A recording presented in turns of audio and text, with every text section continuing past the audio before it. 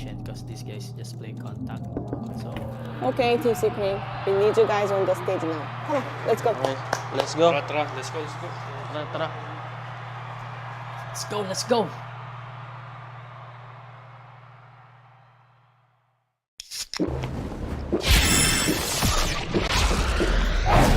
Red Bull gives you wings.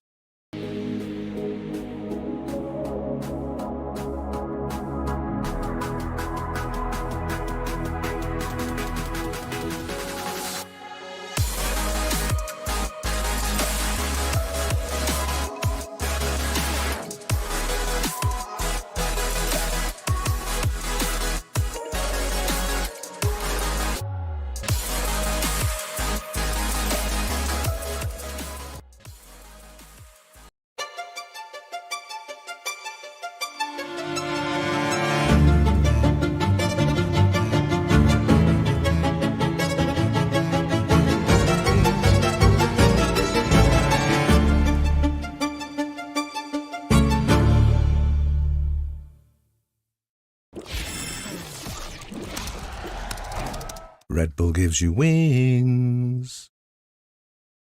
Very familiar with this phenomenon. I mean, an expert I can trust. I've always had full faith. I think he's going to guide us on the right path. First of all, thank you for having me. And I heard this is table of like getting hopium. We have prepared today is to get your opinion and to match it with some experiments to really get the absolute conclusive data for stage 2. Let's go. Nothing could go wrong. There's been obviously a lot of craziness. Paper thin, it's just been everywhere, right? The results, I mean, the rosters, everything seemed new. No, it was a really wild stage. I mean, it was really up and down for a lot of the teams. You know, there's been a lot of changes. Of course, you think about like Jin coming back and things like that. So it was a really fun stage to watch. Paper thin, what was your like best highlight from the stage 1? Actually, one of my favorite moments was DFM getting their first win. I know, I'm sorry, it was against me. It's too close to home. Oh, man. Truly, that was like a really special moment, I think, for the fans, you know, and for the team. You could see how much it meant to the players just for that one game, you know. So I was really excited about that. But with that, I think this was kind of a stage of a lot of firsts, right? A lot of new records being set, a lot of things For better happening. or worse. For better or worse. 3 players from Gen G racking up 1,000 kills already in the VCT system, in VCT Pacific. Really just goes to show that a lot of these players obviously very individually skilled, but they're also just willing to grind through these games. I think one of the craziest things for me was seeing that Texture got his, like, after the likes of Munchkin and whatnot. You know, Yes. managed to get to that milestone a little bit later, but then just decided to go a step beyond and said, okay, I've got my 1,000 kills. Now I'm going to break the best of 5 kill record. You know, did it to do it in a loss. It is important to remember that while we sent 3 teams to Shanghai already for Masters, Stage 1 doesn't quite end there. The legacy continues on because your record is going to carry over into Stage 2. In Stage 2, you can just set your own destiny by getting into one of those top 3 spots to qualify for Champions, but regardless, you're gonna want to be accumulating those championship points kind of as a safety net just in case. So Zeta, if you are on one of these teams, what's your mindset looking forward to Stage 2, knowing that there's still a decent chance for you to make it all the way? If I were those teams, like obviously current situation is like so competitive. So I would try just like my best to actually qualify for the champs. There's no need to overthink, and then you just like perform like how you did on the stage 1. That's all. Teams that are going to be able to change to the new patches, to the new metas, that kind of thing, are going to succeed. How do we see that shaking out in Stage 2? I think that we might just see the continued success of a lot of the teams that have been hovering near the top. Things like that are going to continue to reward you no matter what. Flexibility is like really important nowadays, so this is really like interesting. Like every team need to like adapt on like current meta has changed. Now it's time to put our theories to the test. We're going to come up with some hypotheses and test them and see how valid our theories are. The first one is going to be about DFM. They looked really good in their win against T1. If they are just given this extra time until Stage 2, that they can now cook that up on different maps and maybe get their second win of VCT Pacific. I was looking at them to see if I was going to be the only one agreeing with you. Oh, okay. Because I think that they certainly can get themselves a second win. I think everything that you laid out perfectly correct. We obviously know that they have like stand-up player like May. He's been really doing it great. As long as they just like find their own colors and the structures, they're gonna like win more games. I'm not sure about the methodology of DFM post that win. I'm not so sure. I'm still very concerned that they haven't really found a way to be continuously adaptive and creative. Mr. Science, he needs all more that's right. data. He needs all the data. 100%. This is my chance. I can actually use my science degree now. So after hearing a little bit more of your thoughts as well, I still cannot wipe that Ascent game out of my head. It was just so good. So I think that's enough reason for me to believe that this is plausible. I completely concur. For me, sorry, needs more study. Zeta, what about you? As you said, it's like obviously plausible. Okay, now, one of the things that I need to get everybody's input on is in regards to this certain little team right here. It's about the IGL swap on T1, something that we saw mid-season. Carpe obviously having begun since your departure in that offseason during the AVL. We get the change over here to Excurate. Do we think that this was a viable change and something that they should continue with in the future in stage 2, or should they pivot back to Carpe? It's more about the vibes. It's more about what he brings as this leadership presence. He's been a really positive force, I think, in that way. But I think stylistically, Excurate is just going to have a better grasp of the bigger picture stuff in Valorant. So I think, in theory, Excurate kind of being the primary caller, leading the overall direction, I think that should be the better foundation for a longer run here for T1. Yeah, I think that was like a good change. I can see it as a former IGL of T1. We have a lot of like vocal players, so I think X-Crate, obviously he has experience with like other FPS games, like he's been playing. So we can just like expect T1 gonna be like more improved. Does that mean then that we can expect that T1 are going to have an even better result, or at least the same level of result in stage 2? For me, I think it's plausible. I think there's definitely a lot of potential here on this team. It's just a matter of finding the consistency. Yeah, it's plausible. I just feel that I've been burned so many times by this team. It's plausible. We know that. I think it is plausible that T1 will have a very similar performance in stage 2. So one team that is making an interesting change coming into stage 2 is GE. They're going to be shifting their IGL, promoting Benkai.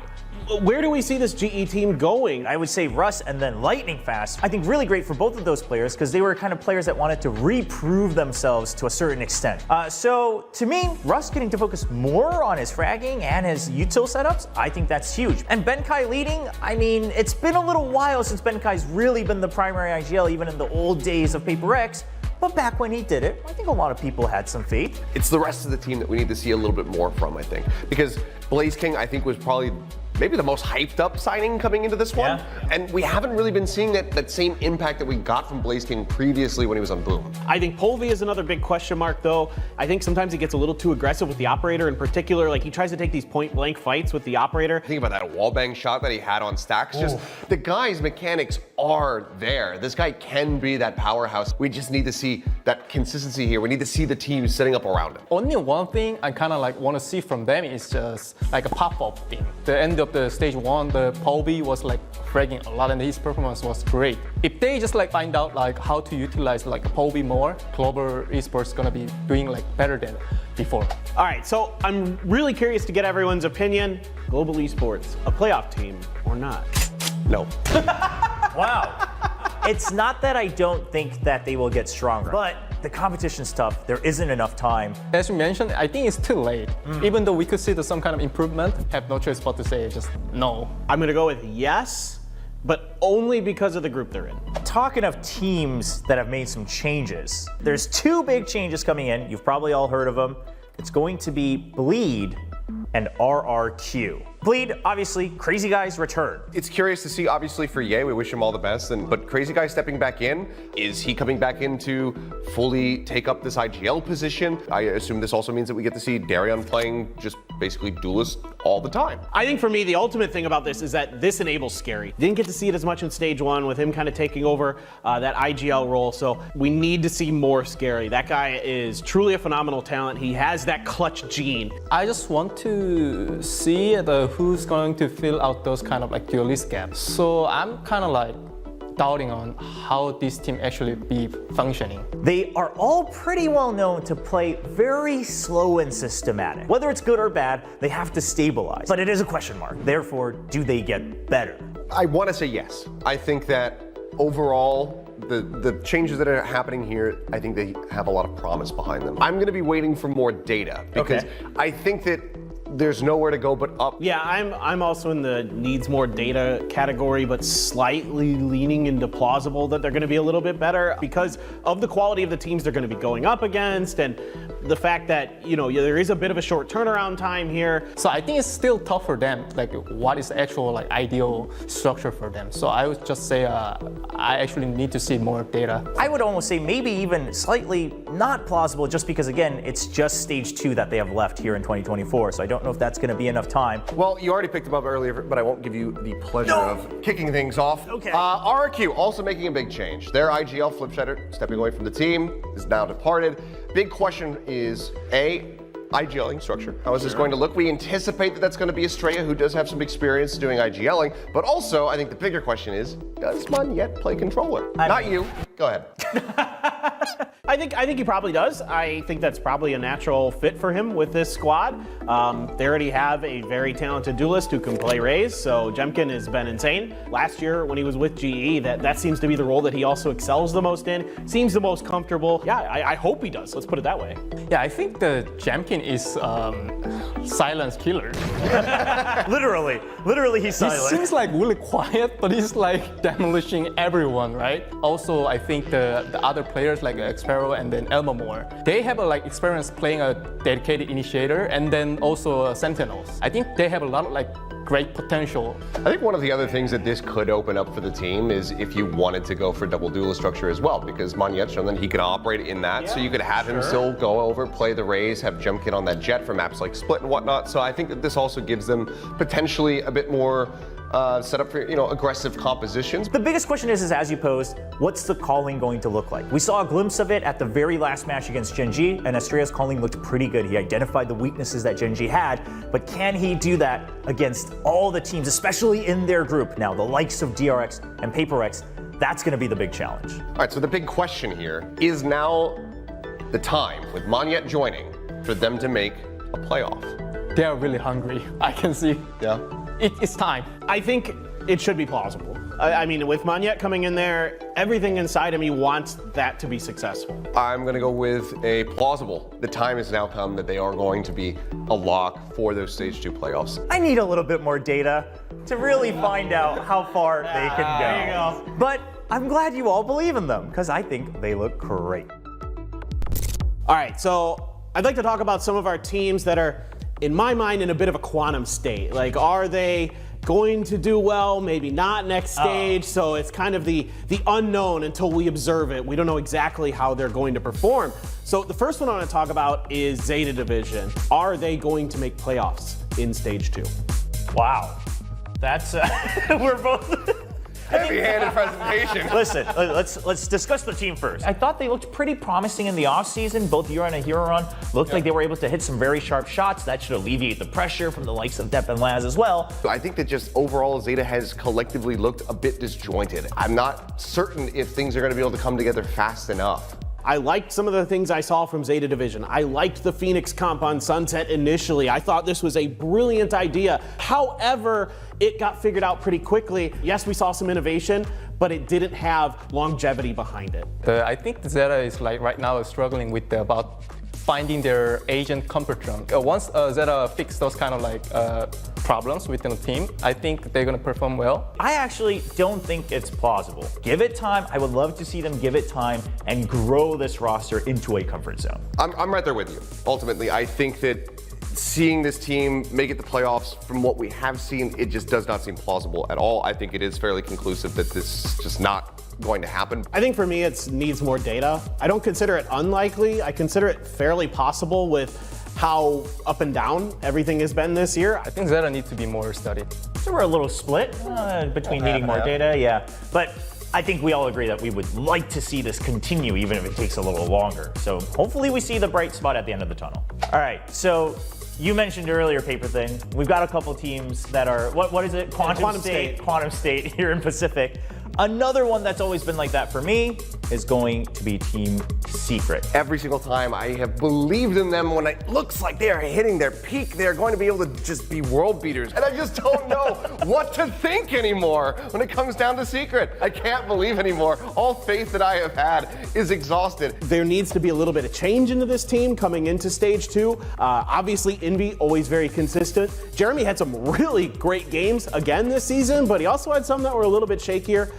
So definitely another one of those teams that's looking for consistency. Not just show us that they can beat Paper Rexes, but they can beat, like you said, Gen G's, other teams in our league. They were really good at the discipline and the fundamentals, but they couldn't keep it somehow, is what I saw. So as long as they can find or figure out how to fix it, we can finally see the Secret on the international stage again. Jeremy, one of the biggest questions we had about him coming into just even kickoff, etc., was how is he going to off? You know, what is that situation going to look like? He's improved his offing. That's gotten better. I think my conclusion is the reason that they're always right there, right at the gates of making greatness, is that they're really good at punishing unforced errors, right? I really like to look at the game as forced errors versus unforced errors. And is it going to be enough for them to make it to champions? I'm going to say not plausible. The bigger question is can they kind of overcome these obstacles that have kept them from making the international events? I am not convinced that it would happen consistently. Yeah, I think that the inconsistency has been so consistent that I have to say no. As long as they can convert inconsistency to consistency, I like it. I think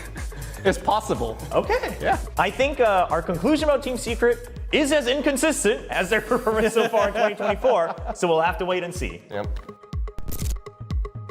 Right, so we're gonna talk about my former players, Seungmin. Oh, Ben. I think that overall, Talon, they're in a really good place at the moment. A fairly steady upward trajectory for Talon throughout the year. I've been really impressed with the way that Frost is able to lead these guys, get them play more as a team. You know, putting Cruz on the IGL again has been a huge boon, I think. And then on top of that, Surf returns, and I love the fact that Governor, he's willing to kind of be that sacrificial lamb. The only question is he cooking too fast? I think that might be what's catching up to them. Too many ideas. Surf guy is like a menace, as you said. Once they find like the right day, no one can like stop them. We haven't mentioned perhaps the strongest player on this squad, which is Jit Boys. But we've seen this time and time again that one incredible player doesn't always get you over the line. All those things put together for me make it incredible. I think really this is a plausible. Plausible? Okay. But I need to just like do more study. If we loaned Talon our cloning machine that we have in this laboratory, and they cloned Jit Boys 4 times, first place, easy. But I'm even gonna say that I think the data shows that it's plausible. I'm gonna say it's not gonna happen. So if Talon's not making it, who's taking that 4th spot?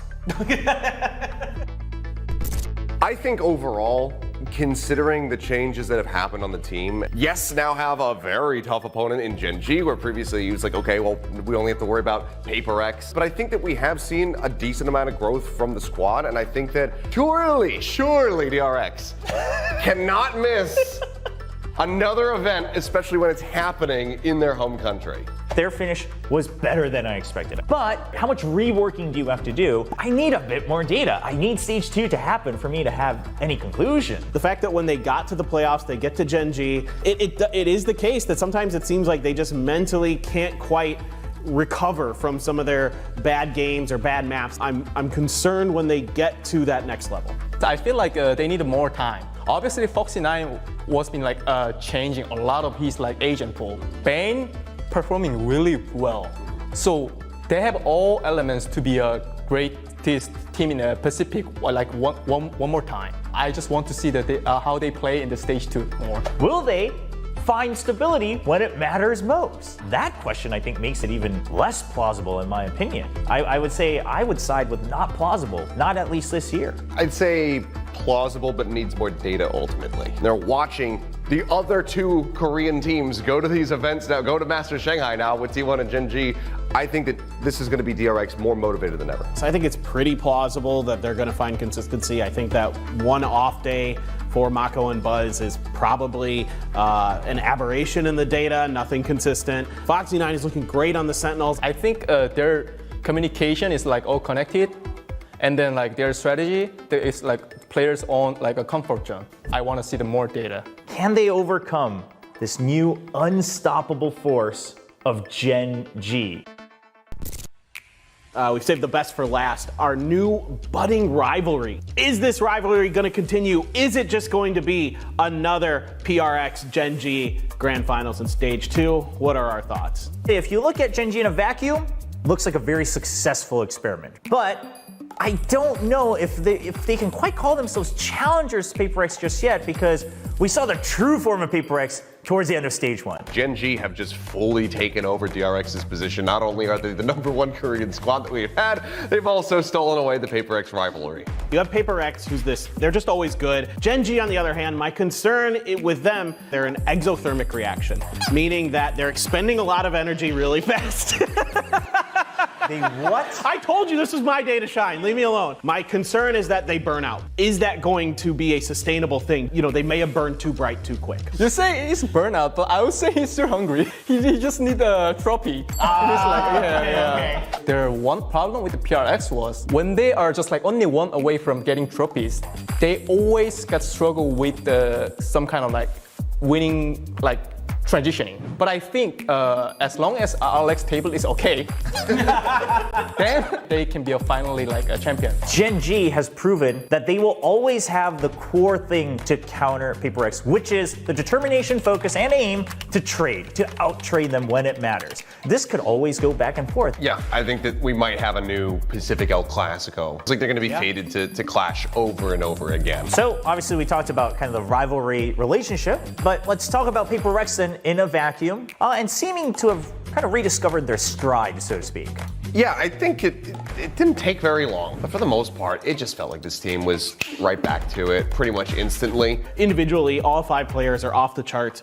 It's just a matter of them being able to stay consistent with their forward thinking, in my book. So I have 0 doubts about Paper X right now. Yeah, same. Like I have 0 doubt on the PRX as well. Also, Jinx's return is like most soft-landed things I've ever seen. They would still talk about, oh, well, you know, it's taking a little bit of time, and Jinx trying to regain, you know, his focus and his posture within the pro scene, and we're all thinking like, really? Because it looks just like it did last year. They finally changed Lotus comp. The fact that, okay, that mindset is still there, that we need to innovate, it's not just aim that we're relying on, they prove it once again year after year.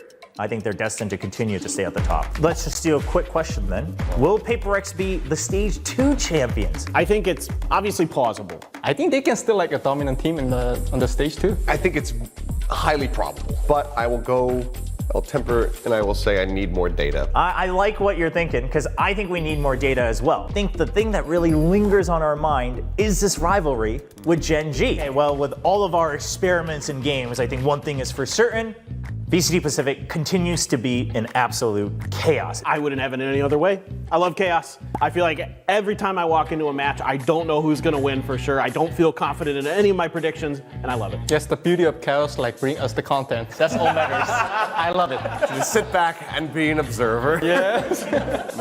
It's just been fantastic so far this year. I mean, we're getting towards the end, which is sad, but my God, I'm going to revel and bask in the rest of this season. Obviously, chaos is something we're going to look forward to in Stage 2, hopefully more than Stage 1 as well. We might as well just double down onto this with all these teams, all these experiments going on. But of course, all of this is going to happen at VCT Pacific Stage 2, which starts on June 15th.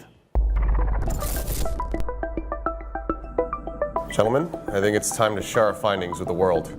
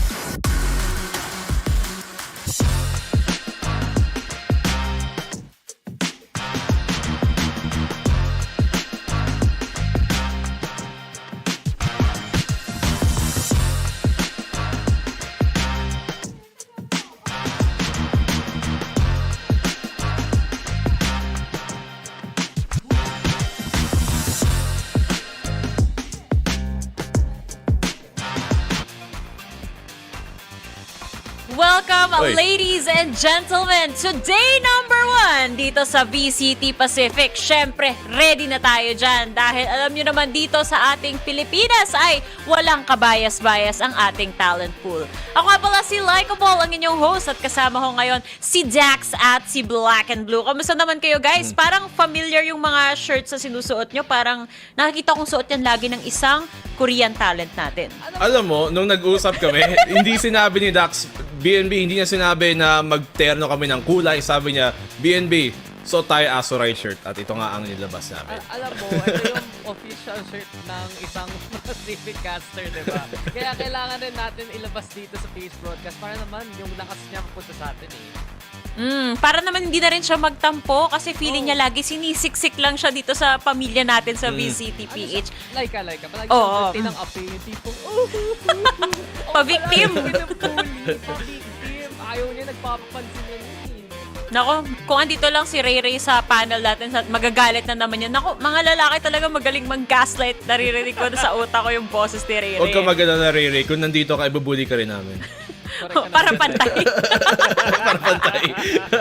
Tinanggap na lang nila, guys. Pero nga pala, syempre nakakatuwa na meron tayong PH rebroadcast ngayon kung saan makikita nyo at maririnig nyo ang mga boses namin dito alongside sa pagsabi namin sa aming napakalupit na mga sponsor spills. Kaya dahil dyan, maraming salamat nga po pala sa Grab. Did you guys know na you can score Grab's lowest prices ever with up to 15% cheaper fares on Grab Car Saver?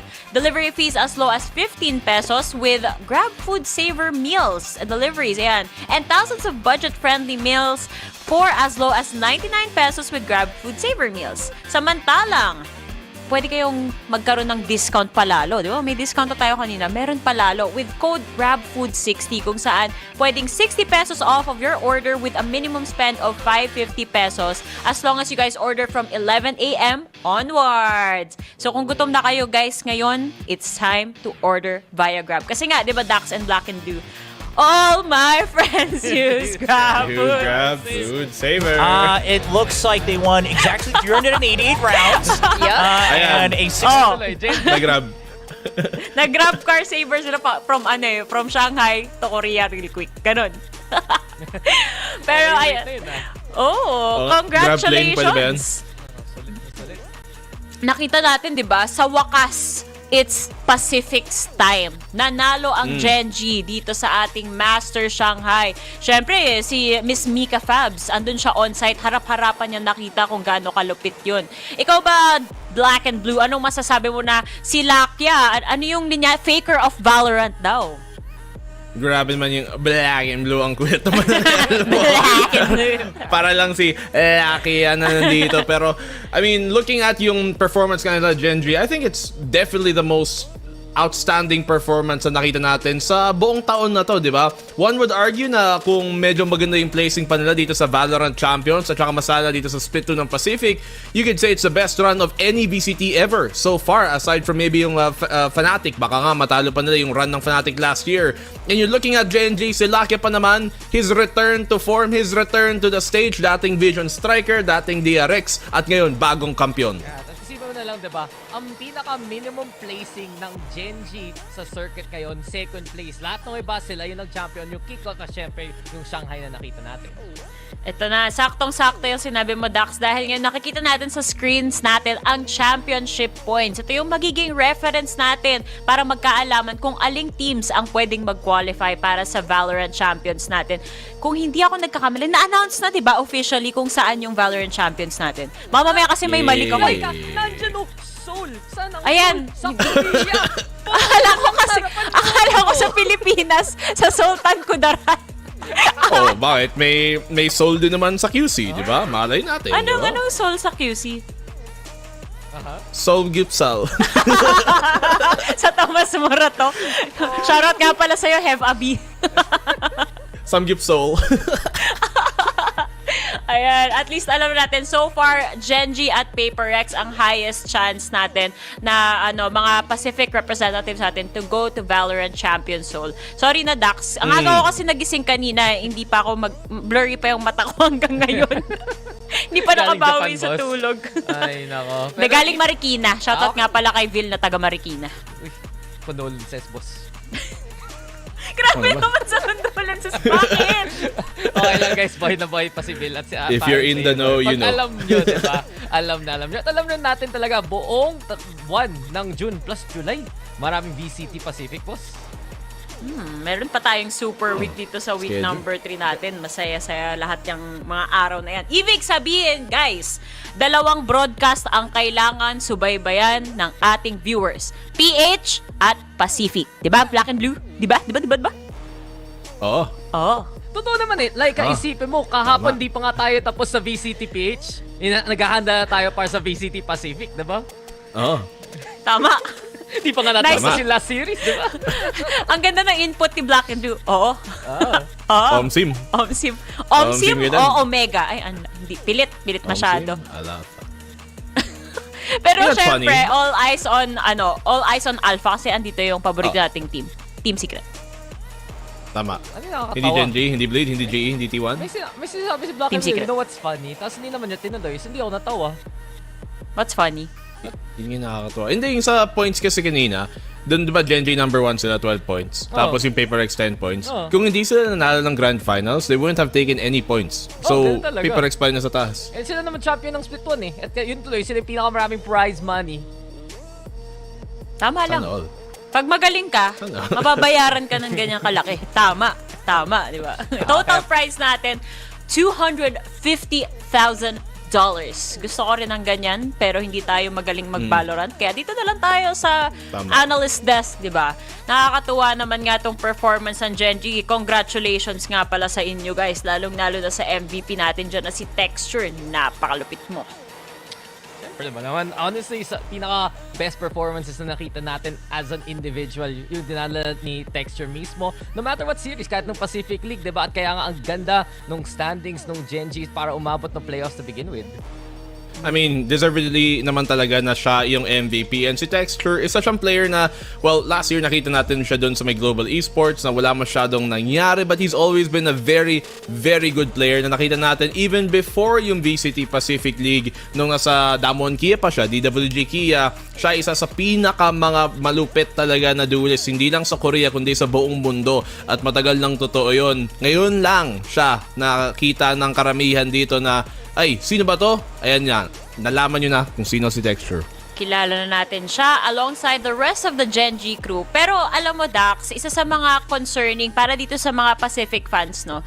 Parang nalungkot sila na nauna pa daw mag-champion tong Genji kesa sa Paper X at DRX na consistent contenders natin sa global scale palagi. Ikaw ba nalungkot ka din or para sa'yo, deserve naman talaga rin ng Genji to get that win? Ito ang masasabi ko, kasalanan nila yun. Hindi sila maabot ng finals eh. Isang beses lang umabot yung Paper X dati ng finals. DRX, nahihirap pa rin. And I think that's really something na medyo chip on the soldier ng DRX mismo, diba? Na naunahan pa sila ng ibang Korean team kung sila pa yung palaging pinapadala dati. Pero buti na lang may mga MVP sila eh. MVP natin na nakikita rin dito sa ating screens, no? Top 1 natin.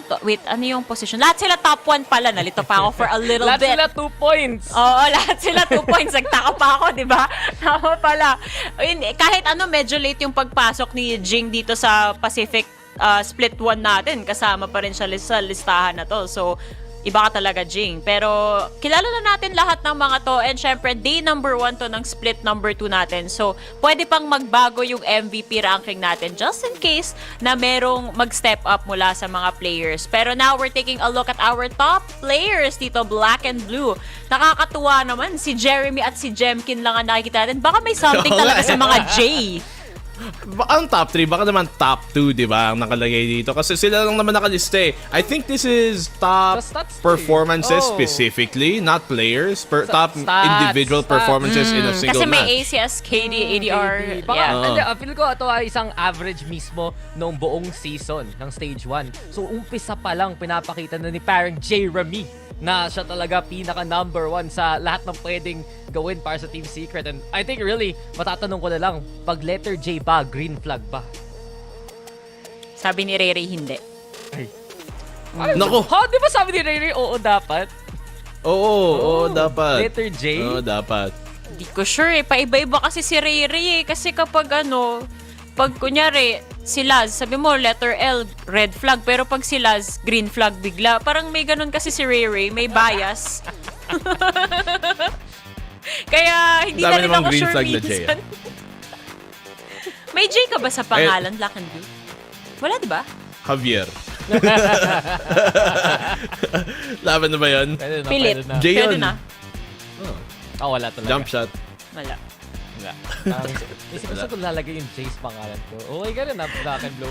Basketball player. Ikaw ba yung naglaro sa sa Game 4 kanina, kaya nanalo yung Dallas? Oo, pinagbigyan lang namin yung Boston nung simula. Kaya bumawi na rin kami. Wala, hindi na ako Tama makarelate. si John Wick, green flag, o di ba? Pinaglaban niya yung aso, pinaglaban niya asawa niya. Tama. Kasi animal Diba? lover din eh. So, automatic Oo. green flag. Green Parang flag. si Doc, si madaming pusa. Green flag. Pusa ba? Oo, tama. Pusa cam. Pusa cam. Pusa Wala, cam. wala. No Meron- cats. Meron Tactibear lang na nandun sa Cat Tower. Kung nakita nyo lang, syempre ngayon Pacific talent si Dax, pero kahapon ang discussion namin sa PH broadcast, VCT-NA. VCT America's represent. Sabi ko kasi like, diba, 3 beses ako bumalik ng merch. Isa para sa jersey, isa para sa shorts, isa para sa jacket at cap. Para lang kompleto ang attire, ang uniform. Pero walang umabot sa amin eh, no? Wala namang... Ganun talaga, di ka sumama eh. Wala kang binigay. Grabe, wala ka bang... Pasabay. Hindi anong pasabay? Pasalubong ka mo.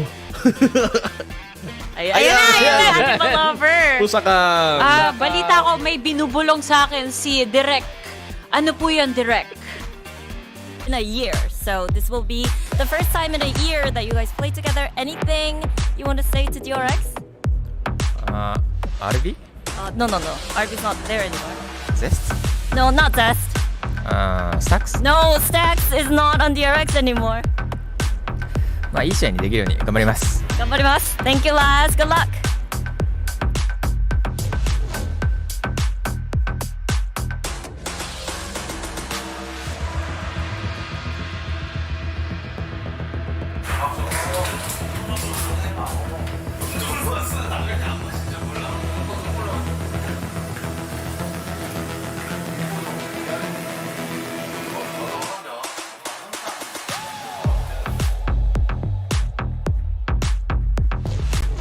Hello, Flashback, and welcome back, Flashback. Now, I heard that you've been dominating in ranked games, possibly destroying people's hope to go pro. So, what can we expect from you today? 2-off quick win. DRX in playoff. Oh, okay. Flashback is back. Yeah. I'm back. Thank you.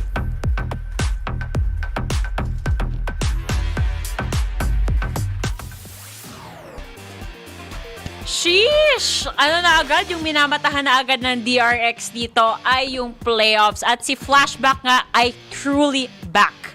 Flashback, you can even say na kung kahapon ginanap tong larong to, Flashback Friday to, pero buti na lang, Saturday ngayon. Tinipilit Ko mo rin na alam. naman, Laika! Day 1 kasi ng Pacific. Totoo naman eh, parang ang daming hype sa pagbalik ni Flashback in a way. Kasi siya dapat yung nandun sa team to begin with pagdating ng stage 1. Tapos suddenly, hindi niya kaya biglang maglaro. Kailangan nila pasok si Bane and Bane did really, really well. Ngayon, sige, nawala na ang puso ng DRX. Nawala si Stacks, but now having Bane and Flashback together, interesting talaga makikita natin dito sa DRX ngayon. Alam mo yung kinakatakutan ko dahil dito sa pagpasok ni Flashback, paano pag yung isang teammate niya nag-call ng Flash? Diba sabihin nila, Flash! Tapos sasabihin niya, ano? Hindi, pa-Flash ka mo. Pa-flash ulit, babalik ako. Oo. Sure. Meron tayo ditong 2024 match point. Brand new. Brand new. Wala nang D. Brand new DRX. The return of the Sentinel. It's been 112 days. Diba? May bago na tayong initiator na papasok dito. Pasensya na lang po sa mga Stacks fans out there. Lipat muna siya dun sa T1. Pero ikaw ba, Black and Blue, ano masasabi mo sa dalawang players natin on the screen right now? I mean, I think it's about time na makita natin yung parang pinakabagong evolution dito ng DRX. We've known Stax at siya yung isang miyembro nga nila na talagang isa sa mga long time ever since the Vision Strikers. Siya yung leader, pero baka bagong management na ang kailangan dito ng DRX pagdating sa mismong team. And Flashback, we saw good performances naman galing sa kanya nung kalaban nila yung mga ibang team nung kickoff. And dahil sa performance niya doon, I think it's very valid na ibinalik nila siya. Yeah, and if you think about it ba, sino na magiging IGL ngayon? Probably gonna be someone like Mako to take the reins para maiba talaga yung sistema ng DRX. Now you have that extra bit of firepower para sa DRX mismo. Kasi namin na talaga nag-iintay ng mga ganong klaseng changes. Kasi sige, ang ganda palagi ng performance ng DRX pero hindi pa nagiging sapat. Ano yung kailangan nilang gawing next step? Ito na yung nakita natin ngayon. Sa totoo lang, parang hindi ko pa ma-imagine kung paano mag-IGL si Mako. Kasi every time na pinapakita siya sa mga player cams natin, napaka-nonchalant niya. Diba? Yun talaga yung characteristic dito ni Mako. Napakalupit yung player, kaya niyang mag-clutch plays, kaya niyang gawin ng lahat. Pero yun nga, ngayon may added responsibility siya. If ever siya man yung pumalit kay Stax with the IGL role. Pero now, Dax, we can see Yuran and Bane and are head-to-head as the key players for this upcoming matchup. Ano masasabi mo dun sa stats kanina? And now, kita na rin natin yung mapa. So, go ahead, Dax. Sige, ako na. Basta yung mga bagong lagay talaga, kitang-kita natin, maganda yung impact na dadala nila para sa Zeta Division at sa DRX. Pero ito talagang kailangan natin tingnan like yung map Vito mismo. Maging sobrang interesting kasi yung bind pala 100% dun ang Zeta. DRX, maganda yung split performance. Pero talaga titingnan natin yung mga maps like Breeze na hindi pa nilalaro ng Zeta. DRX, hindi pa nilalaro yung icebox. At kasi may mga bagong lagay at bagong tingin talaga pagdating ng Split 2. Makikita ba natin yung dalawang mapa na yun today? I'm not sure, to be honest, kasi, seeing that split being one of the biggest bans dito ng Zeta aside from Breeze, which is yung usual perma-ban nila, this might just take away yung pinaka-best maps dito ng DRX and this might give Zeta a chance sa ating Vito. Pwede talaga magka-chance dyan, no? Ang interesting din, pag kinumpare mo yung last year's run ng DRX, parang sila yung meta-establisher nung nandun pa tayo sa icebox. Tapos this year talagang iniwasan nila completely tong map na to. Interesting talaga. But now, prediction time sa ating mga mapa. Black and Blue, anong unang mapa sa tingin mo ang lalabas? Abyss. Abyss. Abyss. Best Tatalo na lang tayo. Best of 3, tas puro Abyss. Okay, yun. Tama. Gusto ko yun, Abyss. Magandang format By yun, the Abyss. Uy, walang buy Abyss. Uy, icebox, Icebox. Wow! DRX pick! DRX? Oh, DRX pick! DRX pick. And it really just goes to show, kakaiba. Sunset, Zeta Division, not too bad either. I like the pick so far kasi pag binalik mo sa Zeta Division, yung second map na yan, naghanap sila ng comp na kakaiba pagdating sa mga ibang teams dito sa Pacific. They love to run that Phoenix face composition. At sige, medyo mixed results pero alam mong komportable yung Zeta dyan sa mapang yan. I think this Vito is looking pretty good sa DRX, to be honest. Yung icebox, wala tayong masyadong impormasyon this past year pagdating sa icebox nila, and that can really surprise them. But Breeze, ang inabas dito. Zeta, they leave Breeze open when they typically ban this map. This is very interesting. I think DRX might just have a lead here, pero magagulat tayo, I think, sa ilalabas dito ng Zeta din. I'm actually very happy na ito yung mga nakita nating maps kasi it means na mas willing yung both sides na mag-take ng risk. Wala eh. Ano ipapakita natin kung di nga nila nilalaro, Dapat diba? lagyan mo na isang malaking stamp. None. Question mark. Dapat. Okay, kailan ba sila last naglaro ng icebox, diba? Last year. Last year. Matagal-tagal na talaga. And it was against Loud pa nga. All the way in March. Sa Brazil pa yun. Parang ano magiging plano dito ng DRX? Given na yung rules talaga yung magiging importante. Flashback, Bane integration. Sino ang maglalaro ng ano? Initiator. Sino yung kukuha ng role nga ni Stax? Yun yung question din natin kanina. Any guesses for you guys? Sa tingin nyo, sino na yung bago nating initiator on the side of DRX? Probably I feel like it could be Flashback. To be fair, si Bane nagsasova din naman siya sa mga dating performances na nakita natin. As of recent though, he's kind of been stuck more as yung smoker nila. But then again, you also have Mako on this team who can play smoker. So it makes you wonder kung talaga ba siya ang magiging initiator nila. I would want to wager that they might actually change things here and who plays what. Malay natin si Buzz, hindi na siya duelist / sentinel. He might be on a smoker role and they might swap things around. Nag-iisip ako. Kasi mahilig talaga mag-double controller yung DRX to begin with So it would be more likely the question, sino yung mas mag-i-initiator between Flashback and Bane, diba? And I do feel like, kasi nakita natin flexibility ni Bane galing sa last split, si Flashback nga kukuha ng role mismo ni Stax. Possible talaga yan. Pero syempre, sa kanila pa rin naman dalawa yung parang pagpipilian dito sa nila. Pero tingin nyo ba, kasi may onting intel tayong nakukuha mula sa Korea side kasi syempre ang ating correspondent na isa nandun na. Hindi mo na tayo mag-name reveal. Hulaan na lang ng mga viewers natin. Pero balita ko parang possible talaga na si Mako yung magiging new IGL natin. Exciting times ahead. Gusto ko lang sabihin, baka magalit sa akin yung fans, pero sana naman, yung mga former best in attendance natin, which are the two teams that are gonna be going for the first series, hindi na best in absent dito sa Champions natin. Sana may umabot na ulit sa kanila. Ay, tagal-tagal ng Zeta Division syempre na pinapansin ng tao. DRX on the other hand, saan ba ang Champions? Laika, saan ang Champions? Sa Seoul. Oh, diba? Sa Seoul, sa Korea. At ito talaga ang pinaka-Korean team na nakita natin to try and represent for Pacific. It'd be so, masasabi lang, parang nakakahinayang kung nandun na nga sila to begin with, hindi pa sila aabot. Yun nga yung concerning dito. On the side of Zeta, in fairness, natuwa naman ako na niretain nila yung current roster nila, na andyan pa rin yung core nila, which is si Laz, Sugar Zero, and si Dep. Tapos, nakakip up pa rin naman tong si Yuran at si Hiroron. Sa opinion mo ba, Black and Blue, ano ba yung kulang dito sa Zeta at hindi sila nakapasok dun sa previous Masters natin?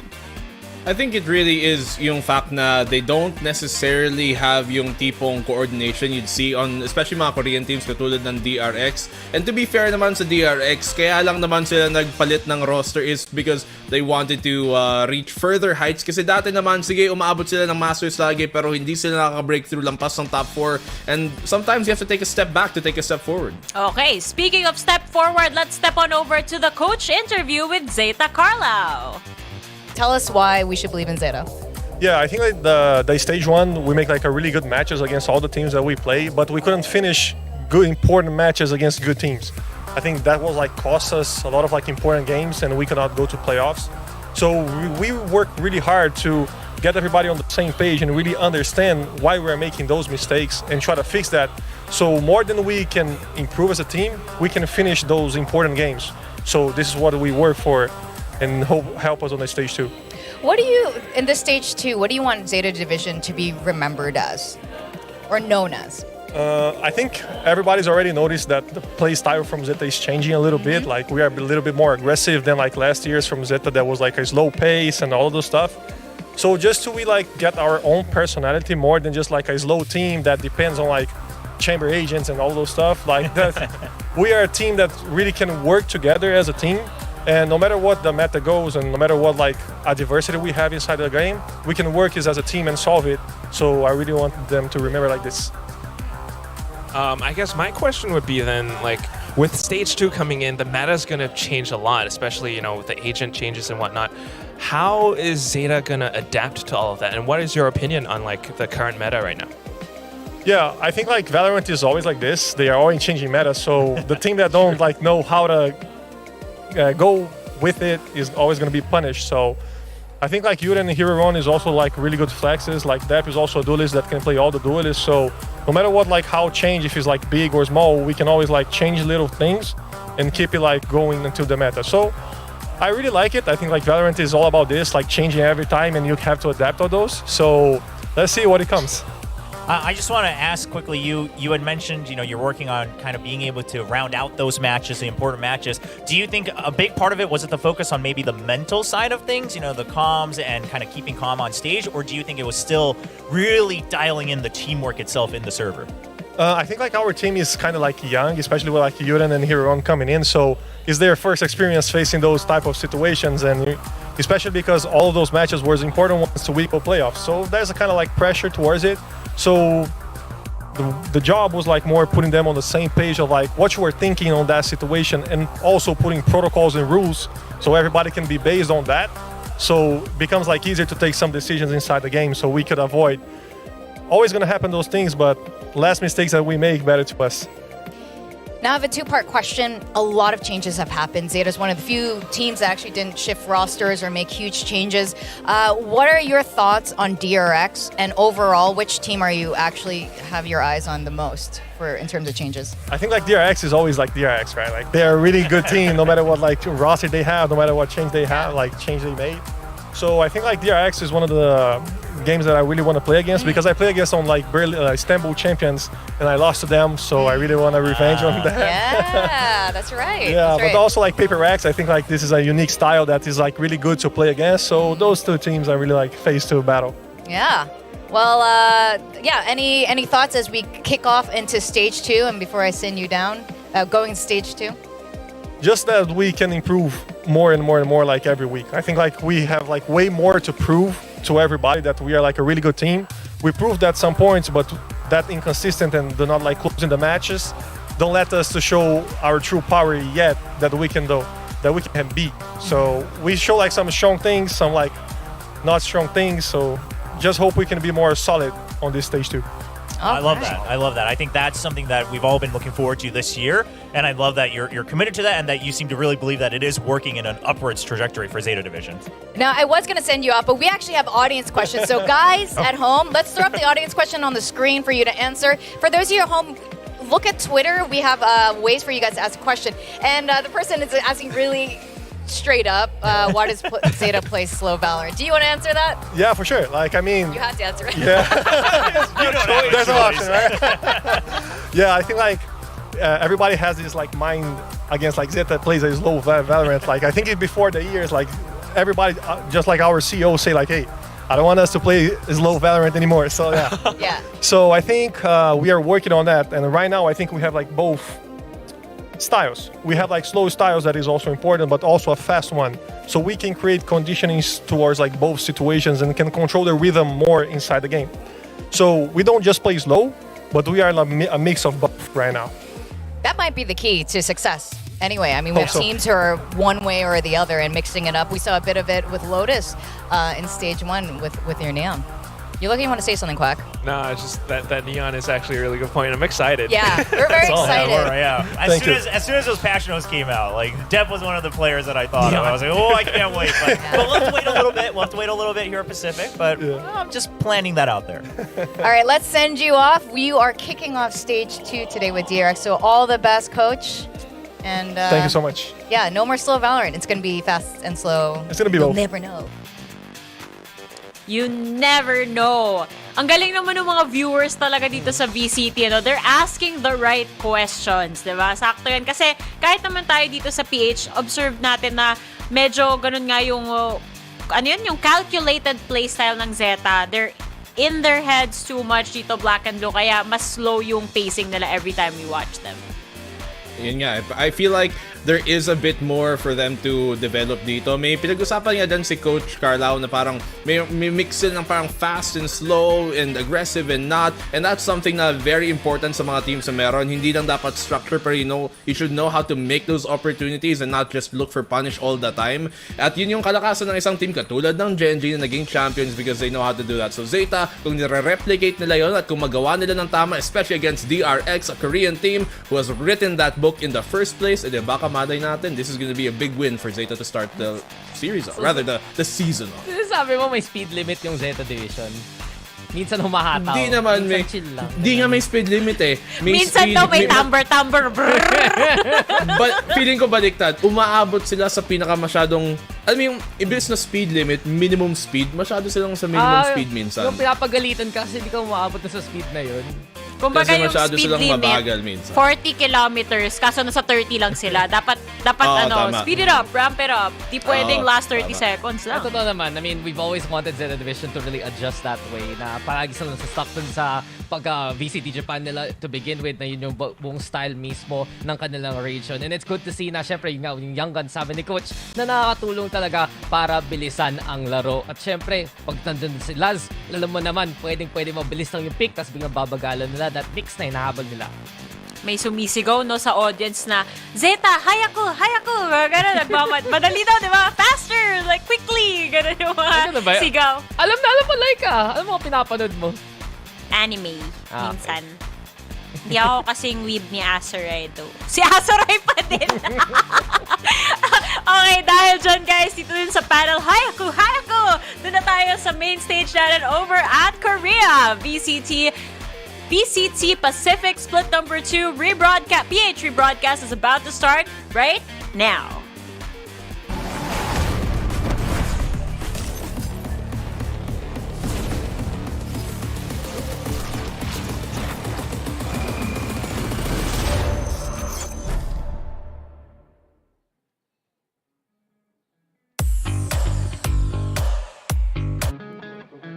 Are we rolling? The heat of stage 1 was unbelievable. Remaining. As all the teams were so passionate. Just like last time, I want to leave with no regrets. 스테이지 1 생각해보면 아쉬움도 있고 좀 다산했지만 그래도 스테이지 2를 대비한 농사를 잘 준비했다고 생각해요. 스택 선수가 빠지면서 그 중요한 역할을 누가 메꿔줄 거냐 이게 좀 더 중요한 것 같아요. 플래시백 선수는 킥오프에서도 대회를 했었고 베인 선수 같은 경우는 스테이지 1을 하면서 굉장히 좋은 모습을 보여줬었기 때문에 팬분들이 좀 기대하셔도 좋을 것 같아요. ステージ1が終わってステージ2が早く来てほしいってずっと思ってたのですごい楽しみです。マスターズ出れなくて他のチームが出てるのを見るとやっぱり自分も出たいなとか自分の力をもっと証明したいなというのはすごいずっと思います。まだチャンスがあります。自分としてもチームとしても全力を出して頑張ります。1勝できた時は嬉しかったんですけど、その後の3戦くらいは全然勝てなかったので、どっちかというと悔しいステージ上になったと思います。自分自身に対して自信がなくならないように試合見返して何が悪かったかとか原因を明らかにして今後に役立つようにしました。まずは全力出して試合に臨めるように頑張りたいと思います。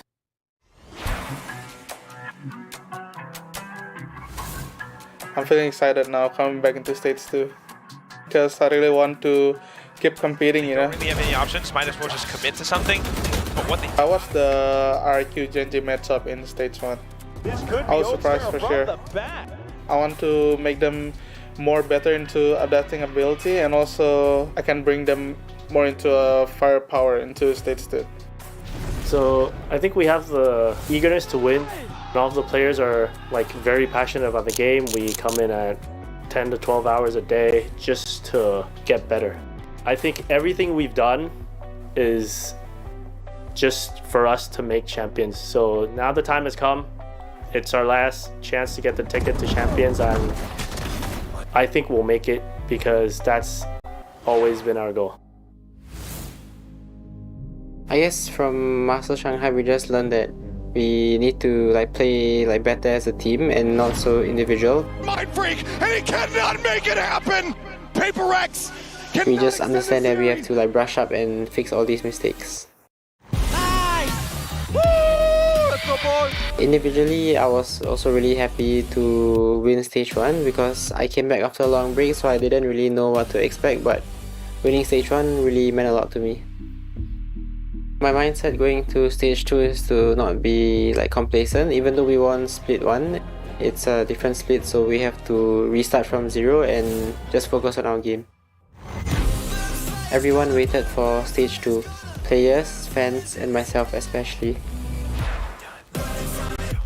I hope 2024 ends with a happy ending.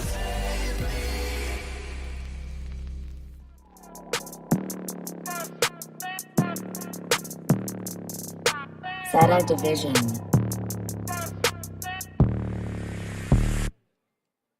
Undefeated. That's why they call me undisputed. I'm breaking up another season. I've been up on my stats. Now would you look at that? Undefeated, locked and loaded. We about to blow. Caught them with that left, right, leave them tapped out on the floor. Sounding itchy, sticky, swishy. Watch me bank a score. Up in the boat, I'm in the zone. Yeah. Go to the fire, the breath. Finger the jungle and beat my chest. They say I'm posing the threat. Just like a pebble, I'm cutting the net. Bring on my finger, but yes. Like playing chess and I don't even sweat. That's what I call it finesse. That's what I call it finesse. Ain't no rivals, ain't no rivals. can try, but they're never ever slowing me down. On arrival, this is my show. Crossing my heart, they know we are undefeated. That's why they call me undisputed. I'm ranking up another season. I've been up on my stats. Now would you look at that? I pop on with the jumper, then the adios. Gotta go. I'm the prima donna, make him do the most. Not enough, I'm just warming up. We up in the cut. Oh, I'm ready to hunt. I'm ready to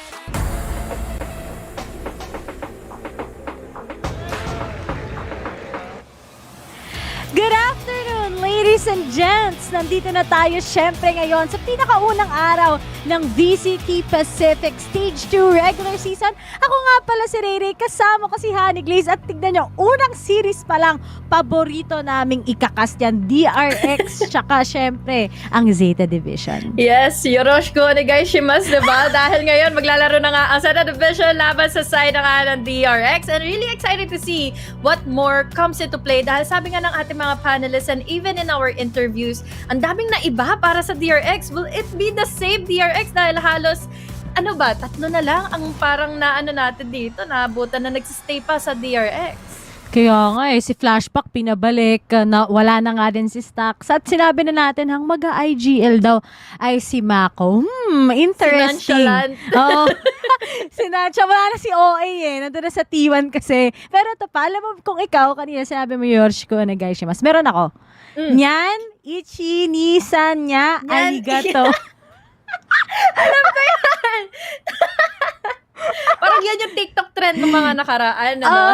Yan na yung, doon ako natuto mag-Japanese. Alam ko yan pa yung simula ng mga, nung nagka-lockdown, di ba? Paano naman yung Giyomi? Ay, Korean pala yun. Korean ba yun? Korean ba yun? Kasi sinayaw ni Miss Aloje. So, akala ko Japanese. Anyway, guys, okay. Japanese and Koreans kasi maglalaro ngayon for this first series. Kaya naman, we're taking out our chances kung marunong pa ba kami mag-Japanese ni Ate Rere. Pero once more, maglalaro nga pala Zeta Division and DRX dito sa first series na ito. Lahat kinilig nung nilabas ng DRX itong icebox dahil never seen itong DRX na naglaro na nga in icebox very recently. Wait lang. Unang series, unang mapa pa lang sa Pacific, magko-clove na kagad si Flashback. So, ito yung lineup halos na nakita natin nung kinast natin yung VCT PH, yung Old Stinky Cat. Pero mag-work kaya to against Zeta Division na meron namang si Hiroron pala na nakageko. Paano kaya ito, no? Pero at least, dalawa naman din yung controller nila. Pero, it's almost the same pa rin for Zeta Division. Ang mangyayari lang kasi for the Clove is halos para sa akin individual plays kasi halos yung pwedeng ibigay ng Clove for the rest of the team. So, we might expect such an aggressive push na pwedeng gawin ngayon ni Flashback and all. Pero kakayanin niya nga ba lahat ng utility heavy play from Zeta Division dahil kita mo, Ray, wala silang duelist doon sa side nila. Talagang yung mga teams natin, unang mapa pa lang, unang series pa lang, explosive na kagad yung surprise ng both teams. Pero etong para sa Zeta. Oo nga diba? Ganda naman talaga ng club. Tapos si Flashback si Flashback nung debut niya last stage, diba? Or rather, hindi pala last stage. Noong kick-off natin, palong-palo talaga siya maglaro. Like, sobrang consistent. Sabi nga natin, kaya ba niya mag-keep up sa DRX? And he actually did his job. So, I am excited. But as for Zeta nga, parating weakness ng DRX. Finally, ngayon ba matatalo nila sa series na to? Ilang beses pa sila nagkaroon ng match-up ng mga nakaraan nga. Especially for this year alone. And laging DRX yung nananalo. So, will this be the change? Will this be the start of something new para sa Zeta Division? Once more, they're playing on the defense. Maganda at least, even though that they don't have any duelists, magkakaroon naman sila ng utility usage na magiging pampahirap nga for DRX. At simulan na natin ang laro siya. Zeta versus DRX. Samgyupsal versus Yakiniku, di ba? Yun! Tama! Iniisip ko yung kanina! Di ba? Ayun at tama ako, tumama rin sa wakas. Yun lang tinatama ko talaga sa buhay. Pero na-surpress lang din kagad sila. At yun, DRX nakapasok na kagad sila sa site mismo.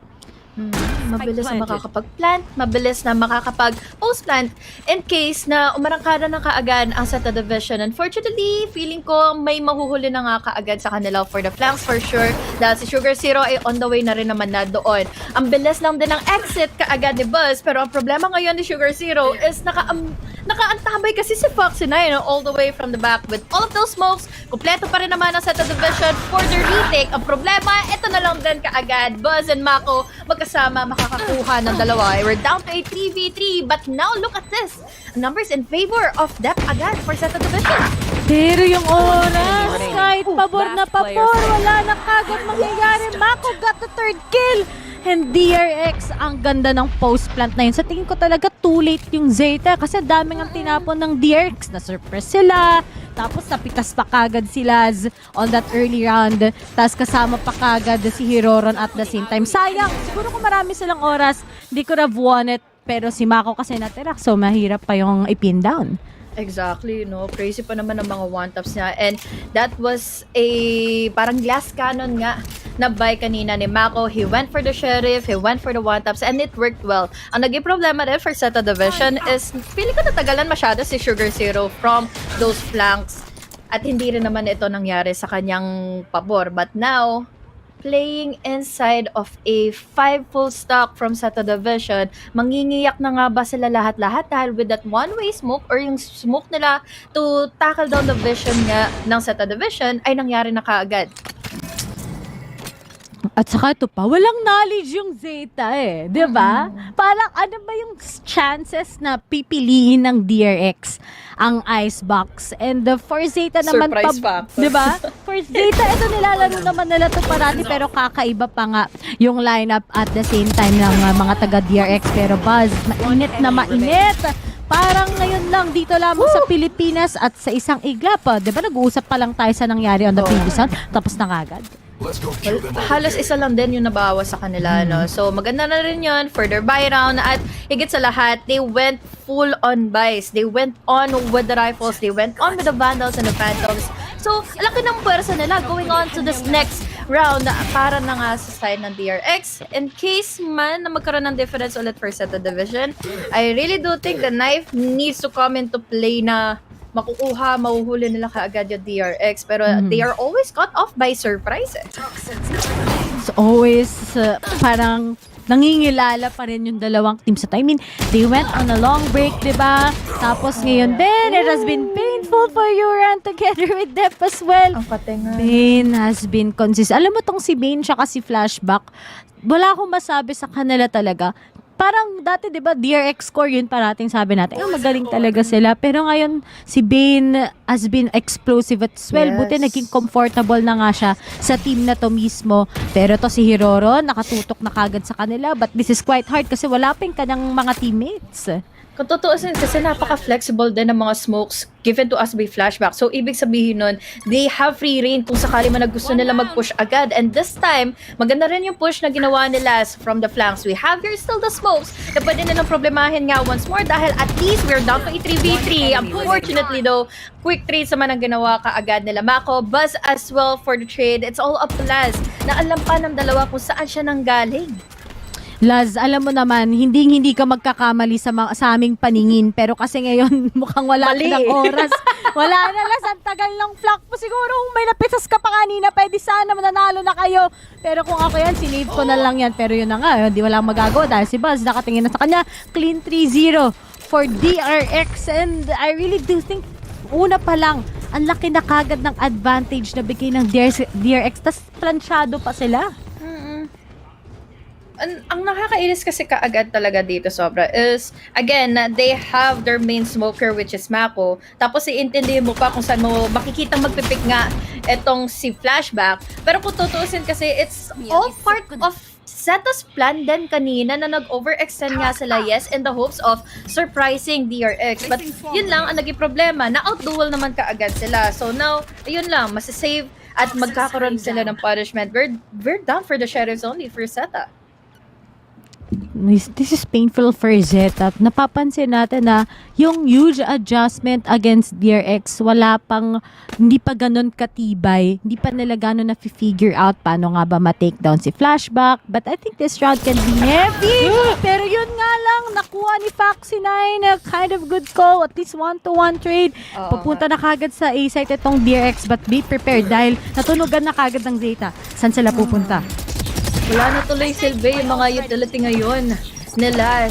Pero at least, tatlo? Well, unfortunately, yun na nga rin. Sumabay na kaagad itong pick na ginawa na nga ni Buzz. This gives us so much confidence tuloy dahil may nadetect pa nga ang going in with the knife. Alam at narinig pa ni Flashback kung saan manggagaling yung isang player from Zeta Division. And now, it's all up to depth na naku-crossfire pa ni Buzz. And yun na nga, magiging triple kill pa, magiging multi-kill once more para kay Buzz. And this is the second time around for Buzz. Nakakatatlo siya to finish off the round. Ang galing talaga ng DRX. It has been really clean para sa kanila. Wala akong masabi. Nakukuha kagad ni Buzz. He's smarter right now. At tingin ko talaga nung binigay nila yung 100% roll kay Buzz, mas lalo siyang naging explosive, diba? Full trust din. Tapos, yung sikreto nga na ni-reveal nila kagad ngayon ay patunay lamang na nag-prepare sila all throughout the rest that they have. Pero as for Zeta nga, will it be the same mistakes pagdating dito sa icebox nila? Gusto man talaga nilang makapag-control ng space, pero tingnan mo yung ginagawa nila. We have here the flashes, we have here the smokes coming in from Clove. And ang bilis din naman kasi na cooldown ng smokes si Clove. And again, you need to think about the tools pa. So lagi silang na-forced out from their positionings. And until now, na nandito na nga kaagad nakaabang si Nalas, yung nagiging problema nila is a lot of distractions coming into play dahil si Ben with his flashes. At least, we have here to trade. Flashback though, makakaisa rin naman laban kay Hero. So now we're down to a 4v4 and completely in control na naman ang DRX and side of A side. Wala na naman magawa. Yung late din yung flank ni Sugar Zero. As in, sobrang uncoordinate ng Zeta. They're just being overwhelmed right now by DRX. Ito pa, kahit nga naka-suppress na yung DRX eh. Wala, puro Royan na lang kagad. Wala silang magawa. Dep right now is gonna fall down. Sugar Zero, di niya talaga matapatan si Foxy9. Best option ngayon makapag-save pero nakatutok na din kagad sa kanya si Bane as he takes them down. 5 kamote. DRX just favoring kagad. At ito pa, maganda din performance sila pagdating sa sunset. Yeah. Yun ang magiging problem nila for the next one for Zeta Division ha. Pero ito palang kailangan na nila kaagad solusyonan eh. Yung craziness sa pagpasok ng DRX, saan nila dapat i-anticipate si Flashback dahil yung smokes na talaga yung nakakapagbigay ng pressure all over, yung pagiging test nga all over ng Zeta Division, and they are not always ready for it. We have those flashes na sobrang on point pa for Bane, yung timing niya and everything, kahit nasa magandang verticality na kanina sila, it doesn't make any sense anymore kung bababa ka lang din kaagad dahil nga na-flash ka na and all at alam pa kung saan ka nga nanggaling na. So, now, 5 kamote is real Ray. Mag-force tuloy to a timeout to Zeta. Kailangan nila to plan siya. If this goes into a 7-0 first half pa lang, tingin ko mahihirapan na mag-recover ang Zeta. Tignan mo, nagbi-blink pa yung sa ilalim ng network. Wala na silang masabi. Guys, sabi lang siguro nila, di ko alam kung anong Feeling ko kailangan nila mag-reset pare-pareho eh. Yung parang, kumbaga, talk to each other na lang. Dahil we all know how crazy depth is, pero this is different depth, kind of depth, dahil siya ngayon na ang nasa smoke. So, yung inaasam-asam natin siguro na pagiging aggressive and jumpy kind of depth for Zeta Division, hindi tuloy natin nakikita. Nang kanina, naka-operator siya. Wala siyang na-control na space, wala siyang nakuhang impact. So now, down the drain, again, yung eco nila ngayon. At ito pa, yung eco na to, worth it ba to? Talagang di sila gano'n nag-force eh. Pero gets naman din natin na they've been losing. Maybe this round, bigay muna nila, yung magiging adjustment na nila ay pagdating ng round 7. Pero against DRX, diba? Yan yung number 1 question eh. Yung DRX nga, parati silang di nakakapasok sa top 3. Puro top 4 parati sila. Sobrang heartbreaking. Galing sa number 2 team natin before dito lamang sa Pacific. Kasi ngayon talagang number 1 ang Genji para sa akin. The fact that they won itong Masters Shanghai. Buzz trying to get lang ngayon yung space para sa kanyang team. Once again, may kasama pang surprise. So kawawa na naman yung mga nakaangke dito lamang sa A-site. Ito yung sinasabi natin, best utility play and timing for Vayne parate. Sobrang on point ng knife, 3 silang na-suppress doon. So, alam na kaagad ang DRX na 3 yung nag-aabang. Pero will they be pushing it further? I really do think so. Dahil ngayon sa mga ginagawa na nga kaagad ng Foxy 9, mahati pa yung attention ngayon na set the position. But now with that ultimate available for Flashback, magiging mas aggressive pa ito na magiging opportunity pa para kay Buzz makapag-pick and with his Blazestorm and that operator, clean na round na naman ang na-secure nila. Wala man lang kahit anong casualty na ibigay laban sa DRX. No pain, no gain right now. At ang Zeta, sobrang talagang nagko-collapse sila ngayon. Kitang-kita natin. Maybe, number 1, overwhelmed nga sila with those pushes coming in from Buzz. Once na na-suppress na, di na talaga mapapop the last together with Yuran yung iba nilang mga setups as well. So, if this continues, pag walang mangyayari sa round 7, I do think we can really see already yung next map in a bit. Pero to, finally, yan na nga, kailangan na mag-step up. May nabawasan na nga kagad siyang isa, tapos low pa kagad si Buzz. And this might be the change. Try to be aggressive. Gusto na lang kunin kagad yung DRX into those off angles. And then yung magandang way, di ba? Mag-step up talaga. Yeah. Ang maganda kasing ginawa nila dito, they took advantage na naka-operator ngayon si Buzz. So meaning to say, they are playing it slow. Buzz, all the way from the backlines, makakakuha naman siya kahit papaano nga ng mga trades and all. But then again, yun nga, babagal din yung pacing nila, which is good at least dahil naiipit tuloy yung Zeta division into overthinking where are they right now. Wisa na ngayon, all the way from kitchen, meron na kaagad nakapasok na nga in yellow. Nag-overthink tuloy sila dahil wala siyang security na meron na bang nakapasok into mid, meron na nga bang nakapag-flank sa kanya. At yun, huling-huli kaagad ni Buzz. Foxy 9 with another, yun na naman for a trade. But now, the numbers are still in favor of DRX. Pero for Yura naman, di ba, meron siyang null command, pero siya yung naunahan kagad ni Vayne. At hinihintay na lang kagad na makapitas for Buzz. Kahit 3 HP na yan, mabubuhay yan. Pero nakagat na nga kagad ngayon ng Modi. All by Sugar, 0 na lang din. Pero pinaglalaroan na lang siya ng 2 miyembro ngayon ng DRX. Trying to punish him, pero may napitas pa nga kagad na isa. Pero si Mako ngayon ang kalaban mo. Sino nga bang makakakuha? Mako pa rin. Yung importanteng round para sa Zeta ay babagsak pa rin sa kamay ng DRX. That could have been it, Re. But unfortunately, yun na nga, si Mako pa yung huling natira. Alam naman natin how crazy this guy is when it comes to the clutches. So now, really commendable indeed. Sabi mo na to kanina, di ba? Kung magsi 7-0 ngayon, ang Zeta division at ang DRX, it's a big problem na nga tuloy going into the second half dahil ang haba ng hahabulin nila, hindi pa nila masosolusyonan kung paano ba matetake down si Buzz dahil now he's back on the rifle. And then speaking of, we have here Vayne naman din as well na alam mo yun, magbibigay na naman ng magandang utility play para ma-force back na naman ang Zeta division. Tapos ito pa yung Zeta ngayon, tinatry na lang nila kagad mag-early push dito lamang sa aiming. Pero kanina nahuli pa din sila. So they gotta rework again on that. Pero eto na nga, checkings lang ngayon for DRX. Trying to punish lang kung meron sa B-site. Pero sabi nila, okay, medyo alanganin tayo sa B-site. Dito tayo sa A. Pero nga lang sa A pa talaga nila pipiliin to. Waiting na lang kagad sila sa setup muli. Galing sa Flashback and together with Mako as well. Plus the suppress coming from Vayne. And this might be the round na naman na makukuha nila. Paano na naman kaya ang magiging scenario ngayon na ibibigay na nga ng DRX? Wala pa silang kahit anong utility na binigay or ultimate rather, bukod nga sa Blazestorm kanina. But now, it's finally the time. Late yung knife kanina ni Yuran, ano? So, hindi nila natackle down itong lockdown, another opening, another security inside of A site itong DRX. What's more is that ang layo, ang lalim na din ang pinupush ni Buzz. To the point na magugulat na lang kaagad si Hero. Yuran naman, quick trades, pero lalabas na kaagad from the site itself ang players ng DRX.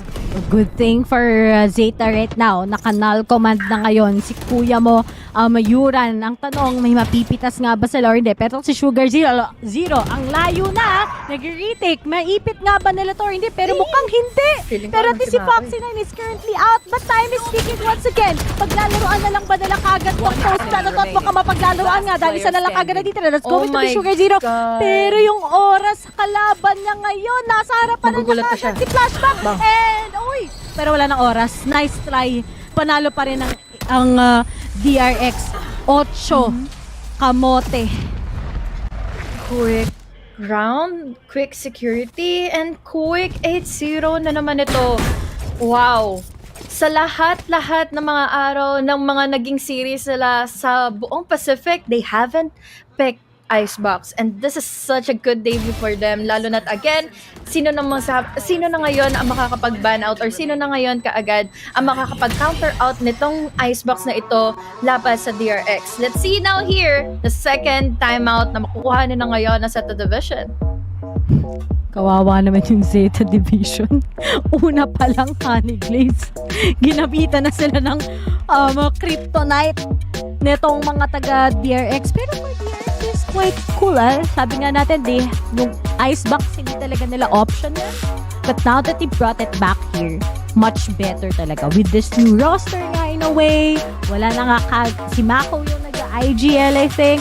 And pasok sila ng mga bago at itong si Flashback nakapagpahinga na kasi hindi nga siya naglaro last split. So this all collected para sa DRX to finally manage it. Yun nga yung heartbreaking na nangyari sa kanila last season, di ba? Na parang wala silang talo, ni isa. Pero pagdating ng playoffs, sunod-sunod yung pagkatalo nila. So there's so much learning, but I think that's the same as well for Zeta Division. Hirap for Zeta Division though, especially sa mga kailangan nilang i-execute at the moment at tingnan mo naman, halos ultimate nila is kompleto na nga. We have a lot of utility that can suppress DRX. But then pagdating kasi talaga down the mechanics, down the duels itself, laging DRX yung nakakakuha ng panalo dahil they are completely overwhelmed. We have especially the flashes coming in from Bane, and look at this, dalawa pa yung nakuha na naman, na-detect, na-suppress na naman. So no utility muna magagamit ngayon ni Hero, so what more can they do? Kapag nagkaroon na nga kaagad ng mga duel, wala silang ibang magiging exit, katulad ng nangyari kay Sugar Zero. Wala bang anime moment yung Zeta Division ngayon, Honey Glaze? Iniisip ko lang talaga. Wala pa kasi wala pang parehas sa jet yung teams natin So kumbaga wala pang makikita lumilipad ng mga players. But now, magkakaliparan na nga kaagad ang mga bangkay nila Ray dahil dalawa na kaagad napupunta sa mga kamay ni Flashback. Foxy9 going in with another. So now it's all up to Laz with just the sheriff. Alam pa kung sa magagaling si Foxy9 at magiging pangatlong bangkay na makukuha niya. 0-9 DRX. Will this be a double-digit half for them laban sa Zeta Division? At ito pa yung naramdaman ko, nung Zeta, Honey Glaze, mas maganda na naka-raise dito si Dep. Diba? He's been consistent on that raise. I think he's one of the best players kapag gumagamit ng raise as well. Sobrang nag-improve nga siya. Nung nakita natin muli siya dito lamang sa roster ng Zeta Division.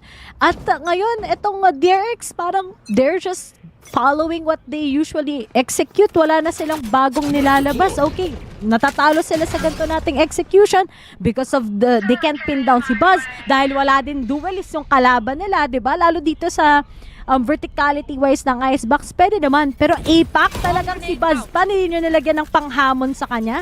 Medyo GG talaga. Majijiji na naman ba sila dahil 5 na naman itong magpupush in ng puwersa nila going into A site. Intensity is just too real. Dahil again, mapapangunahan na nga kaagad ito ni Buzz. Quick trade coming in from Hero, Foxy9. Ang makakatulong naman din kay Buzz dito ngayon na makapag-create pa ng space going into A site. And now, quickly nilang na-planted the spike dahil si Buzz, look at this guy. Kahit defenders po na kaagad ay inaangkin niya. Pero problema, hindi siya nakapila.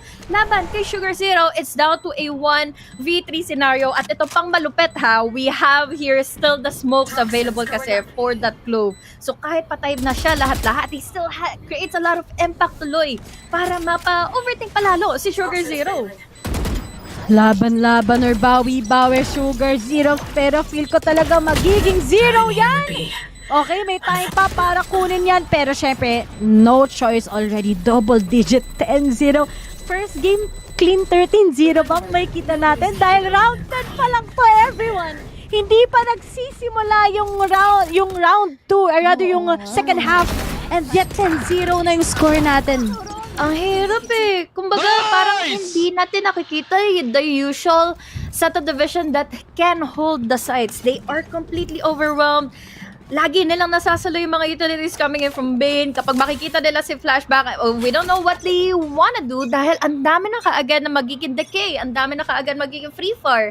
And rather si Buzz, nakikita mo naman kung gaano na rin siya comfortable and confident na i-push yung mga boundaries ngayon na Zeta division. So at the moment, 2-10 is the best scoreline that they can gather.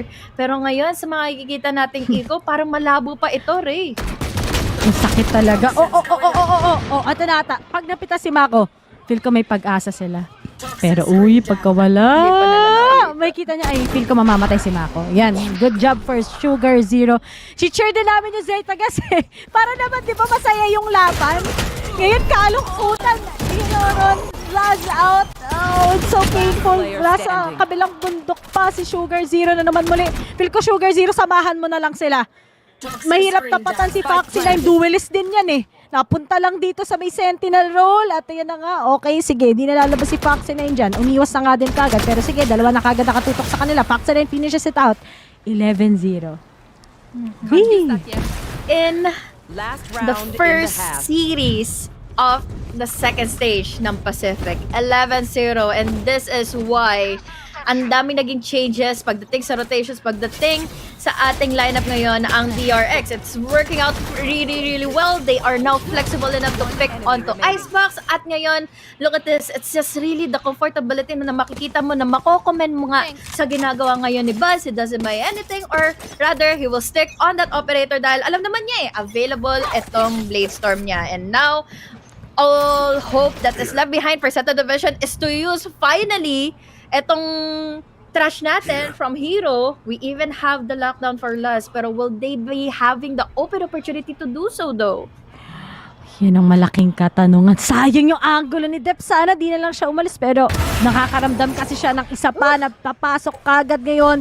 Mako will be the victim. Pero for DRX, nakaabang naman din kaagad si Buzz. Trades lang sa trade mula sa dalawang team na to kagad. Anigli sa kapitas pa ng isa, may kasama pa kagad Blade. Let's go. Kahit 6 HP na yan, makakasure yan. At yun na nga kagad, sure na si Hiroron to. This is close to an ace para kay Buzz, ano? Kung sakaling hindi man siya mahuli ngayon kaagad ni Last. Pero yun na nga, Flashback, magkakaroon din naman ng view kahit papaano para makuha na nga kaagad etong si Last. So, oh boy! This is not impossible to reach a 30-0 scoreline, and I hate to say it, but DRX is just really looking forward to do so. Anigris, by the way, 15 minutes pa lang tayo nag-uusap. 15 or 20 minutes pa lang tayong nagkakast. 12-0 na kagad yung isang team ngayon. Number 1, unang match ko. Number 2, si Zeta to. Pero number 3, sinabi na din ng panel kanina na dapat binaban nila ang icebox. Pero sige, talagang confident sila. Maybe they tried itong no duelist comp. Tapos magsiswitch pa tayo ng side. So much to see galing sa Zeta. But DRX, sobrang insane talaga. Well, kung tutuusin, wala rin naman talaga silang idea kung ano ang nilalaro ng DRX here on Icebox. And dadagdagan mo pa na sino ba namang hindi mawiwinda dahil we have a new players na maglalaro din naman for DRX side. So, a lot of surprise factors na nilalapag ngayon ng DRX para magulantang ngayon ang Zeta division. And they really are. Ang hirap mapanood nitong first half na ito dahil we're starting to the second half in a 12-0 fashion. Iisa na lang po ang kakailanganing kuhanin na nga na round ngayon ng DRX. And it might be just about this round. Eto na, feel ko, nakakaramdam na ako ng mala-opening to ng Kimetsu no Yaiba eh. Suyoku na Areru talaga to for Zeta division. But then, for DRX, consistency is key. Ito pa yung second half. Feel ko yung Zeta, masyado silang nag-invest para sa first half dahil nga wala sila ganong duelist at all. But let's wait and see if there will be changes. Malay mo makahabol sila 12-12, not impossible, but knowing DRX, kinda hard to shut them down pag mainit na sila like this. Tapos tingnan mo pa ha, we have a really aggressive play, or rather yung standard kind of play na makikita natin here on B side. Tatlo ang mga nakaabang, at sino pa yon? We have your Flashback na alam natin na meron siyang pick me up kung sakali sa ganitong klaseng pistol round. Bibili siya ng decay, pang smoke and all, pero napaka-importante nito na makakagather na naman sila ng space. Yes, magkakaroon ng info yung Zeta division, pero it gives him a lot of pressure tuloy into thinking na iisa nila tuloy yung option nila na ipupush na nga, at yun na ay nangyayari. Going into A site, wala pa silang nakikita na kahit na sino from DRX, and now Zeta division that is already here inside of the site. Magpupush na nga ba si Buzz? Is this the Zeta already changes? Oh, hindi na napapabayaan. Pero wait lang. Meron pa pag-asa para kay Flashback. 2v2 pa to. Tapos low pa si Yuran. Yan nga eh, low pa, pareho. Or kahit pa paano, 4% the division, now Flashback is just really doing it. We have here even the smoke last. Alam mo na kaagad, compromise sa kaagad yung position niya here inside of A side. So last, he needs to think about what he needs to do. Pero nasa taas na ngayon kasi si Mako, and that's going to be it for the first game of the series. DRX winning out such a clean map. Laban sa Zeta division with a turn in 0. First map, by the way, icebox pick by DRX is worth it. 13-0 against one of the best teams pagdating sa Japan. At yun ay ang Zeta division. No words right now. Talagang totohanin natin, destroyed sila completely sa unang mapa. At grabe yung mga nangyari kanina, Rain, no? Who would have thought na ganito talaga yung mangyayari? Dahil we all know kahit papaano, Zeta division can play with a no duelist comp. Pero syempre, napagod ako to, nakita natin kung anong lahat ng kayang ibigay sana na Zeta division. Pero syempre, para mahimay-himay ito lalo, let's throw it back to our panel. Ano nga ba yung hihimayin natin dun sa kwento na yon, bukod sa fact na pinapadali lang ng DRX yung laban para mapunta na tayo sa main event? Diba, Dax? Kasi yung second series talaga main event natin today. Totoo, ang ganda naman pre-show, speedrun lang. Boss, isang kagat!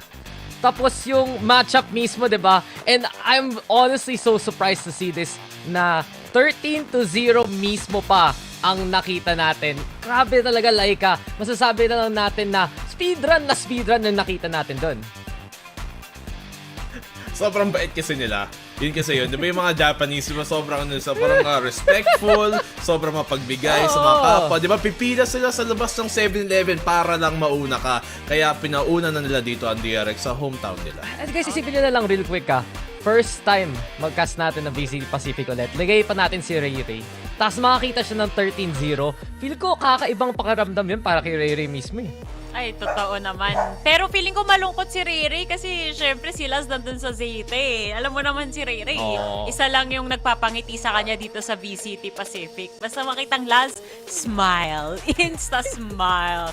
Pero ang sakit din bilang isang VCT fan na ito pa yung opening matchup natin dito sa Split 2. Hindi naman natin nagugusto ang nakikita rin na may nadudurog na team as much as possible. We want to see the place na sobrang dikit, sobrang exciting, sobrang thrilling syempre. Kaso hindi yun ang na-deliver ng Zeta. Ngayon, isa sa mga na-observe nga natin and with the fans as well is sabi nila baka pacing yung problem. Kaya tinanong nila kanina si Coach Carlau. But I don't think it's a pacing issue at this point. I really think na pagdating dito sa Zeta, Dax, baka uncoordinated lang talaga sila. Baka rin yung composition na ngayon, wala na rin silang duelist pero hindi pa rin gumana eh. I mean, you can tell na-surprise talaga sa pagdating ng icebox pick. Kasi kanina doon sa bans, best pickan, tanggalin na lang natin yan. Tapos biglang DRX pick their permaban from before. As ano pa dadalhin nila dito sa mapang to mismo? Hindi lang tipong sobrang ganda na performance doon ni Buzz with 23 kills. Pero si Flashback talaga, he is back. And to everyone's surprise, lalabas pa nga niya yung Clove. Ito yung extra bit of aggression na ini-expect natin for DRX dahil meron nga silang Flashback at Bane combo. At grabe, pag meron siyang ult especially, ang bilis talaga ng DRX mag-overrun ng A-site na yun. Yun yung kinakatakutan ko dito, especially knowing that these maps, the Veto as a whole, hindi talaga siya masasabi mong pabor siya para dito sa Zeta eh. Map number 1, sige, icebox, gets natin yun. It was the pick of DRX, they have something new here to throw. Map number 2 though, meron namang mapag-aaralan dito ang Zeta to be fair. But then again, how real are those stats? How real is that history considering iba yung lineup nila nun? You can expect maybe a different composition coming into map number 2. But if we look at map number 1 as a whole, you look at dito, I mean, it's hard to look at the stats to tell the whole story considering, sige, maybe hindi maganda yung performance si Laz, maybe hindi maganda yung performance si Dep. Everybody as a whole, I think the bigger factor here, the reason why nahirapan sila is because DRX, they came prepared for this map. This is a map na halatang ini-scrim nila, halatang hinanda nila, and there's a reason why they picked this first. They want to get some good real-time tournament practice in it, at sabi nila, sige, pag-practicean daw natin ang Zeta. Sobrang ganda talaga ng execution nila dito. Sobrang linis. Yes, first time natin makita tong Clove ni Flashback dito sa icebox. Pero kita mo naman every single smoke na pagpasok na dito, sobrang on point. Tapos not to mention pag kinompare natin yung lurkers dito, black and blue, si Foxy9 talaga yung lumalamang over kay Sugar Zero. Perfect timing all the way. Basta, ang bottom line, online yung buong DRX dito. Oh. Kainis? Hindi nga online eh. Online. Online. Wow. Sobrang online nila. Grabe. I mean, how can you not be impressed with the performance of DRX? And to be fair, sige, mapon pa lang yun. Sige, baka umiinit pa dito ang Zeta, but I think Sunset will be the true test of their story because Icebox, wala naman tayong maipagko-compare sa history ng DRX, but meron sa Sunset. And if they do even better here sa Sunset, I don't know what's even better than a 13-0, pero kung mas okay pa, kung makaka-15-0 sila dito somehow, edi masasabi natin maganda talaga ang pagbago dito ng DRX sa roster nila. Ang masasabi ko lang dyan, Dax, sa sinabi ni Black and Blue. Anong oras na ba ngayon? Anong oras na ba? 4:41 PM. Hapon pa! Ah, Hapon pa! siyempre. May lakas pa tong mga Zeta division natin. May pag-asa pa talaga yan. At like isipin mo, 'di ba? Sunset, 'di ba? Meaning may araw pa. So hapon pa palagi dun sa mapang 'yan. Pa-sunset pa lang tayo kasi mag-aalas 5 pa lang, di ba? So, pwede pa. Paborito kong linya ni Billian kapag na 6 PM na, gabi na. Hindi na malakas na yung mga Japanese. Yung mga Hapones. Hindi ko na gets. Tagal mo Hapon. Oo. Hapon. Sige. Anyway, para bigyan natin ng buffer period si Black and Blue para tuluyan niyang ma-absorb yung joke doon. So maraming salamat ka pala sa aming official super app partner na si Grab. Score Grab's lowest prices ever with up to 15% cheaper fares on Grab Car Saver. Delivery fees as low as 15 pesos with Grab Food Saver delivery and thousands of budget-friendly meals for as low as 99 pesos sa ating Grab Food Saver meals. Syempre, may Grab Food 60 rin tayo na promo code kung saan 60 pesos off, up to 60 pesos off rather, ang pwede niyong makuha with a minimum order of 550 pesos as long as mag-order kayo from 11 a.m. onwards. Diba, Dax? Yep, alam na natin yan. At anong oras yun, Laika? Hapon pa, di ba? Pwede pa gamitin yung voucher. Matatanong ko lang kay Black and Blue, nagets mo na yung joke. Kailangan pa daw namin explain. Yung hapon is afternoon, tapos Yes. hapon then Japanese in Tagalog. Yes. Galing mo talaga. Mas mabilis mo pang nagets yung joke. Ay, hindi. Mas mabilis pa lang natapos ng DRX yung laban kesa nagets mo yung joke. Oh, nag-graduate ako, grade 2. Hindi ako kakalimutan. Paano yung grade 3? Wala na yun. Walang ganon, Dinaya na lang. Kumbaga, pag tinanong mo si Black and Blue, diploma o diskarte? Tama. Diskarte. Pagalingan lang ng microhan sa buhay. Stay in school, kids. Stay in school. Siyempre, si Dax, alam yan, ang ating historian dito sa ating... Wala akong alam. Ano ka ba? Pag tinanong kita, Dax, anong nangyari last year nung nakalaban ng DRX, nung Team Secret sa ganitong mapa, baka masagot mo pa. Hindi 13-0 ang nangyari.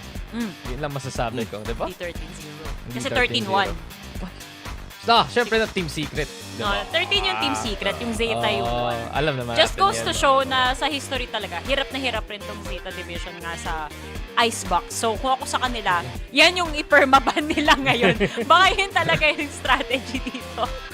Ay, sayang talaga kasi akala ko din sa defense sila makakakuha ng points kasi wala silang duelist. Kaso wala talaga eh. Baka sa Sunset makabawi sila dito, Dax. Yan, Sunset, syempre, itong mapa na to, mahilig sila mag-run ng kakaibang composition. The thing is, though, they do switch back to something a little bit more na ginamit nila nung umpisa talaga ng taon. You run that Preach and Gecko now together, guessing yung Fade. Raise naman para kay Dep. So, hindi na Phoenix ang lalaro dito ng Zeta. Pero on the other hand, pansin natin, diba, tinatanong natin sino ba kukuha ng role ni Stack, si Flashback nga na nasa KO na. I mean, I like the change dito na ginawa nila. Dati kasi parang umaasa sila na mag-pop off play bigla dito si Laz dun sa chamber niya. Pero mahirap gawin yon. Mas lalo ng pagkalaban ng mga team dito na ito nga katulad ng DRX na sobrang komplikado ng mga strat nila minsan na hindi mo basta-basta masisira ng isang headhunter sa ulo.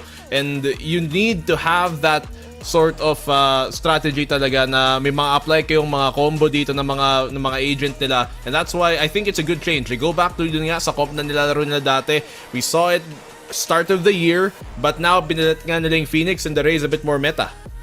Yun, nasa meta place na tayo, ladies and gentlemen. Magkakaalaman, mababawi kaya ng Zeta Division yung 0-13 from the previous map. For now, casters na natin ang magsasabi at magtutuloy ng kwentong ito. So, Ray Ray and Honeyglaze, take it away.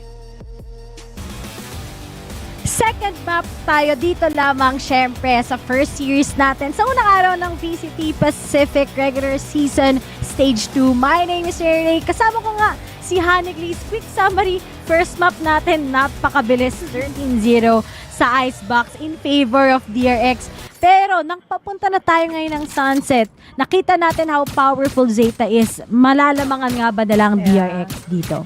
Alam mo, lalabas na naman yung mga meme na highlights ng Zeta Division, walang nangyari in icebox. So ngayon, sana magkaroon na dahil we are welcoming you guys going into Sunset as we move in forward into the second map. Pinili na po ito ng Zeta Division, so let's hope for the best na finally ngayon magkaroon na sila ng move at magkaroon na sila ng groove para ma-take down nila at ma-counter out na yung DRX dito sa series na ito. Cage trigger. Reset talaga for Zeta. Ang daming pressure sa kanilang kamay. But knowing that they're gonna be starting nga dito sa defending, di ba? Hintayin lang naman nila maging agresibo ang TRX. Foxy9, naghahanap na naman siya ng opening ngayon. Sana kung na-realize lang nila parating pressure ni Foxy9 dito lamang sa first part natin, dito lamang sa Sunset map, maybe they can configure itong DRX. Slow na lang ngayon ng pacing ng DRX dahil they all know for sure that once na magkaroon ulit ng opportunity as Zeta Division to deny those aggressions na ginagawa kanina na DRX, baka sakaling doon na nila mai-twist upon yung ating momentum, and it started there with just a one-tap to the head ni Dep laban kay Foxy9 at wala na tuloy silang pang anti-flank. So they need to fully commit na right now going into B-side. Pero yung pagko-commit na yan, nabawasan pa tuloy sila dahil sa mga casualty na nila sa kanila nila Sugar Zero. We're down to a 3v4 scenario. Post-plant, walang magawa ngayon ng DRX. Bane na lang together with Mako ang natitira at medyo low on HP na nga kagad, pero nakakuha pa nga din sila kagad ang kill. 3-9 nila kagad nakuha to, pero pinaglalaroan na lang sila ni Mako, pero wala na nga din siyang choice. Zeta finally ang kauna-unahang round na makukuha nila against DRX. Yun na yan, guys. Bawi na nila to. Ito na atang simula ng pagbabago. Yes, it's tight here para sa Zeta Division. And sana nga panindigan na nga nila going on forward for the next few rounds pa dito ngayon sa DRX. Laban sa DRX dahil again, crazy pa rin naman. Nakita na natin yung mga one-taps na ginawa ni Mako earlier with the Sheriff. So, let's see kung kakayanin na nga ba nila. Pero kung babalikan nga natin itong mapa na ito, itong pag-atake nga ito ng DRX laban sa Zeta Division is that we have the setups na we have the crossfires kasi na naganap na nga in favor of Zeta kanina. So, yeah, unfortunately, wala tuloy nagawa halos yung pagte-take space ni Buzz kanina. Alam mo, kapag nanalo Zeta dito sa series na to, nag-warm up lang sila sa icebox. Baka yun talaga, ginawa ang icebox para manalo sila. But too early to tell. We all know naman DRX, sobrang all-knowing talaga nila as a team. Pero may mga konting information lang kung nasaan ang mga taga-DRX. But here it goes, the retake na meron ang Zeta. Mawawala na yung smoke. Pupunta na nga kagad si Dep kung saan niya pwede makita ang kanyang mga kalaban at meron pa siyang masa-spot on. Dahil yun na nga, Buzz together with Bane. They are gonna go down, leaving only 3 behind. 2 behind rather sa DRX. Yun na nang ginagawa ngayon ng Zeta Division. Wala man lang kahit na sino na naging casualty nga sa kanilang side na ngayon. And the biggest difference kasi ng Sunset and Icebox kanina is you can play outside of A site sa loob mismo or sa Icebox mismo. Pero dito kasi, ang ipaglalaban mo ngayon dito sa Sunset is yung mga post-man positionings mo nga na pwedeng ma-line-upan ka naman, for example, nung molly na yon. We have even here the paranoias pa na magmumula nga kanina or nagmula nga kanina for Zeta Division. So, sobrang naipit at walang naging control ang DRX earlier in the site. So this time, it's a buy round. Let's see kung may magiging pwersa na rin ba sila ngayon finally laban sa Zeta. Alam mo, ito naman talaga yung Zeta parati naman sila talagang magaling dito sa Sunset. So hopefully things will be better for them as DRX right now. Feel ko dami nilang ine-explore. Marami silang tinitignan ngayon sa mga kalaban nila. Pero syempre, konting noise na lang din ang ginagawa nila. Medyo default heavy yung DRX. Sobrang careful sila dahil baby number 1. Ang daming flash din ng Zeta. Meron silang pang concast, di ba? Meron din kagad silang Gecko. Tapos ito pa, may paranoia pa sa Sugar Zero. Oo, kumbaga wala ka talagang kawala kung sakaling mahuli ka nila, 'di ba? At yun halos yung nangyari kanina yung paglaban na nga nila earlier in B site. So until now, wala tuloy silang nagiging sigurado na site na sinisecure at the moment. Wala rin naman nagbabantay in mid, so most likely nito is wala ring idea talaga ang TRX na ano ba dapat yung next step natin, especially right now na nakakuha na ng pangunang kill ngayon si Foxy9. Pwede pa masundan dahil hindi naman siya in-expect yun nila Foxy9. We have here Buzz as well with the trade. We're down to a 3v3 at the moment. Spike planted. Maganda na to for Zeta. Nakapag-upgrade pa kagad si Dep. Pinaanap na nga din na ngayon ni Bane with this ult. Wala nga lang siya makuha pagdating dyan. But Flashback was able to get down si Yuran at yun na nga yung kailangan. Si Yuran pa yung nawala siya. May mga contest. Siya pa yung may mga kailangan gawin para lang ma-stop itong DRX. But Dep, Sugar Zero making the most time of their lives rather dito lamang sa kanilang retake. Pero yung time mukhang wala na kagad sila magiging oras dahil sa kabilang punto nandun si Buzz para tumingin sa kanila and knowing na si Sugar Zero na lang kagad ang natitira. May dalawa nang nakatingin sa kanya, nakakapaligid na kung saan siya nakapwesto. And here it goes! DRX wins this round pero very expensive para sa kanila. Definitely. Dalawa lang halos ang natira na nga sa kanila, no? So, yeah, it was such a good round still para sa Zeta Division. Sobrang na-pressure on sila kung aalis na nga ba si Laz kanina back in elbow. Ipipilit niya pa rin ba yung duels na ito? Dahil for most of the time, talagang hindi pa halos naging composed din ang DRX into taking in some space. But going on back, we have also as well yung naging retake pa na hindi naging pabor din for Zeta Division kanina. Here it is. Maki-figure out pa ngayon ng Zeta to DRX pero mukhang hindi. Masyadong early pero on the other side, Laz. Alam na ni Laz to eh. Hindi na siya makapag-flip gana pero to, what an amazing push galing sa side ng Zeta pero wait lang, mukhang masyado akong nagsabi ng maaga.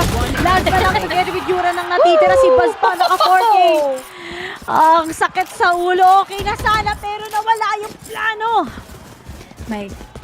Well, understandable. It was crazy enough to see that we have the showstopper nga kanina kay Dep. So most likely, in-anticipate nga ng DRX ito. May sagot na naman ng paranoia or rather ng mga utility play pack going back in favor of Zeta kanina and DRX. Makakasagot din naman din pabalik. But after that neural tech kasi, it created a big opening tuloy para mabasa na nila ano ba yung next step na gagawin din naman ng Zeta Division. So, after that 2 rounds lead ng Zeta, nahabol ka agad ito ng DRX at ngayon, punish pa sila pagdating sa eco. At napansin ko rin, naging over too confident yung Zeta. At the end of the day, you gotta respect pa rin kagad yung kalaban mo. Alam mo namang buhay pa si Buzz. Alam mo naman that this is DRX you're going up against. Pero so much talaga to say right now because Hiroron pinatulog na si Flashback. At ito na ata yung oras para makabawi sila. For Mako, tinawanan na lang na yung nangyari sa kanya. Pero Foxy 9, baka ito na yung opportunity for him. At speaking of, nakuha na yung opportunity. Oh, wow, look at those clean one taps. It's all up to Foxy 9 real quick. Tapos ngayon makakatapat niya pa yung trash na buti na lang naambahan niya kaagad. But look at that, the answers back and forth, one taps. That's the second time around na ginawa ni Hero yun sa round na to. Kita mo for Hiroron, the best time talaga sa kanya, yung mga unexpected moments. Imagine, laki kagad ito eh. Nakuha mo kagad si Flashback, wala na kagad surprise. Tapos may napitas na isa si Foxy 9 but it was quite too late already for him to pop off din yung ult dahil wala na rin siya kagad mga kasama. At obvious na din sa side ng Zeta kung nasaan ang last membro ng DRX. But here it goes. Alam na nila, pero expect ba nila si Buzz? Good call din kagad para sa boombot na yun. Ay, ang ganda talaga ng mga fault lines ngayon na kahit na meron tayo showstopper, makukuha nyo naman kaagad si Dap. Pero look at this, it was a 1-to-1 trade. At ang ganda talaga ng opening na ginawa kanina ni Yuran para magkaroon sila ng exit. Although yun nga, nagkalabanan pa rin. But still, look at the damage. It's already low HP. Mako and Foxy 9, we have a 3v4 scenario. Pero for sure, there's still a possibility for Zeta Division to win this one out. Napos post-plant pa kagad ng DRX. Pero kung na-pinpoint nila kagad, I think maybe Foxy 9 and isa pa, that will be a big win for them. Pero while that is happening, yung Monster Mako sa kanilang main is doing it. Low na lang kagad ni Roron, 16 HP na tamaan pa kagad ngayon ng Dizzy. Wala na siyang magagawa. He's just gonna go out, say goodbye, save the Vandal. At 3-3, mas matindi ng laban natin ngayon. Dahil nga, yun, pares na team na to, hindi naman sila super best pagdating sa Sunset for the side of DRX, while Zeta naman is still working on it. Pero binalikan lang ng DRX ang Thrifty. Alam mo, ang lagi kong kinakainisan kasi sa Sunset is yung breach players eh. We're talking about the utility play kasi dito that comes into play to defend and the site. At yun mismo yung ginagawa ni Yuran, although 154 lang yung KDA niya. Imagine all of those fault lines. Imagine all of those, even the Rolling Thunder pa na kailangan problemahin later on kung saan ba siya nakapwesto. So, with that kind of impact, ang laking change na kaagad nun with the pacing tuloy ng DRX. And it just goes to show kanina sa first few rounds natin na ang bagal tuloy ng pakikitungo nila. They work around with what space that they control at hindi pa sila makakuha ng mid-take nila kanina. But still, at the very least, it's a 3-3, better than what happened earlier in Icebox.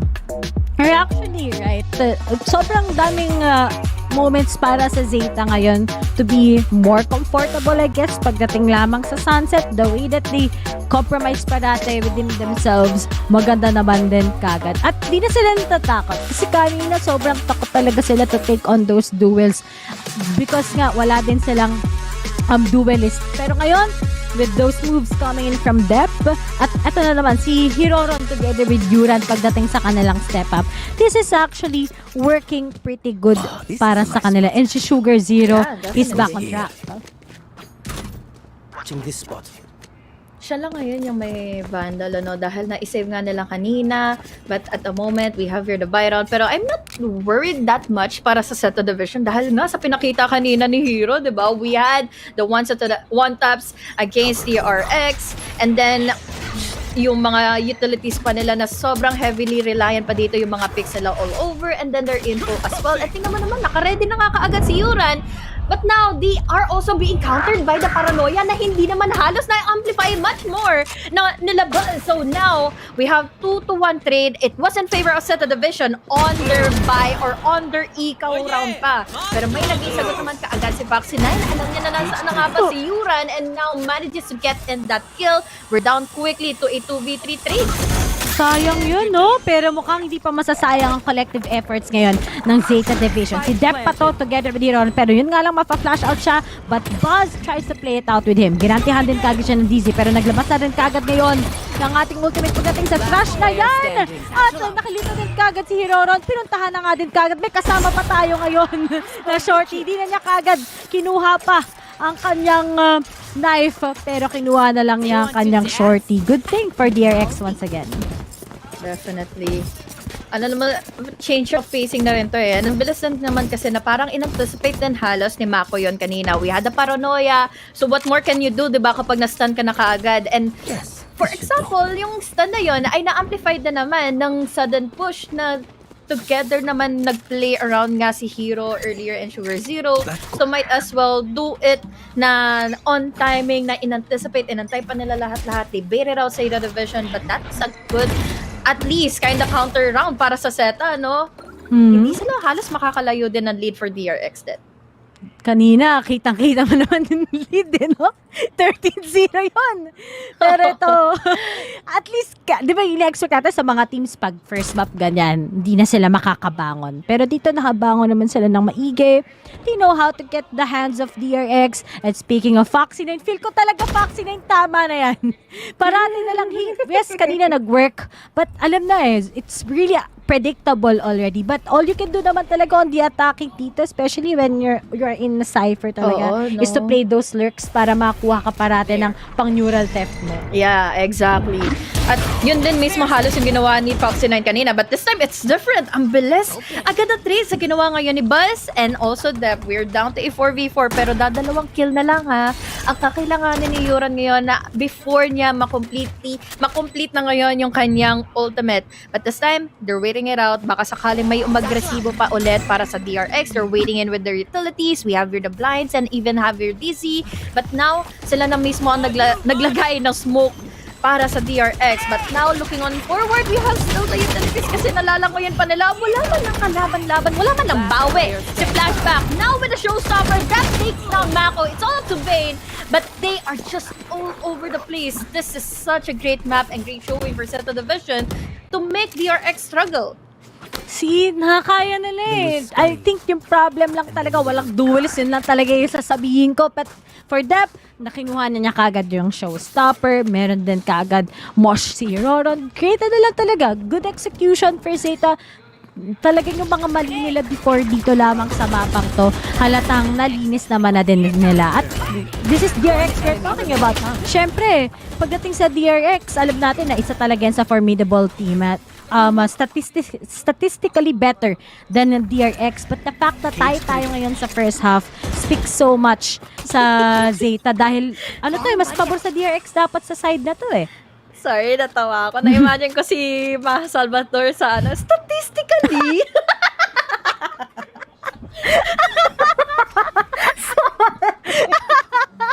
Sobrang random di ba? Pero Okay now, na yan. sobrang random na rin naman na ng pag-push ngayon ng DRX going into mid.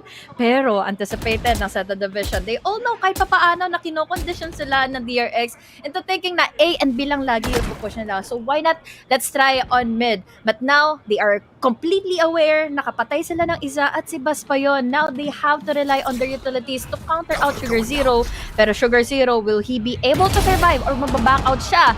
Pero now, he's not backing out after taking down onto one. Pero at least, look at the space. Ngayon, medyo nagkocontrol lang muna ang DRX and hold back their forces to try and take down A side.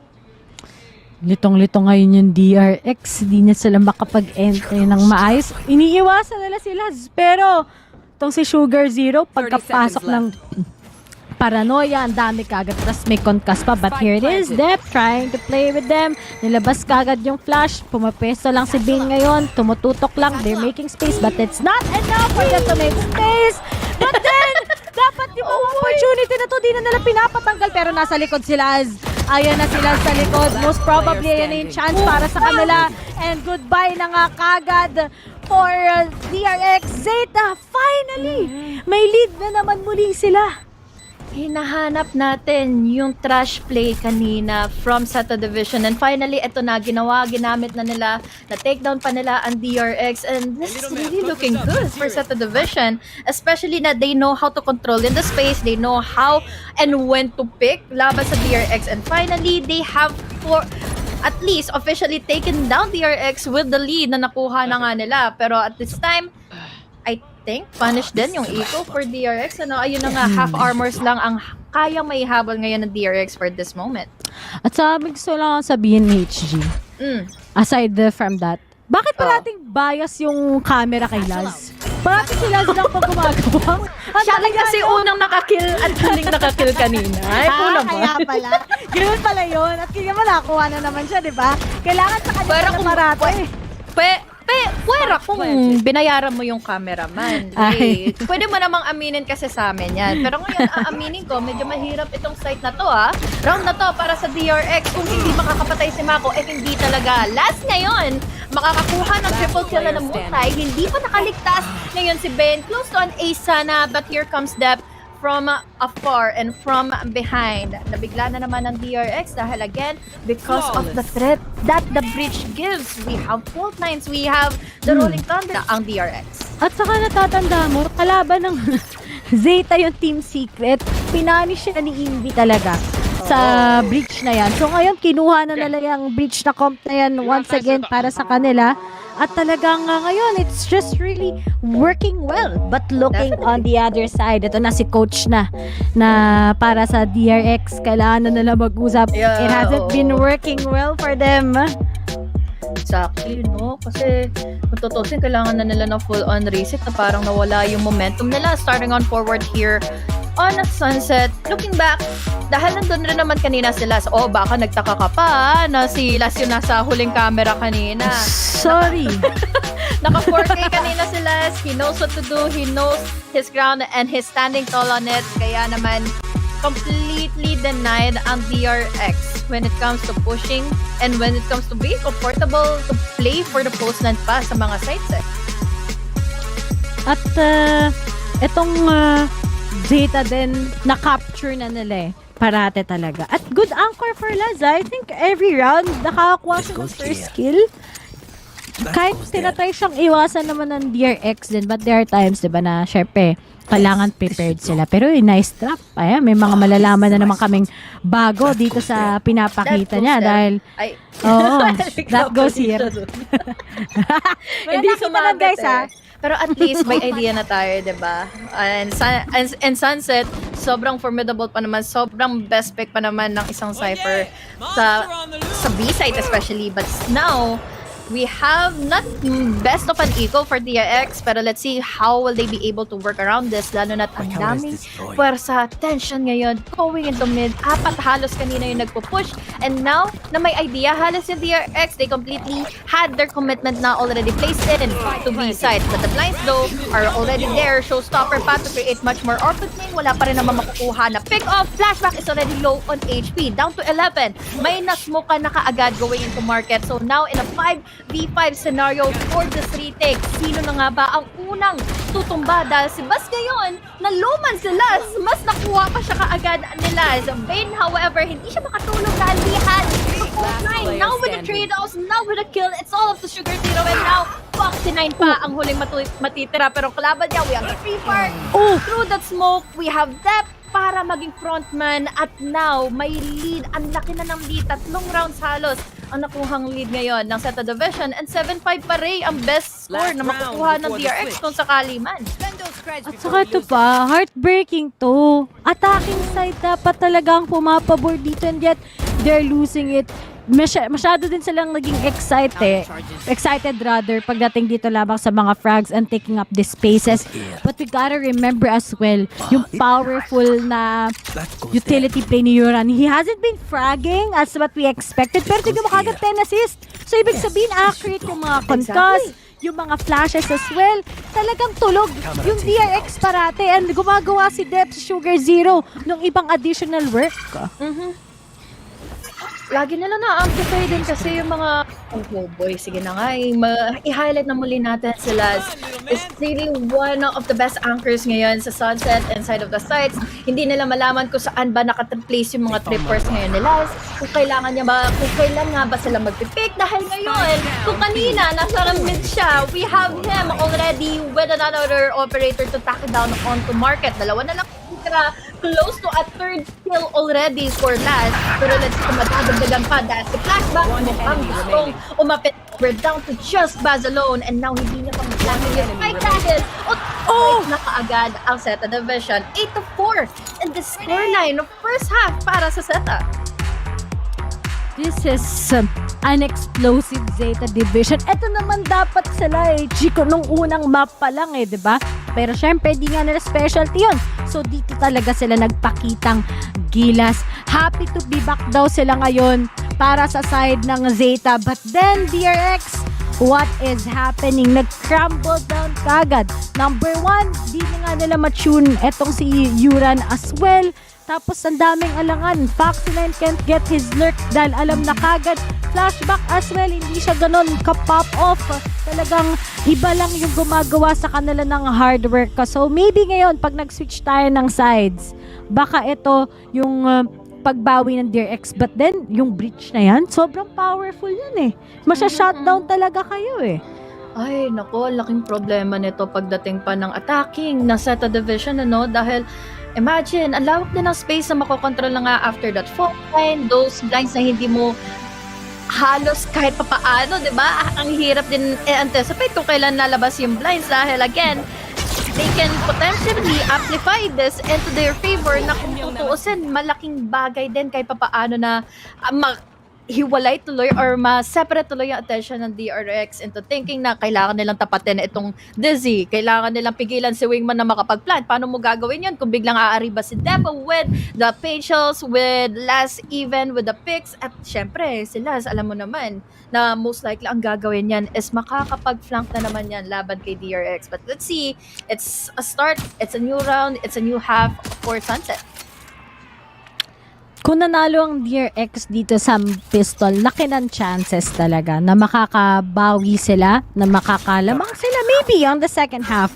But ang early nga lang kagad yun for Revelation, na out na muna kagad ang mga miyembro ng DRX. Push na kagad ngayon. Hello, oh my God. Sabi talaga nila ngayon kay Dep, and it's all up to 4v4. Pero good thing to, medyo low sila, but Sugar Zero. Pag makukuha na yung timing, ipit ngayon ang DRX. Dalawa yan.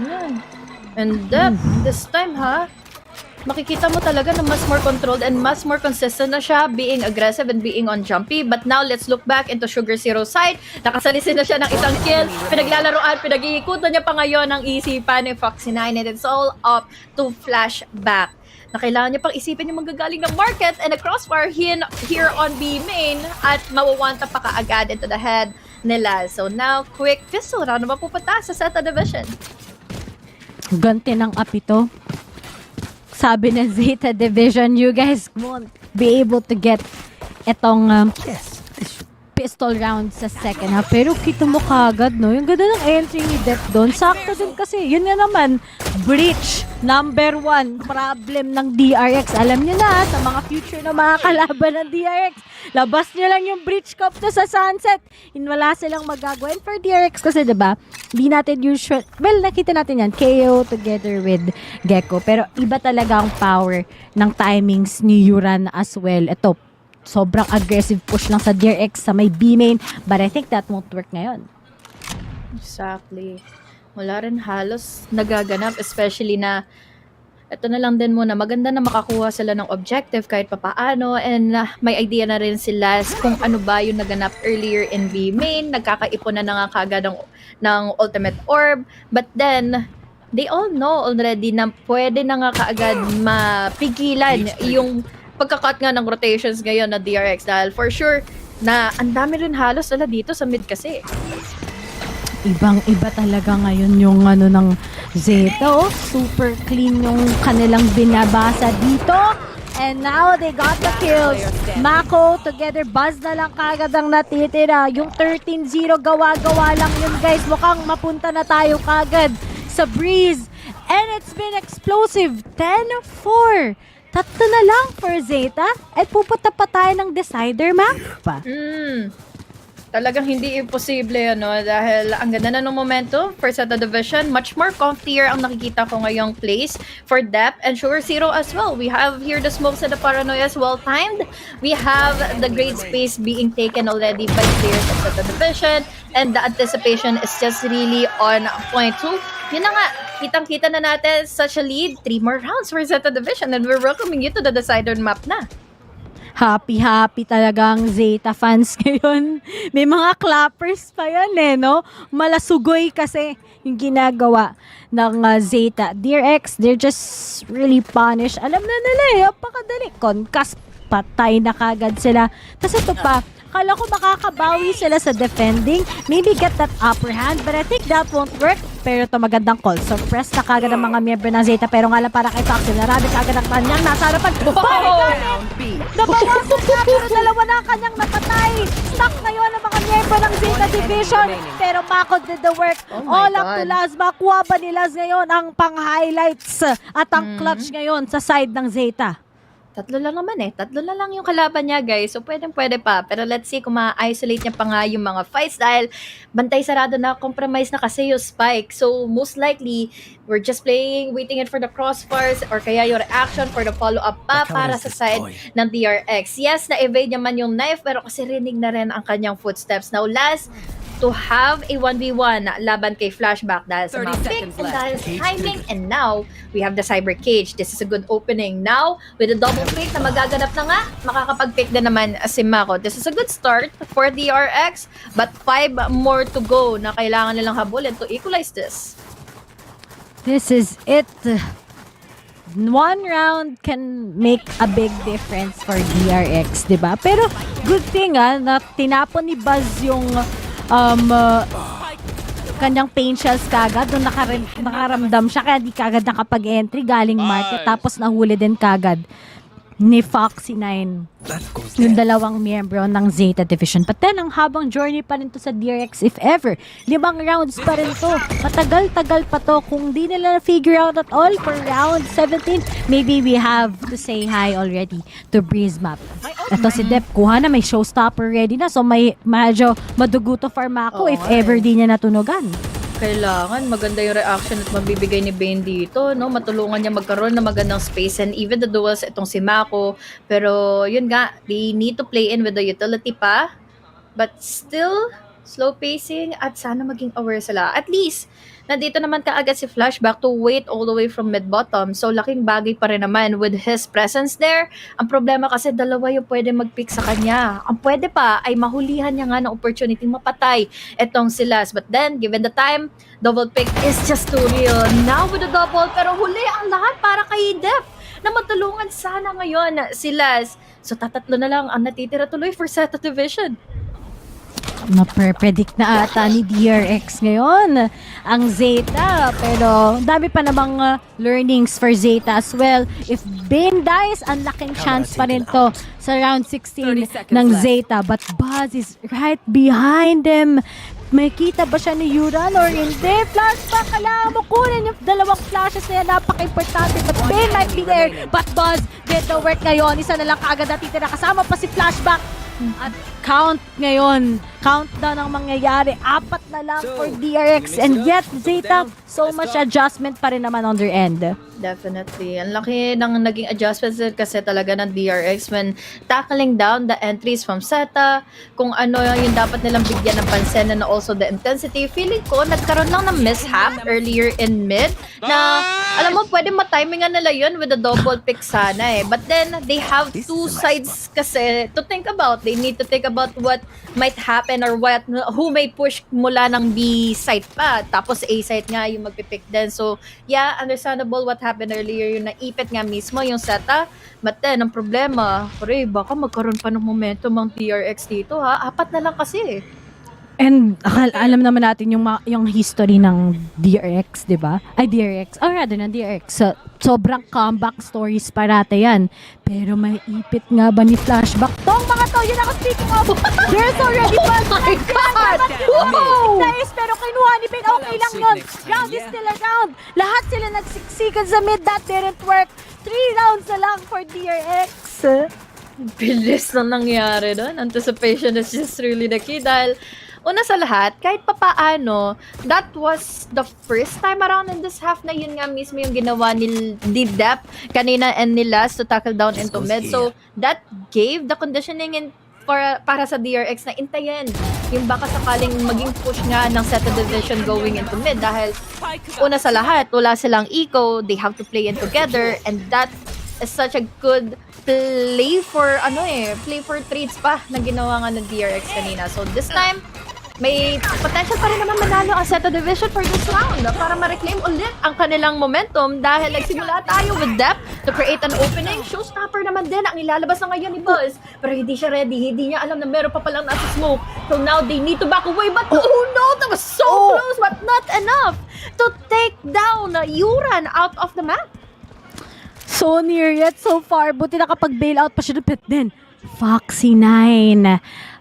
Titingnan natin kung pwede pa ba. Pero mukhang konting ingay lang. Babalik muli sila dito sa B-side. If masurprise nila to, si Buzz, this can be a big win for the side of Zeta Division. Pero ito ang problema eh. Yuran low on HP, pero I really do think may concuss naman siyang daming utilities para lang ma-drive crazy ang DRX whenever they want to go with that retake. Kung natunugan to ni Buzz, kumuha na nga din kagad ng call sa kanyang teammate. Maybe this might be good. Pero ito na nga, bibigay niya na lang yung side dahil nga nag-thrash na. So ma-open talaga kagad to. Tapos may kasama pa next ngayon.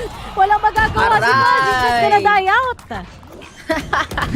This is what we call yung pag-amplify talaga ng utility all over, diba? Na kailangan mo talaga maging really aware kung saan ba patungo na nga yung trash. And syempre, sasabayan mo either ng pick or also the utility pa or aftershock nga para makapag-takedown ng isang player. But now, Flashback, masyadong malalim ang gusto niyang tangkain. Dalawa na lang din kasi kaagad sila natitira. We still have the fragment. Now, with another concussable tribal position, wala pa halos talagang nagawa ngayon si Flashback. So unfortunately for DRX, nauudlot patuloy yung comeback na ginagawa nila. Pero after so many rounds, sa wakas Zeta, nanalo na naman muli sila. At the striving power of this team, they were able to tune another strat for the day. Siguro kung di masyadong pinilit ni Buzz yun, that would have been different. At ito medyo malamig si Mako right now. Talagang di siya nakakuha ng opportunity for the kills. But it has always been Buzz talaga, the very consistent player ng DRX, ang nagpapapako sa side ng Zeta. Pero as they make their entry, will they be able to figure it out again? Mako naghihintay. Alam na naman kagad ng kanyang posisyon. Sinamahan naman ng paranoia in case lang. Pero may kasama pang mosh pit. Kaya ang mangyayaring yan, hindi muna magpupush yung Zeta papunta dito sa A. Nadadelay lang muna sila for a bit dahil for sure they have to understand the impact din na ginagawa ng DRX laban sa kanila. And also, this is one of the buy downs pa for DRX. But now with that smoke, sayang tuloy yung operator ngayon na hawak ni Buzz. He needs to relocate, he needs to reposition. And for sure, sa pag-hold naman dito ngayon ni Laz, laking impact pa rin kahit sakali, no? Pero, yun lang. Na-knife lang kaagad. Nalaman tuloy kung saan siya nakapwesto. He needs to make an impact already. Pero problema, we have here na Dizzy. Yun lang talaga, no? Ikaw, mali mo yun, Laz. Sorry, Ang tagal niya rin kasi talaga doon. Pero, diba? Parang, feeling ko naman din, is wala siyang idea kung nandoon ba kasi sa Flashback. Doon na siya nagstay sa Echo yun lang nga. Pero nga lang si Foxy na. Tatapangan ni Foxy na ito. Tinapangan nga niya. Susunod pa ba? Pero they're possible to get kills. Isa na lang kagad na titira. And Yuran is gonna go down. There's the try lang siguro, no, para papilitan yung DRX magstay lang sa A. Nag-stall siya ng time. Pero wala, pareha silang magaring magpakiramdaman at nakaikot na nga din ng DRX towards A side. Pero ito talaga yung sinabi mo, HG, number one factor, yung surprise na yan.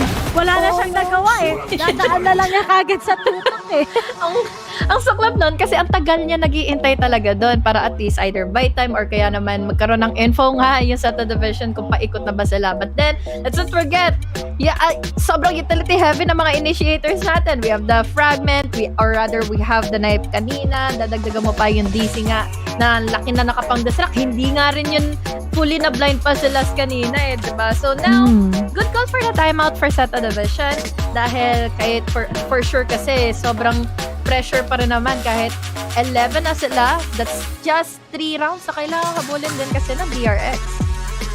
Tapos ang cute lang, no? Sa Zeta na nakita mo talaga yung amount of nila dito, prep pagdating lamang sa map na to. Even against DRX, diba? They are leading already Pretty big pa rin naman to, 11-8. But then, ito na yung crucial. If they lose this eco tayo, may possibility pang matay to ng DRX. So, every round they take right now, super crucial on their end. But DRX, ito din ang challenging question, diba? How prepared are you? Dito na naman sa mga 11-8. Hahayaan ba nila manalo ang Zeta? Will they fake a comeback? Or will they prolong pa to para lang manalo sila para 2-0? Grabe. Pinush na kaagad nila yung elbow para makuha nila yung ult orb. But will they be committing much more further? I think so dahil pwede naman eh. We have the ultimate, we have the Rolling Thunder at naku, sapul na sapul dito ngayon si Bane kung sakali man. Bane and Foxy9 dahil kahit paano nga, if you want to tackle down A site, it has to be split para at least distracted yung attention ngayon ng DRX. And speaking of, ready na, Yuran with the false 9. Makakaligtas si Foxy9 pero now with that molly, with that mosh pit, di mo malaman kung saan tuloy pwedeng pumesto si Foxy9. Now goes off si Dep. We even have the Rolling Thunder now creating an opening and distracting Flashback into falling or into repositioning pa para makaligtas mga from that situation but not the whole down A. Last Dude, player quick to standing. deny it. Oh my God, what is happening already? Dahil iisa na kaagad. Yura na lang ang natitira. He's low on HP pa. Diyos ko, anong mga nangyayari ngayon sa world? Ang gulo-gulo ng round na yun! May Rolling 30 seconds Thunder! left. Meron kagad suppress! Na-suppress si Yuran ngayon. Si Mako nasa flank.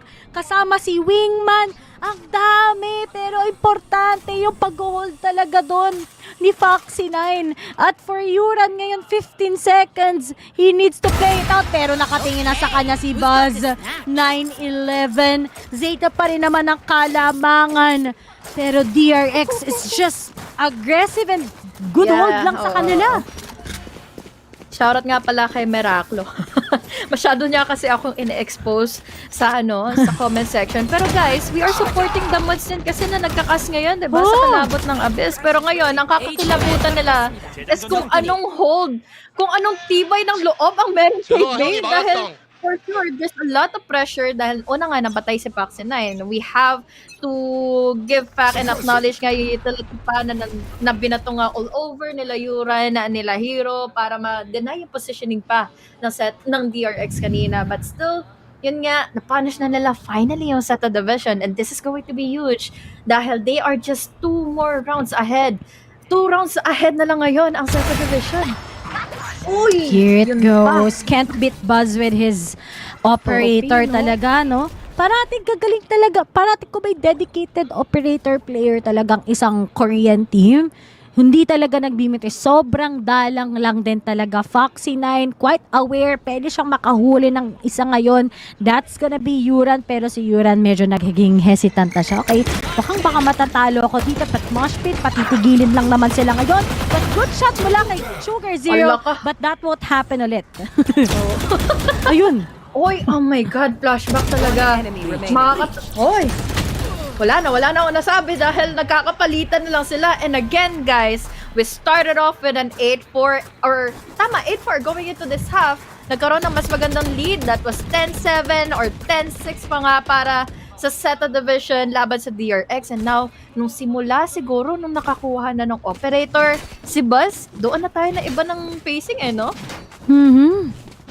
This is just shows to us yung experience talaga ng DRS ngayon, yung mentoring nila sa kanilang mga sarili, di ba? Na kahit kanina 10-5, ang dagunan, and they're actually doing it. Eto, ang laking risk na to para sa Zeta. DRX wins this, wala na naman silang pera next round. Possible 12-11 tayo. Kapag yan ay nangyari. Ready pa naman ngayon yung thrash ngayon ni Bane. Ready din kagad yung neural theft ni Foxy9. Makapita siya ng isa. Alam na kagad kung saan manggagaling ang Zeta division. And look at that stretch. Yung kaisa-isang tiwala nila kay Bane to actually meet up with the members ng Zeta division. Hindi ko na rin mawari kung saan na nga ba talaga dapat pumunta yung Zeta dahil every single time parang laging may sagot yung DRX. They finally know how to pin down and counter outside the division. But now, Dep, showstopper, Mahahanap niya yung nagtatago na nga inside of the site, making it a 2K as well. Nung nag-pick na nga si Foxy 9 and then Hero Rod for a follow-up, and that's such a good, well-timed push na ginawa niya altogether. But now for the pranks, we have Mako. He didn't expect that Nas is going to be there all the way from stairs, and now it's all up to Bane. He still has utility at play, pero hindi na kinaya ng powers niyang makatapat pa si Death dahil he had the momentum, he had the showstopper, and he was just going on a roll pagpasok niya ng A-site. This is it. 12-10. Finally, a match point. Feel ko talagang laking factor nitong showstopper talaga ni Depp eh. Ito talaga yun, may kasama pang next kill na excite na naman sila lahat, and he got the 3K. And yun, walang nasabi yung coach. Good job na lang. Sugoy ne. Sugoy ne. Yan kasi talaga ang magiging trabaho talaga ni Depp eh. Since again, he had the showstopper, so might as well use it. Ang nakaka-surprise lang din is, or rather, hindi naman such a surprise dahil sobrang crazy of a player pa rin naman si Depp. He was quick onto the trigger nung napatay niya nga kanina si Foxy 9. So yun na ang kinakailangan mo bilang duelist, to provide space for your team and quick reaction time kapag alam mong may duduel na nga kaagad sa'yo after taking down a trade. But now, Dizzy, making ang opening na nga ba? We have the blind as well. Walang makita ang DRX, pero at least kita-kita natin na may napated sa strip 4 na naman nila Foxy 9. It's all up to Flashback and the rest of the gang. Nakahanap naman nakaagad si Flashback. Foxy 9 matutumba, pero what is happening? Naubos agad ang Zeta Division at Ray, naririnig mo yun? Naamoy mo yun, Ray? Naamoy ko yun. Parang OT yata. Bibinyagan mo rin ba kami dito sa Pacific? Oh my God! At least yung 13-0 ginawa yun para sa OT daw kasi. Yung last Q kasi, pero ang sakit size ng mga nangyayari, guys. Grabe na to. Grabe na this. Pagkakita ng revelation na to, na alam na ng DRX sa atin na to eh. Diba? Pa isa-isa sila. May nakagat pa ni Mosh eh. Lumubog talaga. At isa na lang. 12-12 350 pa yung Zeta. Wee! Ayun na nga, Detain! Yun na! Ayun na nga lang, yun lang! No way! Magpatasigat na dalawa! At least makakagawa si Mosh! What is happening right now? Oo! Oh, diba? Ang galing ni Foxy 9 eh. Oh, susunod pa to. 350! Oh my God! That could have been it! DRX! What? Nagkaroon pa sila kaagad ng miss-up in that perfect position and that perfect timing nung naglabas na nga kaagad ng showstopper. Bigla si Buzz. And now that's going to be it. Wala na, pinalagpas lang sa kanilang mga palad ngayon yung kanilang winning condition dahil lang doon sa pagiging maasim nila dahil pinush nila all together. But then again, understandable din naman kasi nandun na nga si Buzz, might as well a do or nothing situation na rin naman yun. But then again, it's still such a beautiful sunset map, Ray Ray. I have no words.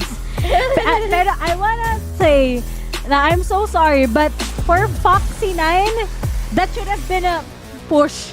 Pero gets ko naman gusto niyang iligtas si Buzz eh. Very naman valid. Pero namatay siya guys sa sheriff. Nag-explode yung utak ko sa last 3 rounds. But all in all, Honey Glaze, it has been an explosive map ngayon. Pero pupunta tayo sa Breeze. Bigay muna natin sa ating panel. So anong masasabi nyo sa map 2? Map 2, papunta pang map 3. Akala ko dire-diretso na agad tayo dito sa Team Secret, pero sabi ng Zeta, huwag muna. Natatawa yung analyst natin dito kasi hindi rin sila ready dun kung paano natapos yung mapa na yun. Honestly, akala ko tama na yung casters natin kanina, no, Dax, na baka nga umabot pa sa OT, pero totoo lang, di ko na rin ma-digest yung nangyari sa last round na yun. Parang ang bilis talaga ng pangyayari. That was DRX's round to win. Tapos hindi nangyari. 50 na! Diba? Naipit na nila. Sila pa yung namatay bigla-biglaan. And sinabi ko nga kanina na dito pwede bumawi yung Zeta Division, pero talaga yung adjustment na to play that free space composition, sabi nga rin kanina ng casters, laking tulong dito against DRX, pero kakaiba, kala na natin maka-comeback na dun yung DRX eh. I think a bigger thing there also, aside from yung breach, is the initiation change as a whole. Pinalit nga nila yung fade doon papunta sa Gecko, and you see 11 assists on the Gecko, 16 on the breach. Combined, malapit na mag-30 ang assist just because of that, and this is what they need more, especially against these more parang diverse teams sa madaming mga strategiya. Kailangan nilang may strategy din silang mailabas sa ganun, and great teamwork ang pinakita ngayon ng Zeta Division.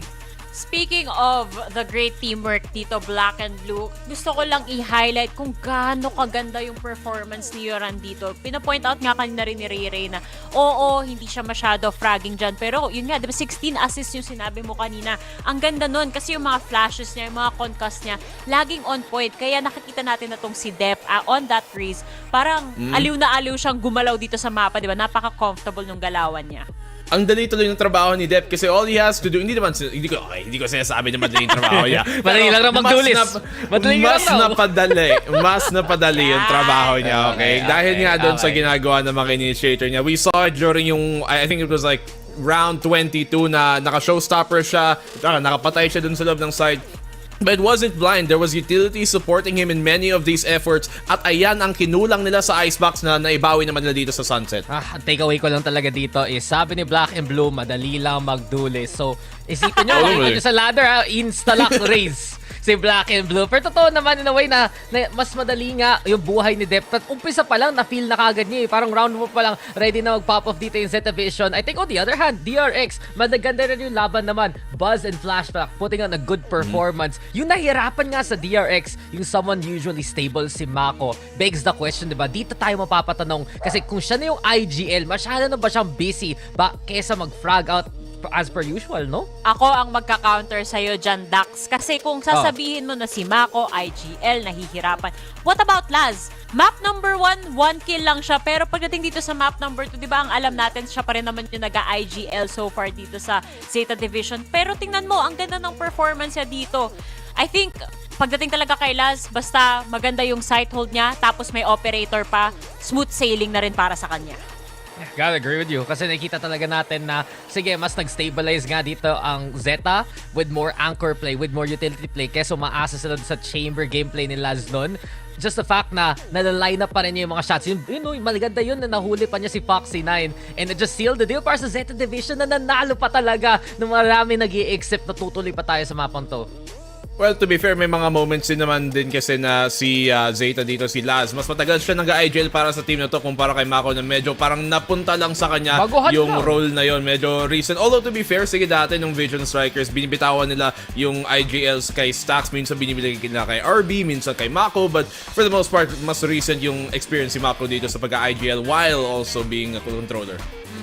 Nakakatuwa talaga yung labanan ng mga IGL din natin dito. Pero for sure, the more na maging comfortable si Mako dito sa role na to, the more na magsashine palalo etong DRX. As we did see in map number 1. Pero ngayon, papunta tayo sa ating final map of the day. Ako, hindi ako fan ng mapa na to. Baka ikaw, Black and Blue, maturuan mo ako paano ba gumaling sa mapang to kasi I don't know. Hindi.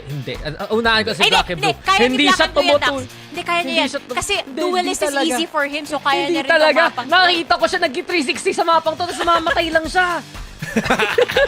Siyempre yung trabaho ng duelist. I mean, Breeze, to be honest, I'm not super hopeful dito para sa Zeta because you look at their Breeze in the past and I wouldn't necessarily say you have anything to go by, and even the past matches in the way back weren't really super convincing, I think, here for Zeta. So, if you're DRX, ito naman ang sitwasyon na you might have the advantage here, syempre, sa katulad ng icebox, but I don't think it's gonna be kasing katambak ng icebox. Syempre, may laban pa rin ng Zeta, mas uminit na sila ngayon, but I'm still not in their favor pagdating dito sa prediction ko, pagdating sa mismong silang mananalo ng series na to. On Breeze, I'm not sure about it. I want to say this, hindi pa nilalaro ng Zeta Division ang Breeze ever sa Pacific League.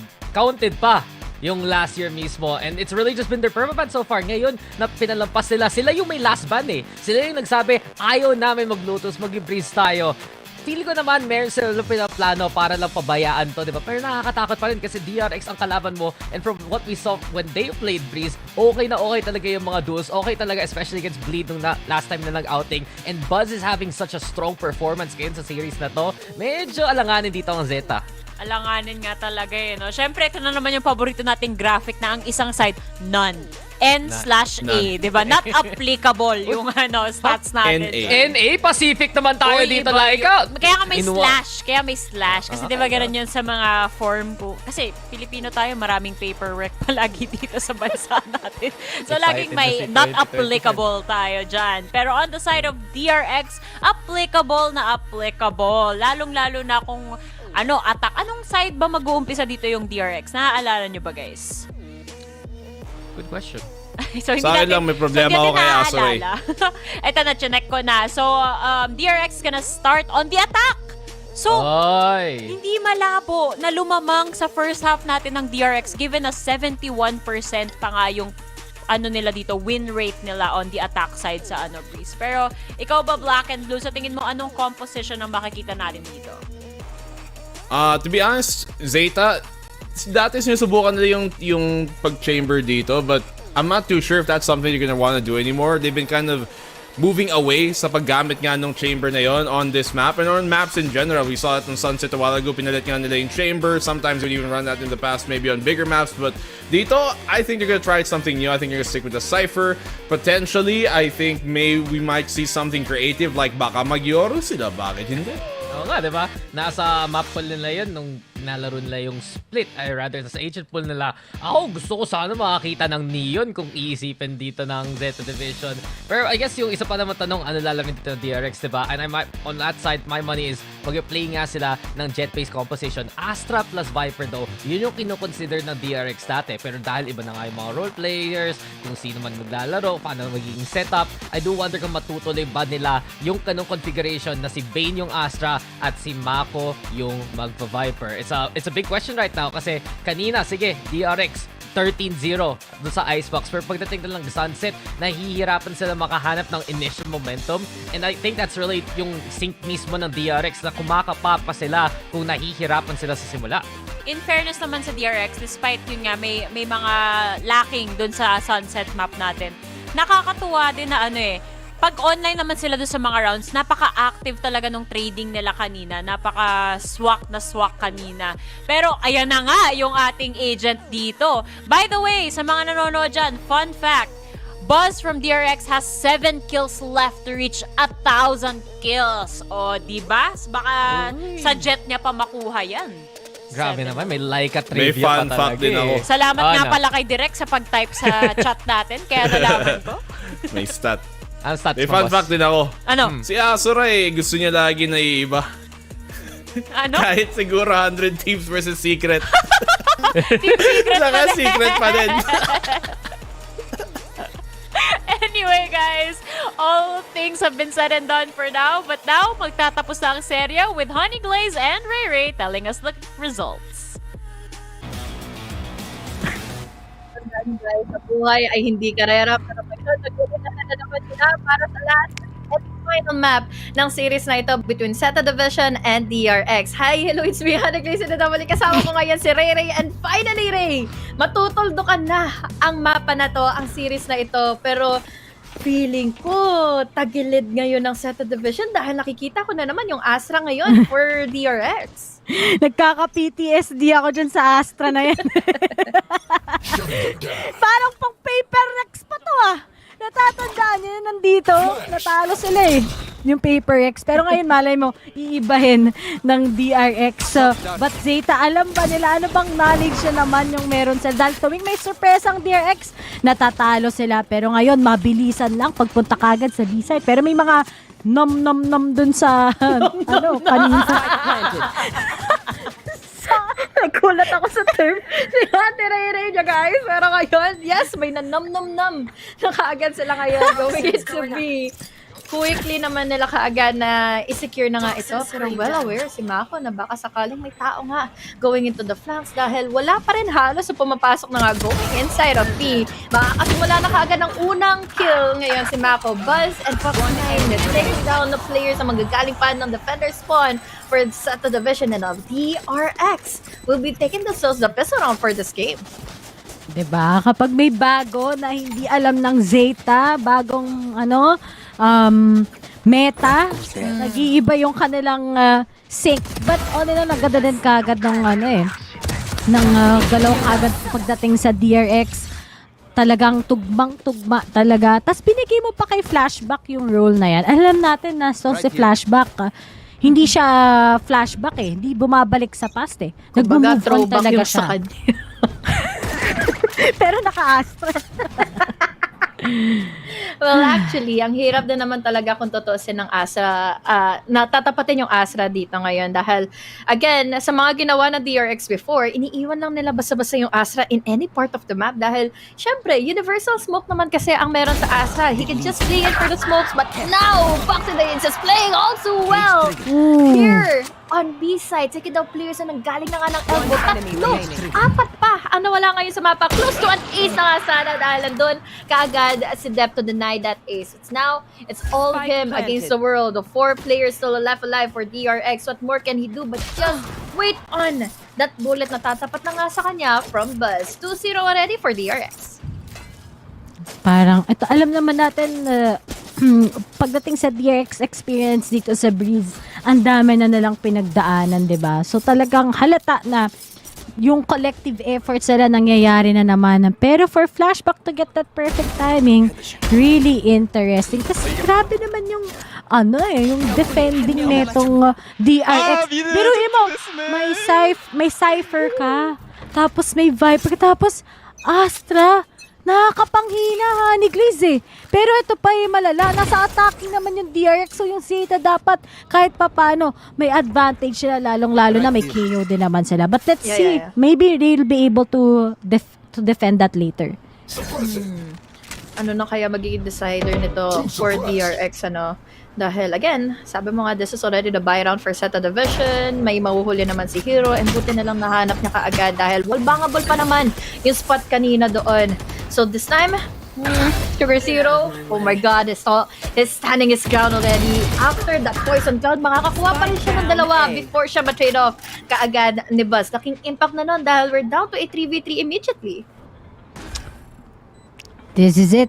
Kaya bang ma-counter lang din kahit papano ng Zeta itong post plant na naman ng DRX as they go for the retake. Timing against Flashback is up there pero walang nangyari. Nakaabang, nakapag-reposition pa ngayon si Flashback just to put on the pressure pagdating ngayon kay Laz together with Hiroro as well. Tas meron pang nasa likod. Ang daming kalito-lituhan na sa dalawang teams na to pero Foxy9 tries to get that perfect information. He spots kung nasaan na sila kagad. Nakita na and he gets Laz. May next na nga ba kagad? It's gonna be Dep as well. He stands out. 3-0 for DRX and they are just getting yung perfect control ngayon sa Breeze map. Ang hapdi nun for Zeta Division. Again, pagdating pa sa eco, pagdating pa sa pwede na lang i-create na momentum. And again, it's really confusing to tackle down onto DRX na hindi mo pa masabi kung saan ba talaga magagaling at kailan mag-pick na sina Flashback after being tagged out by the knife and also yung mga wall-bangable spot pa na hinuhuli na nga siya kanina. But still, let's give it a rest. Kahit pa paano for Zeta Division, ang first early rounds pa rin naman Hindi pa kasi nila masabi kung kailan na nga ba nila mata-takedown pa sina Buzz. Kapag 7-0 siguro yung DRX. Oo nga ang hirap medyo, na naman ito. Pero kung itong Zeta, makuha nila yung mga thrifties nila, maybe it's a big possibility. Pero si Buzz, nakatutok na. Sa'yo lang ako titingin dito, Hero. Hindi kita pakakawalan. Sabi niya, pero habang yan nakatingin, kita mo talaga yung mata ni Buzz, hindi kukurap yan. Pero pag kinain ni Hero yung pain, that might be hard. Naglabas na kagad ngayon ng utility lang. Titignan lang kung nasaan ang isa. They spot on Laz and they finally make that opening, releasing some of his traps at the same time. Slow pace, pero slow and steady for Sugar Zero. Quick denial onto Foxy9 and his lurks. We're down to a 4v5 scenario. Still, we have here the Vandals. Ang laking bagay, ang laking intensity pa rin naman itong maibibigay ng laban sa Zeta as they make an entry. But now that Sugar Zero was able to pick up his own Vandal, 3 players are immediately down. Ang laki nito, especially for Zeta Division, para ma-round na kaagad itong half. Lalo na't pang-apat pa ito ni Sugar Zero. It's all up to one remaining player. That's going to be Buzz. And Buzz, mukhang may ipit pa sa double door. Dahil ito halos ang pwedeng mag-pick sa kanya. This is it. And Buzz still making the dream work. Siya bang makakuha ng ace game pero wala na siyang oras. Ipaplant 10 niya pa seconds rin. left. Sige, pipilit niya pa rin. Knowing Buzz, meron pa naman kagad siyang Cloud Burst. He can just hide. May kasama pa kagad na Bladestorm. Pero the fact that he's really revealed right now, di na pinakawalan ni Hiroron. And inako lang ni Sugar Zero yung 4 na kills na yun, Honey Gliz. Nanalo pa rin sila. Tas na thrifty nila as what we talk about. Anticipated din yun kahit papaano, no? Dahil kanina pa nagpapakitang gilas sina Hiroron tapos sina Sugar Zero earlier. So, sobrang laki ng naging lamang bigla dahil nga nung napatay ni Sugar Zero agad itong nag-push or rather si Foxy9 nga mula cave. That gave him the opportunity to pick up the Vandal, to pick up the pieces na pumasok na nga kaagad on double doors. So now, at least we have kinda slight na buy para sa Zeta division. At ito pa, nakahawak si ng Kuronami si Sugar Zero eh. Alam mo na. Ay, oo. Diba? Buff Grabe yun. din yung buff ng Kuronami, ha? Parang yun lang halos yung nilolook forward kung ma-pick up. Kasi wala akong pambili ng Kuronami, kaya dumadampot na lang tayo, guys. Pag lumabas daw sa store mo, ililib kita. Ay, oh my God! Sige po! Sige. Wait, Sana i-open lumabas. ko lang, guys, ha? Promise yan. Pero ito na nga. Si Dep, nakatingin na kagad kung nasaan si Flashback. Pero entry na naman kagad ang mga taga-DRX dito lamang sa side natin. Pero matutulog na kagad si Buzz. May susunod na kagad. Foxy9 is gonna die out. Pero sige, try pa rin ni Bane. Pero nakakuha pa nga siya ng isa. Naglabas na nga kagad ngayon. Pero mahuli siya. Uy, pero nakaiwas pa rin siya at the same time. Nagpapatayan, naglalaruan sila ngayon. Nagbabalorant sila. Pero si Paco, hello sa'yo. At bukas na bukas na kagad yung B-side. Ang tagal na rin kasing doon at paglaruan pa kaagad siya ni Bane, and that crazy kind of movement talaga ang makakapang-win down sa mga players ngayon ng Zeta division na hindi man na siya na take down. And imagine, ang laking bagay nun kaagad at ang laking impact nun kaagad dahil given the time, na-force pa nila yung pag-push nga ni Mako all the way from backside. So this time, we're down to a 3v2 scenario. Malayo pa ang panggagalingan ngayon nila. Mauhuli pa kaagad si Flashback si Sugar Zero dahil nanggaling siya all the way from mid. And sabi nga natin, stars are nag-a-align na nga fully in favor of Flashback. But now, will Last be able to do this? Dahil, again, that can be still a crossfire that he needs to take down laban sa DRX. This is it. DRX is just powerful na naman muli. Pero ito ang smart ni Bane, well, alam naman natin na pagdating kay Bane, consistent naman siya. Very obvious. In the most obvious situations talaga, ginagawa niya ng paraan yun. Pero hindi talaga yun Yung post-plant na naman nila, naayos nila. Pero hindi ba nangangalay si Buzz dun sa niya? Sa posisyon niya? Na-bother ako, sorry. Oo. Alam mo, hindi mawawala sa isip ko yung ginawa ni Bane kanina Kasi, grabe yung naging play niya around Yura na ata. Oo, si Yura nung nasa backside sila kanina. So, nagkapalitan sila ng utility. We had the fragment earlier. Tapos si Bane talaga ay nandun lang din. And then, kung dadagdagan pa natin, we had also the Sova, diba? Na nag-outdraw na nga lahat-lahat. Hindi pa napatay agad ito niyo. So, ang laking pagbabay time tuloy ang nawa niya para nga kay Mako na may turn around yun out of nowhere. So, solid ang naging round. Sorry lang naging half na ito. Pero ano bang may habol na ng Zeta division dahil ito na naman yung gap na naibubuo na ngayon for DRX. Pero to DRX, so far nalatalo sila sa Thrifties ng Zeta ha.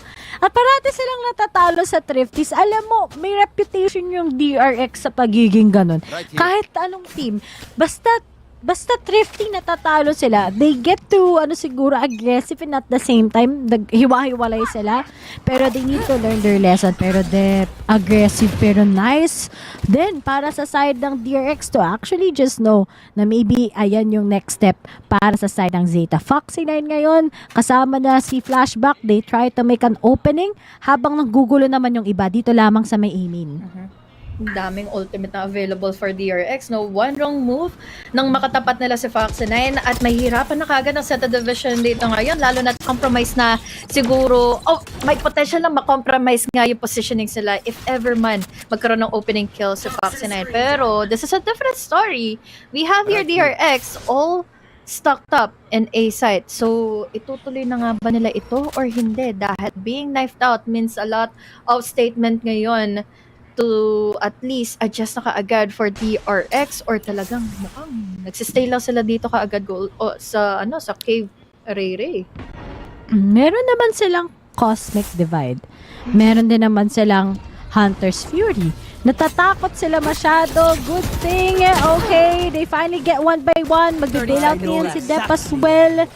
And now, right behind them, nandun na din kagad si Mako. Pero ang ganda, ang perfect ng mga combination. So, nirespect na nila sa wakas yung thrifting ngayon. Nagkasama na nga din kagad Neural Theft. And I think it will be too late already for Hiroron. 24 HP ka. Lahat nakatingin sa'yo. Tatakbo na lang ako. Pero na-reveal na nga siya. So pinupuntahan siya ng mga miyembro ng DRX ngayon. And speaking of, Buzz takes him out. Despite him yan, 4 HP pa rin siya. At namumuro pa rin ng DRX ngayon. Ang galing. Oh my God! Finally, naka 1,000 kills na. Ito yung minimension nga ng ating mga panelists earlier, and Buzz really is just a commendable player for DRX. He maintains his composure even though na sobrang dehado na ng position niya. He knows when to create some space, and look at the flashy thing na ginagawa niya nga. He immediately gathers himself the space para nga ma-overwhelm ang Zeta division, and then hindi na fully makapag-react. At bakit niya nagagawa yun? Dahil fully secured naman din yung backline supports niya from DRX side. So again, walang tapon kasi for DRX Ang tapon lang siguro sa kanila yung utilities. Kasi, hindi ka na alam. Tinatapon nila yung, yung Poison Cloud. Yeah. Alam mo, ang nakakainis sa Poison Cloud na yan, hindi na napipick up kasi. Kaya nga, ang daya. Diba? Tapos yung ISO shields. Ay nako, intayin nyo talaga sa next patch yan. Ang dami na siguro mag-ISO. And Reyna is also crazy na, diba? Ayoko ng mga ISO na yan. Nakakainis. Pero good call for that Malcolm. Pero wala kagad nagiging impact dahil Sugar Zero ay babagsak pa rin. At buti nag-out na nga. Walang maririnig ang isa't isa. Hindi kita maririnig. Pakicall na lang kagad kung meron pa. This is such a wise usage of Cosmic Divide. Sobrang ipit tuloy yung players from Zeta Division. Nanggaling pa sila all the way from halls, even going into bridge. But last, at least, he was able to tackle down onto Foxy9. Ang problema, maabangan naman siya ni Flashback dahil sino bang mag-aakalang nasaan na nga ba ulit si Flashback, diba? Kung saan ba siya ulit na nakapwesto na. And with that being said, this creates such a diversion tuloy for DRX na maipit palalo ang Zeta Division dahil at the most, we have Mako was just staying put mula na nga ng A site ngayon to defend in the spike, to defend everything that he can laban sa Zeta Division, and it's all up to them to save his operator. But now, lapit na rin kaagad ni Flashback. Sana makaligtas siya. Save na lang to. Bye-bye for that. Huwag ka hihinga, huwag ka hihinga. Uy! Muntik pa. Nakuha pa siya. Ang Zeta talaga nung nakita natin yung map pool na to para sa map veto nila rather. Alam na natin na pabor to sa DRX in a way. Almost DRX has the complete mastery talaga ng mga maps halos. It's just that pagdating sa mga tie na, mga 9-9, ganyan, dun sila natatakot Ayun, seems like they're happy right now, playing it really well. Dep right now, nilabasan niya ang tunay na kapangyarihan niya ngayon gamit ang kanyang operator. Pero, bakit mo ginawa yun? Bakit nga ba? Ay, nako. Hihimlay muna, Yuran. Masusundan pa ng isa. Dalawa ba yung naka-operator ngayon para sa teams natin? And that is a confirmation. We have here Sugar Zero para mas maganda pa yung defenses sila here on A side. But the problem is, the spike has already been planted. Sugar Zero with an operator, hindi tuloy makakapag-push si Foxy9. But with that cyber cage, wala tuloy silang idea kung saan na nga ba ngayon pwede makipagpatintero pa. Last, from double doors, wala halos silang idea kung ilan ba ang nasa loob ng mga yon ng pyramids para makipagpatintero all over. But now Buzz This is such a good position to take, but now he is denied by the Poison Cloud. It's all up to Paxi9 and he is doing his job really well. Na-takedown niya si Hero, na-surprise pa kagad ni Mako ngayon si Laz, and then it's all up to Sugar Zero again with another round for him to save another operator for their hands. Takbo! Sugar Zero! Takbo! Huwag mo Hanggat may hayaan. lupa. Kunin nila sa'yo ang mga pinag-ipunan mo. Ayan, nakatakbo siya. Pero masakit yun para kay Dep. Trinay lang naman niya eh. Bakit ba? Pero yun nga, yung pagtatry hindi nag-work. And ito ha, 260 Deps for here on Breeze. Tapos naman siya, naka-jet. So medyo masakit talaga yung performance ngayon para sa side ng Zeta Division. Pero ito na nga, mukhang for DRX, pabor talaga yung Breeze. And this just goes on and on and on.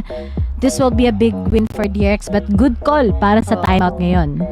Needed timeout, ano? Dahil best round for them to secure here on this half is 7-5, and it has to start now. And kung babalikan natin, medyo kalahaf by ang mga nakuha nila kanina, ang sinecure na kanina. And at least, hindi naman natin sila halos madadoubt din. Idadoubt sa kanilang sheriff skills dahil nagsisimula ito kanina for Dap and Hero and Sugar Zero even. So Zeta Division needs to compose themselves and needs to find a way to take down Flashback dahil yun yung nagiging surprise factor kasi na DRX na parang hindi pa siya magbibigay pa ng impact habang nagkakaroon na ng diversion rest of the members from DRX. Until then, he is basically the plan B for DRX na siya na lang siya magpapakita, siya na lang siya magpapahiwatig kung saan na nga ba siya nagpe-play in.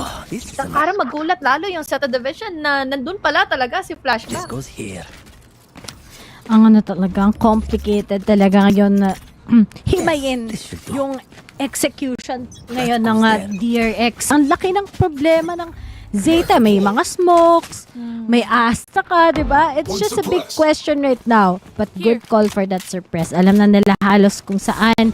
Pero in fact that si Paxi9, baka isipin nila nag-lurk lang. Pero nag-push na kagad lahat ng miyembro ng DRX papuntang site. Pero nakaabang na kagad si Laz as well. Hindi pa lahat pumapasok. Mayroon pa isa nag-aabang. That's gonna be Mako for the post plant.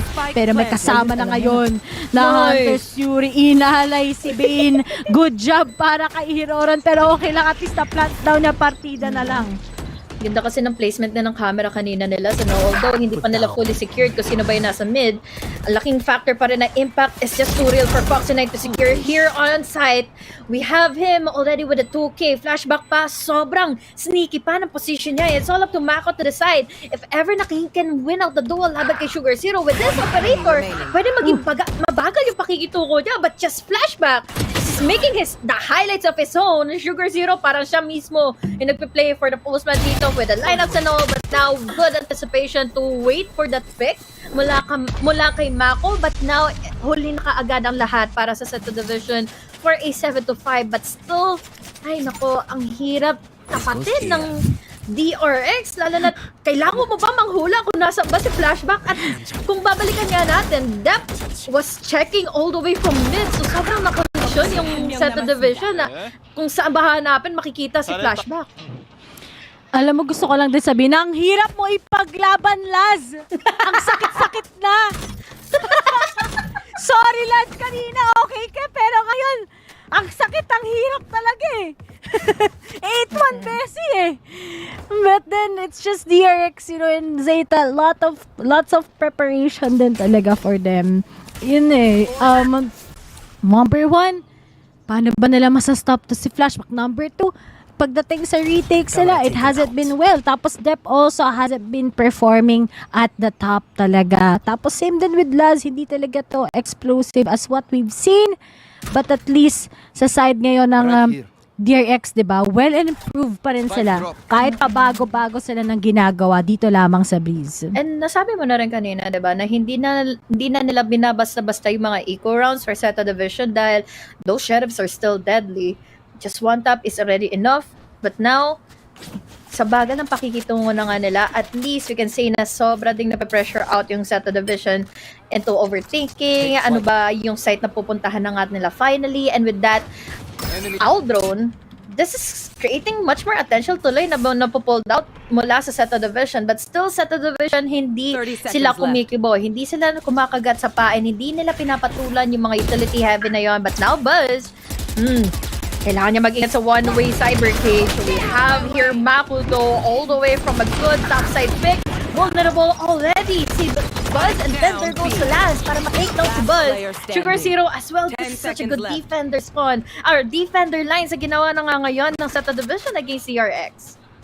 This is it. Para sa Zeta, babangon nga talaga sila. Kumukuha na lang, nagpapakatay na lang ngayon si Bane. Kung meron siyang mapipitas. And finally, it's 8-2. If 8-4 to kahit pa paano, that's workable for Zeta. When we switch sides, maybe that could be an opportunity sa kanila. Ma-surpress lang naman nila kagad dito si Flashback. It's gonna be favoring them, diba? Pero ngayon, hindi talaga. Pinilit pa kasi ng mga taga DRX mag-B-side. And this is it. Gati ng api na to, nararamdaman ko na to. Anime moment na nila to, guys. Yes, oo. Kumbaga, ano lang to, redemption arc na. Medyo nahuli lang, pero at least we're getting there na. Ang problema lang, naambahan ka agad sila yung abilities from DRX. We had the snake bite, we even have the knife here para pinang-counter. But now with the operator, juicy of a kill. Wala kay Ted to take down Mako. So now, -1 na kaagad ng problemahin. Hindi man lang nalapag ni Mako yung kanyang mga smokes and walls. And this is a go signal tuloy for DRX to make a rotation happen na. And ito pa, kanina stick yung DRX sa kanilang mga match either of the sides, pero ngayon they're quite confused. So good control talaga ngayon with Zeta. They've been trying on that operator finally. Iba na yung mga posisyon nila kagad. May mapupunta rin ba si Death? Good cyber cage para sa DRX as well. Into their hands napunta ito. Pero Bane takes down Death. Na-reveal kagad si Buzz. Hinahanap kagad ni Laz kung meron siyang makuhang opening. Pagkawala ng smoke na yan, sa iba kagad tututok si Foxy9. At ayun nga yung mangyayari. Na-plant nga yung spike. Pero pagdating sa retake, this might be favorable sa Zeta kung hindi sila nagpabawas. Totoo nga eh. Pabor pa sana yun for Zeta Division. But then, aware na si Sugar Zero. But yun lang yung timing. Hindi nag-pick lang fully si Flashback. Again, ayun na tuloy yung opening for Flashback to make it a kill. We have your Urando. Mapapatay naman si Bane. Pero huli na ang lahat para sa kanya. At least he was able to wallbang the spot from Buzz. All the way from afar si Flashback. At ngayon nakapag-fully rotate pa siya going into window. So wala tuloy kaalam-alam si Uran kung saan ba siya nagpe-play in. Either cave or kaya naman dito sa window nga or B main. But with that, this creates such a diversion tuloy for TRX na maangkin ng tuluyan itong Breeze. Kung di si Mako, ang talino talaga. Diba? Talagang all-knowing, guys. Akala mo, nasa sila, kitang-kita nila lahat. Kung hindi si Flashback, si Mako, kung hindi si Max, si Foxy9, sobrang confused yung Zeta Division once again on those retaliation coming in from DRX. And I'm happy to see talaga na itong DRX, nililito na lahat. Nilabas na kagad na yung cards. Unang match pa lang. And it's actually working. Hard to study for Zeta din naman as well. At sinabi din ito ni Nico kanina, nagmarami silang gusto i-try against sa team. So might as well try it with Zeta. At set up na naman pagdating sa B-side. Sa mga num-num. Hirap na naman ito. Zeta Division. Sana nga ba nila hanapin muli ang players ng DRX dahil ngayon si Buzz napaka-sneaky ng position niya. He knows already na nandito na nga close by itong sinayuran or rather sinahiroron after using in the utility. With that wall, mahirapan na nga muli makakita pa si Buzz dahil mas naanigan siya kanina ni Death. Now, with the knife, wala naman silang natag in pero at least they have to be really precise on their push dahil meron pa rin naman silang iisipin na Viper Spit. Sugar Zero, taken down Mako. That's a good start para sa retake nila. We have here now the Hunter's Yuri pero then, na-fall bang sa Flashback. With that being said, a failed opening sana ito para sa side na naman ngayon ni Death. But now, there's still time sana for them to take down every player mula sa DRX. Pero huli na kaagad ang lahat ng nahuli. Then naman nilang mahanap si Bane. And that side or that half is just really one-sided para sa DRX. May Hunter's Fury. Fury, Cosmic Divide. Cosmic Divide. May fragment pa from that KO. Oh, ang dami. Nasup-sup pa sila. Sa pagpatap na nga lang, ganun pa yung nangyari. Ang dami! Walang nagawa yung Zeta. Okay na sana, panalo na eh. Pero si Click lang, pipindutin lang ng mga taga-DRX yung post plant nila. At 2-10 pa nga yung score natin. Sabi kanina dito ni Likeable, kaya siguro nanalo ng map 2 yung mga taga-Zeta kasi hapon pa. Diba? Ngayon gabi na. Ayun lang. Oo nga, 6 p.m. na pala. Kaya pala kanina sa sunset na secure na nila, no? Ayun. Ay, ang galing ni Flashback talaga dahil bukod sa mga stars na well placed in niya, he knows his timings eh. He knows when to pick. Yun nga, bukod nga sa timing is yung position niya to secure in for DRX side na alam niyang nakukuha na yung attention, alam niyang masyado nang nagpo-pull, and dadagdagan mo nga yung trust na nire-rely nila dito kay Flashback. Ang hirap kayang mag-play very far from your teammates kasi in case that you are on the attacking side na maghuhulaan pa kayo kung saan ba manggagaling na nga yung Zeta division and all, and paano kapag na-takedown nga si Flashback, edi mamaminosan na kaagad sila dito either the manpower and stuff, and also yung utilities pa na ang laking bagay din as well. Smokes, yung pag-pull, yung gravity well and all. So again, DRX, what a lineup, what a setup, what an agent selection it is para sa kanila dito sa Breeze. Perfect talaga sa kanila parate to. Oof! Ayun, kahit matimingan siya, nakuha pa rin niya to. But that won't work against them. Pero may nakita, pero nawawala. Flashback, konti na lang to. Maangkin ka na ni Dep. Pinatay siyang hanapin ni Dep. Pero di pa rin sila nagkahanapan. Finally, nakita nila John. Foxinay na lang kagad natitira. Ang malaking tanong, makaklatch niya nga ba to? Or hindi? Nasa A-site na pareho. Super daming time para sa side ng Zeta to actually plant it. Foxy9, gotta check everything. Wala na siyang sa kamay, wala na siyang anything sa kamay niya ngayon. So it's just gonna depend on what he can see. At may pag-asa pa siya. He just needs to find that. At nakikita niya.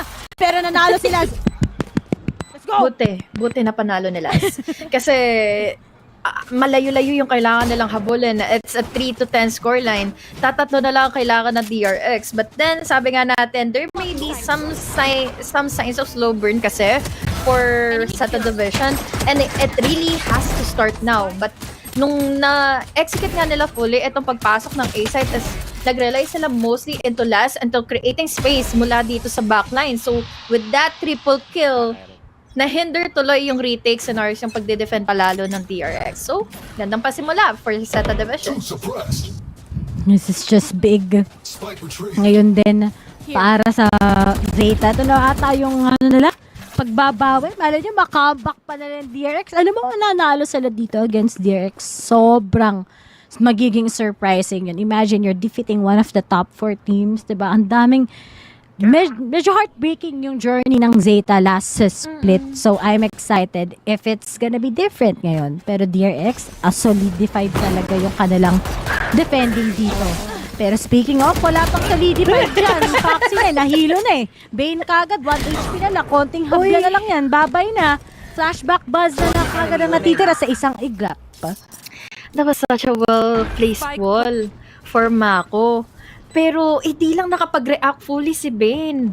Bane and Foxy9, nanggaling sila all the way from backside and vulnerable pa yung mga nasa harap niya. Ang problema kasi, dalawa yung kailangan niyang tingnan. Sabay pang nag-pick sa kanya ang Zeta division. That was at least a split second na reaction time sana dito, no? But then, classic lang din kasi ang hawak niya and madami-dami pa nga ang mga natira nga for Zeta division and then it was their buy round as well. So now, good execution sa Zeta division na hindi sila nagpahuli sa bitag ngayon ng DRX. And I'm glad that dalhin talaga yung kanilang attacking. Sobrang comfortable nila. Number 1, suppress. Dep also with those dashes. Everything is collected now for them.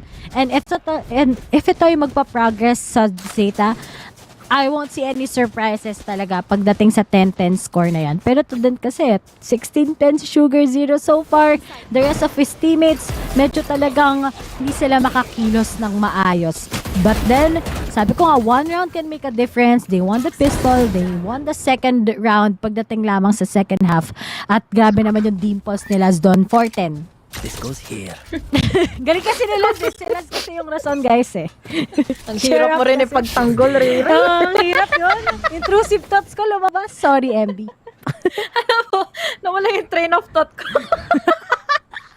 Pero yes, tama naman. Laking bagay doon naman ng mga ngiti nila. And syempre, lagi din naman natin siya nakikita. So ibig sabihin lang nun, lagi natin siya mga highlight. Dahil lagi din naman nating nakikita yung mga highlights niya. Pero lagi din naman nating makikita itong pagpupursige ni Deb to tackle down into the site. Pero dami-dami lang talagang mga smoke na baka sakaling ma-surprise pa talaga sila na position.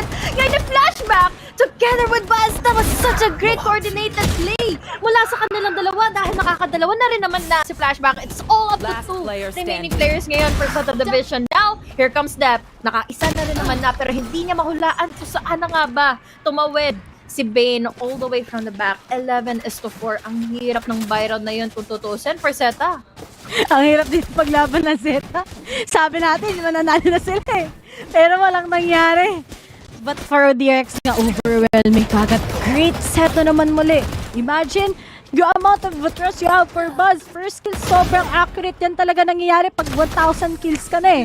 At sumunod din kagad yung ginawa din ni Flashback, diba? Sobrang dami protection pagdating sa DRX. And now they're up to their last 2 rounds here. At tapos na ang series na to. Doon na tayo sa main event. Team Secret. So hard. Oo nga eh. Dalian yun na. Pero kung babalikan naman natin, diba? That was, again, the bonus round for Zeta Division after winning 2 rounds na already for that half or from the start of this half. Pero they need to think about wisely kung ano na nga ba, paano na nila lulutasin dito ngayon yung pwestuhan ni Flashback, yung mga smokes na and all. And kung kanina na-condition sila into thinking that Buzz was all the way from the back and this time Buzz is taking his chance close by naman ngayon. So ngayon na may wall, the triggers, the stars from Flashback, Gravity Well lang mismo yung nakapag-pin down or nakapag-delay pa muna ng mga pagpasok na nga ng Zeta. Laking entry na naman for Buzz. Sana to, rather yung entry rather for Dep. Nalito na ako. Pero nakaabang na nga lang din kagad ngayon ang Zeta side. Flashback waiting for them to barge in.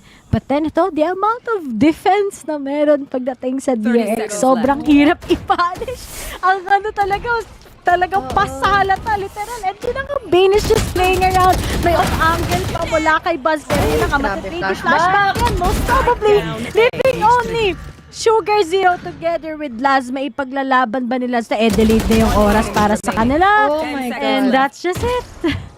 Sugar Zero with just 8 seconds remaining. He needs to still pick up the spike. And now, sobrang pressured pa yung position niya dahil tatlo pa ang alam kung saan siya na nga nanggaling. So, what a match point given to DRX. And dahil doon kay Flashback yon. And I love how Flashback is playing with that Astra so sneaky. He knows when to use his utilities. He knows when to pop in a smoke or kaya ng gravity wall at when to pick. That's one of the main reasons kung bakit talagang it's already time for an Astra player to shine in this meta or in the season na alam mong laking bagay pa rin talaga ng mga universal smokes and stars niya. So now kudos to Flashback dahil siya ngayon ang top fragging for DRX. But nag-miss out yung dalawang shots niya. He needs to back away and now he does. Pagod na daw kasi siya. Kanina pa daw kasi siya talagang makulit maglaro. Pero good thing, at least nakabawas siya. Tas for Zeta, wala na arep. Ang hirap talaga nito. Lazzy just tries to make an opening right now for his team. Tapos siya pa yung nagko-call. Ang dami talaga niyang ginagawa para matrabaho itong 412. But at this point, let's all accept, sobrang hirap talaga ng defending ng DRX. Maganda pa naman yung kanilang first half. Pero ito na nga, konting entry, na-surprise nga lang sila. Ingat ka na lang, nasa tatlo na si Dep. But then Mako, mapapalo niya to, Honey Grace. Oo, palong-palo na rin kasi si Mako into defending dahil alam niya nandito na si Vayne. So now, bantay sa langit talaga sila. Isa-isa dahil si Sugar Zero na lang ang tanging natitira. He has still the Sheriff, but then huling-huli na. Ayun na, tumama na etong Steve Buzz mula sa mga naging whips niya kanina. Going back in A side. So now to secure in the series, 2-1 for DRX. Congratulations, DRX, for winning our first series for the first day. Dito lamang sa stage 2 ng VCT Pacific. At talagang, totoo ba? Playoff secured? Oh? Ay, oo. Oh, ang galing. Days na rin naman din. Okay.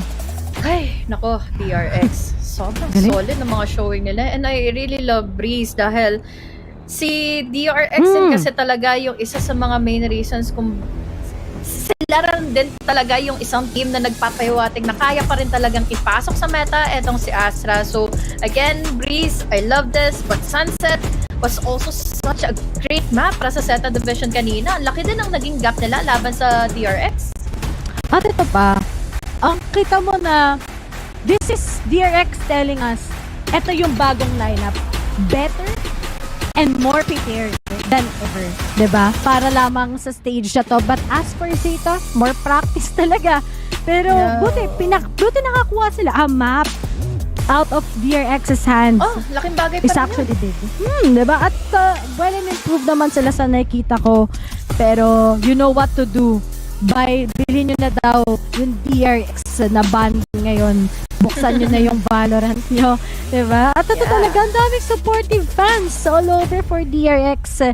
And sana ito na yung great start nila para makakuha ng slot, diba? Papuntang Exactly. Champions. I'm really looking forward to it na makapasok sila sa Champions dahil halos for the past few years, diba? Sila at ang Paper Rex ang inaabangan natin dati. But now, looking back into our highlights here on Breeze, was a great start. Mako was everything, but Flashback was just our, parang siya yung Phantom 6-man na TRX lang. Kumbaga, ina-expect mo na lang na magwawala siya out of nowhere dahil nga mauuna sila Dep against players like Mako, Foxy 9. Ang akala natin pwede pang makapanglasan is si Foxy 9 dahil after his info and all, but then it's always Flashback na alam mong may utility siya na pwede mong gamitin even though that you are not present inside of the site itself. Talagang literal generation of miracles na nilabas ng DRX ngayon na Honey Grace diba? At this is for Zeta, yun nga. Sana makabawi pa sila sa next games. Huwag kayong mag-alala. Marami silang teams na tatapatan ngayon. Pero tapos na ang mga pangyayari. Zeta is just maybe trying their own will pa ngayon.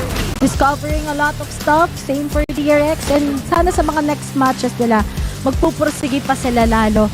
And on the other side naman, tapos na tong first match. So alam mo na ang mangyayari ngayon sa next natin. Malupitan, makabayan, Team Secret versus syempre ang mga taga-bleed. Oh, no. Anticipation is just surreal. But gusto ko lang din talagang balik-balikan itong series na ito. Ano? Nagsimula tayo 13-0, tapos great comeback ang ginawa ng Zeta Division, but then hindi nila masolusyonan. Ito nga si Flashback, and then the craziness na meron tayo kay Buzz. So again, sobrang laking impact na ginagawa ni Flashback, no? Dahil yes, bukod sa pagiging controller niya, first impact na ginawa niya in our first map was being the Clove in icebox na una, ang bilis niyang gamitin ng mga smokes. There's always the decay. He is always pushing together with Buzz and Bane. So again, DRX is just really well performed dito sa series natin. Just some outstanding talaga ngayon na performance. Pero syempre, i-expound pa yan ng ating panel. So like Black and Blue together with Dax, anong masasabi nyo sa game na to? Ang masasabi namin sa game na to ay ready na rin kami para sa next series. Pero syempre, kailangan pag-usapan yun. Wala masyado akong fangirl, lumalabas yung energy dito. Pero nakakatuwa nga no, na totoo talaga yung nasa stats natin, di nagsinungaling na DRX, sobrang confident nila pagdating dito sa Breeze. And na-mention nga kanina ng casters din natin dito, Black and Blue, na the composition, the lineup is line-upping. Line-upping. Wow. Galing mga evento, Sabado na Sabado. But I mean, it is true naman din. You look at what they bring to the table dito, DRX. They play that double controller. Astra is actually something that we have seen from them in the past na ginagamit nga nila yung kalakasan niyan para sa top mid smoke. Ginagamit din nila usually for that mid-door smoke and as well as the post-plant potential sa Gravity Well. On the other side sa Zeta, medyo super basic yung comp na nilabas sila dun sa Breeze. It's the usual Sova plus KO, but I think they have a lot more to work on dito sa Breeze. Hindi lang talaga siya yung mga map na kalakasan nila, yung mga ganitong kalaking map. We saw it on Icebox and now on Breeze. Grabe talaga. I look at DRX additions right now, especially si Flashback, diba? Clove kanina, KO, tas siya pa nga yung nag-Astra nung kinakala natin na si Bane pa yung mag-Astra nun compared to what they did last time around they played on Breeze. At siya ang nag-deliver. Katotohanan itong si Flashback, laking tulong dito sa DRX. At masasabi ko lang talaga guys, that's my bundle right there. Ay, wow! Pili ka pala ng bundle na yun. Ako hindi pa rin ako nakakapili. Ang hirap mamili ng bundle, sa totoo lang. Pero kung may gustong mamigay ng bundle my way, it is likeable #LYK. Salamat nga pala. And salamat rin syempre sa sponsors natin. Dapat napakalaki ng logo sa ibabaw ni Black and Blue. At ngayon nasa ibaba ko din kung saan you can score Grab's lowest prices ever with up to 15% cheaper fares on Grab Car Saver. Delivery fees as low as 15 pesos naman on Grab Food Saver Delivery. Tapos thousands of budget-friendly meals for as low as 99 pesos naman sa Grab Food Saver Meals. At kung gusto nyo magpa-deliver ngayon, pwedeng-pwede yan dahil meron tayong 60 pesos off on your order with a minimum spend of 550 pesos. Basta gamitin nyo yung Grab Food 60 11 a.m. onwards, which is sakto kasi 6:23. So, compute nyo na lang kung ilang oras yon since nag-11 a.m. 7. Hapon na. Galing mag-mat ni Dax! Totoo yun? Totoo yun? Oo, Hindi ako sure. dagdagan mo ng 1 yung 11. Tapos anong oras na? 67. Smart mo talaga. Kaya ka, nalis yung galing mo. Buti na lang ngayon, change topic na tayo dahil the interview at our main stage is now live. To talk about today's win, congratulations Flashback and welcome back. What's it like to be back? 승리 축하드리고요. 돌아왔는데 기분이 어떤가요? Beautiful. Feels beautiful. It's always great to have you back, Flashback. But you came in, you returned with a huge surprise, Clove. Now, talk to me about what you think of this agent, what they offer, and who kind of suggested running this agent on icebox. 클로브의 좀 배경에 대해서 설명과 함께 클로브가 어떤 요원인 것 같은지 설명 부탁드려요. 클로브 배경은 잘 기억 안 나는데 클로브 요원이라는 거 자체가 약간 죽어도 연막 쳐줄 수 있는 게 약간 교전 좋아하는 저한테는 되게 어울리지 않나 싶어갖고 쓰게 됐습니다. MG쌀. Now, I don't really remember who suggested running the Clove first, but when you look at the agent, they are so They can do so much. They can smoke while they're dead, and you can play aggro, you can play a different style. So I really love the fact that you can smoke when you're alive, and you can smoke also when you're dead. So I think they're a good agent. Now, when it comes to the role distribution, though, we had some overlapping roles between you and Foxy, and now it seems like Foxy9 is sticking to the Sentinel's role, you taking over the Flex role. What was the decision behind this? Talk to me about what was happening behind the doors. 이제 역할군도 포코 선수가 감시자를 그대로 맡고 플렉스를 하게 됐잖아요. 그러면 이 플렉스를 가져가게 된 배경에 대해서도 설명 부탁드릴게요. 저의 약간 원활한 커뮤니케이션을 위해 제가 플렉스를 하게 된 것 같습니다. 커뮤니케이션이 왜 포코보다는 커뮤니케이션이 좋다? 제가 약간 말이 좀 없는 편이라 낯도 많이 가리고 좀 소심해가지고 말 많이 하려고 지금 하고 있어요. I'm just a shy and very quiet person, so I'm trying to kind of cross the boundary and break out of the shell. I'm trying to talk more, so I kind of force myself to talk a little bit more, communicate more in game. So that's why I pick up the flex role just to make the communication better for the team. Now, losing player like Stacks the IGL as well. It's not plug and play. So what's going on with the communication and the calls you guys are making? Just talk to me about the type of communication you guys go through. 그러면 이제 오더나 상황 브리핑 같은 거는 주로 누가 하는 걸까요? 5명 다 같이 열심히 말해서 의견 통합해서 하려고 노력하고 있습니다. It's more of a group effort. We try to chip in whenever we can, trying to make the best decision in game. Now, getting used to the new system and having a new IGLing system, the calling system, overall, it's a lot for a team to adapt to. But I feel like you guys will be truly tested next week because the first game for week 2, you guys have Paper X. How confident are you going into that game? 이제 또 새로운 시스템과 함께 다음 주에 좀 시험의 무대에 오르지 않을까라는 생각이 들거든요. 페이퍼 X라는 강팀을 상대하는데 얼마나 자신 있으신가요? Of course, no problem. Oh, no problem for Flashback and DRX. Now, lastly, is there anything you want to say to the fans and the viewers? 이제 마지막으로 팬분들께 하고 싶은 말이 있을까요? 열심히 해서 더 멋진 선수가 될 수 있도록 노력하겠습니다. 아까 그 말 그만해도 되는데. 오케이. 응. 2022년 예의, 2023년 데모넌, 그리고 올해 플래시백.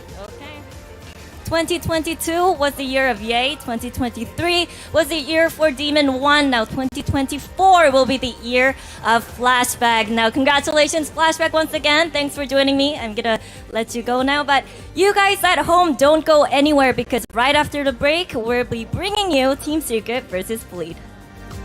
Thank you. Bye bye.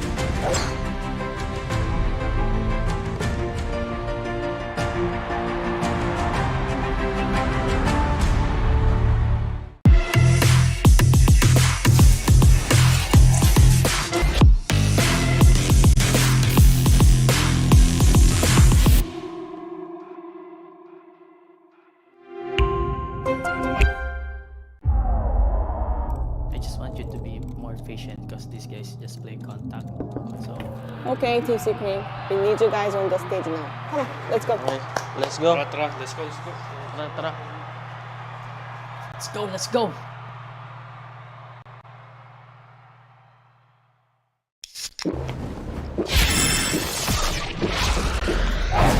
Red Bull gives you wings.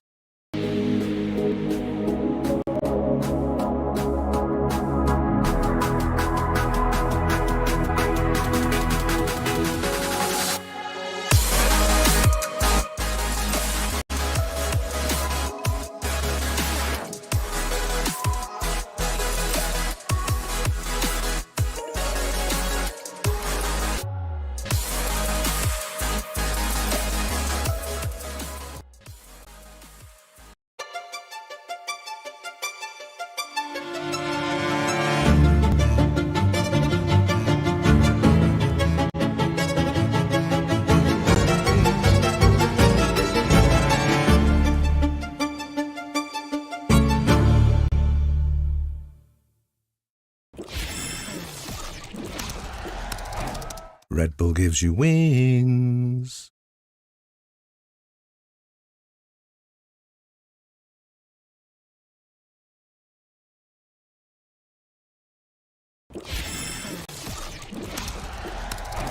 Red Bull gives you wings.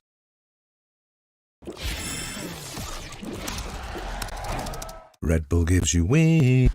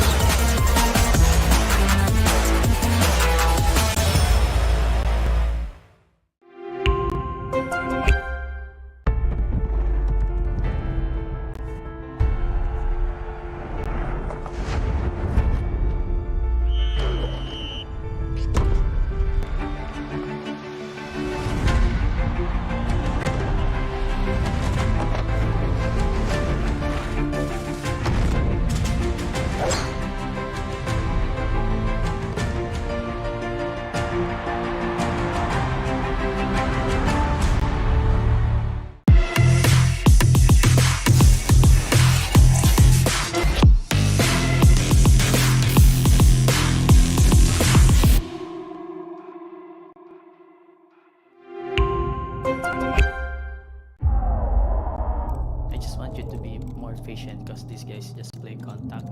So Okay, Team Secret. We need you guys on the stage now. Come on, let's go. let's go. Let's go. Tara. Let's go, let's go.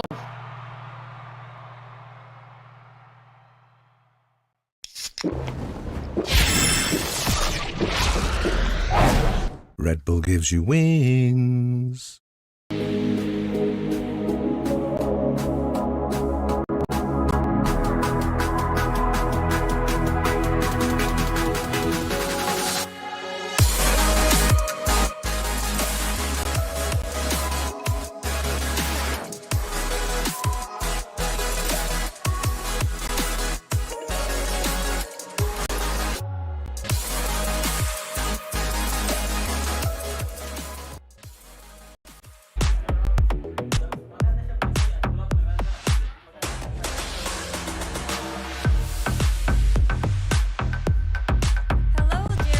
Welcome back to stage 2. Now, I heard you guys have a new guy in town on the team.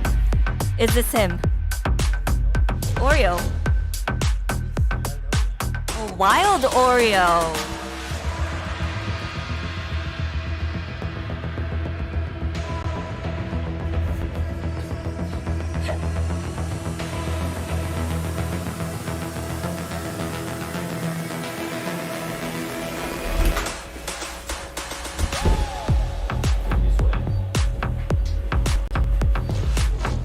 Hello, Zest. Welcome back to stage 2. Now, I heard there's a new guy on the team. So, where is he? Here. Over here? Oh, hello. Hiya! Okay, crazy guy. Definitely lives up to his name.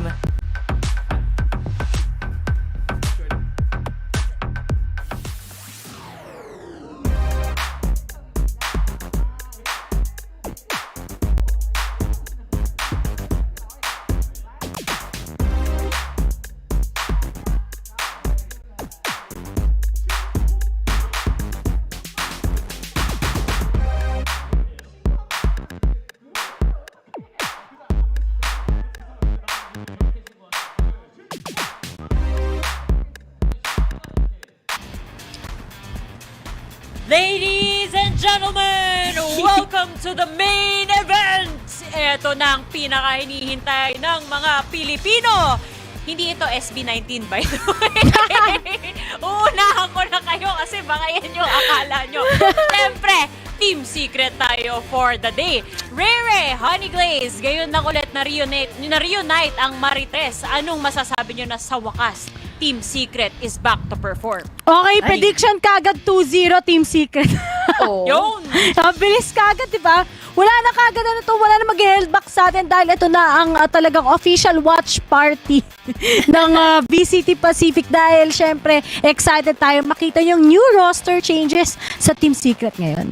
Sure ball na sure ball yan, Ray Laika, dahil again, this is the main event and syempre, hindi tayo bibigo at this time ng Team Secret. Hindi talaga tayo bibiguin. Pero yun nga, tulad nga na mention kanina, maraming nagbago dito sa Team Secret. Ano nga ang tanong ko nga ngayon, ano na kaya yung sagot rather sa tanong na anong oras na? Kasi dati laging Borcom time. Ngayon, wala na si Borcom sa Team Secret. Pinasok naman natin dito si Tuge at si Wild Oreo. So baka may tagapagmana nung catchphrase yan. Honey Glaze, tingin mo ba meron magmamana sa kanila? Feeling ko, it's really the time for Team Secret to shine pero hindi ko lang masabi for today kung sino dahil syempre, it's time for Wild Oreo para masabi niyang siya na ang talaga makakapagpakita ang gilas dito. It's time for Team Secret. Ako, pagdating sa key players din natin, na kailan ba talaga hindi naging consistent, 'di ba? Si Envy, sobrang ganda talaga ng performance parate. Every time na kahit alanganin, siya yung sumasalba sa Team Secret side. But as for Scary, sabi nga natin, is one of the best controller nung time na nasa Ascension League tayo. And finally, when they got that slot going in dito sa mismong Pacific, nakita pa rin natin that he's just really good on that role.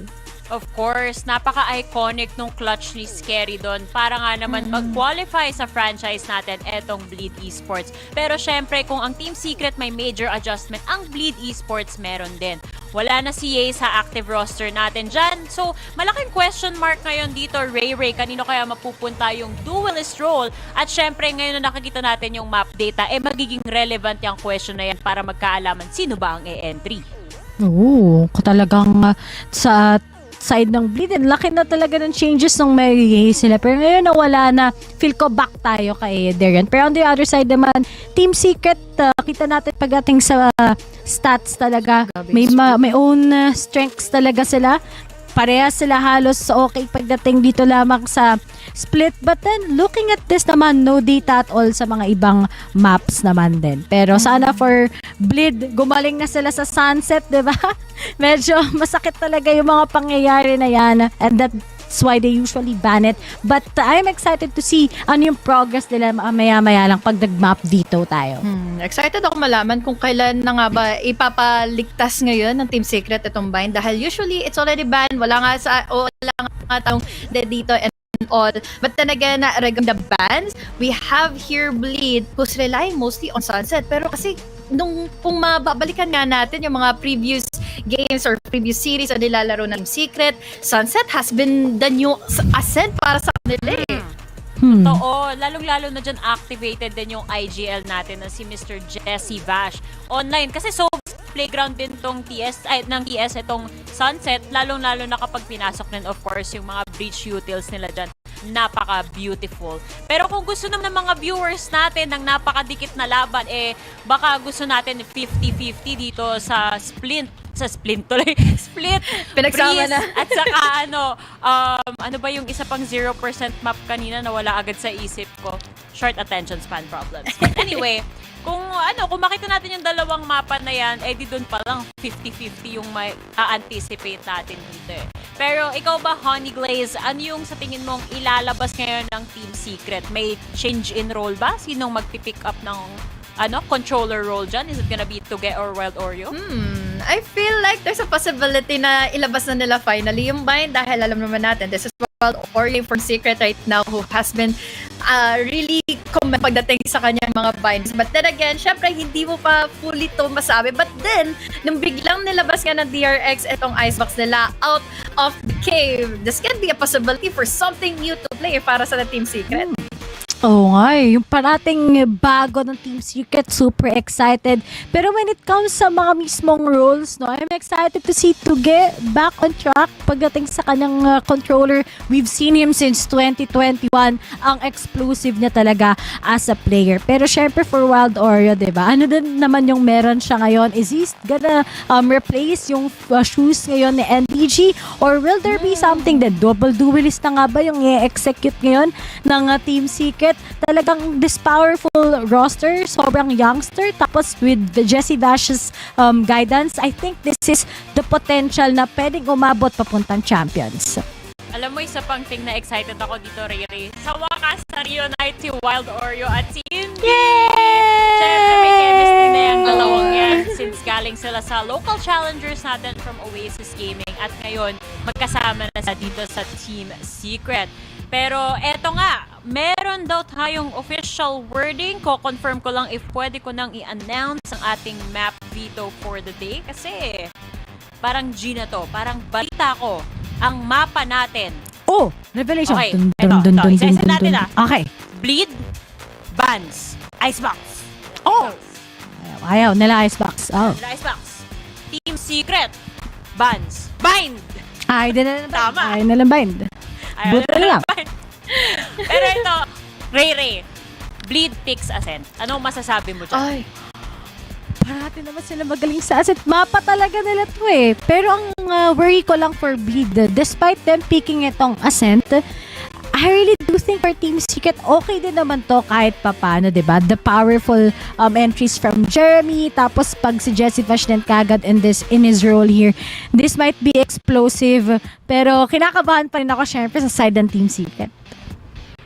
Ikaw naman, HG, anong masasabi mo sa map number 2? Feeling ko pabor ka dito eh. Map number 2, Team Secret picks, drumroll. Wala akong drumroll. Sunset! Yun. Nako, dito pala masasabi ko ng laking problema nga harapin ng Bleed dito dahil once more, Envy, Wild Oreo, pinagsama na nga muli. And Envy, I am a big fan kasi ng kanyang pagiging initiator plays. And kung KO man at or Breach ang bibiliin niya in Sunset, both even works here in their favor. So again, kung ma-amplify nila ito, yung mga flashes, yung mga full times and all, nako, 2-0 talaga to going to sa side of Team Secret.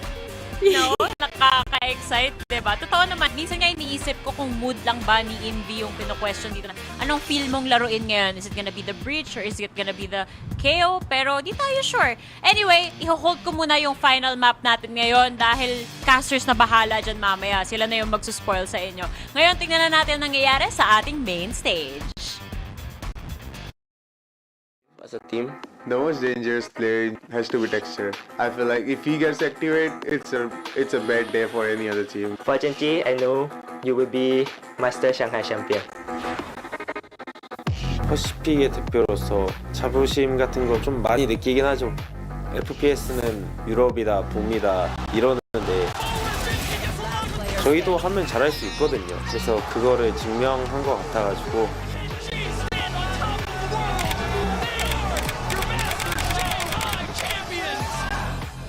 프로로서 이제 다들 꿈을 살아가고 있는 국제전 우승을 저희가 한국팀 최초로 해서 너무 기분이 좋고요.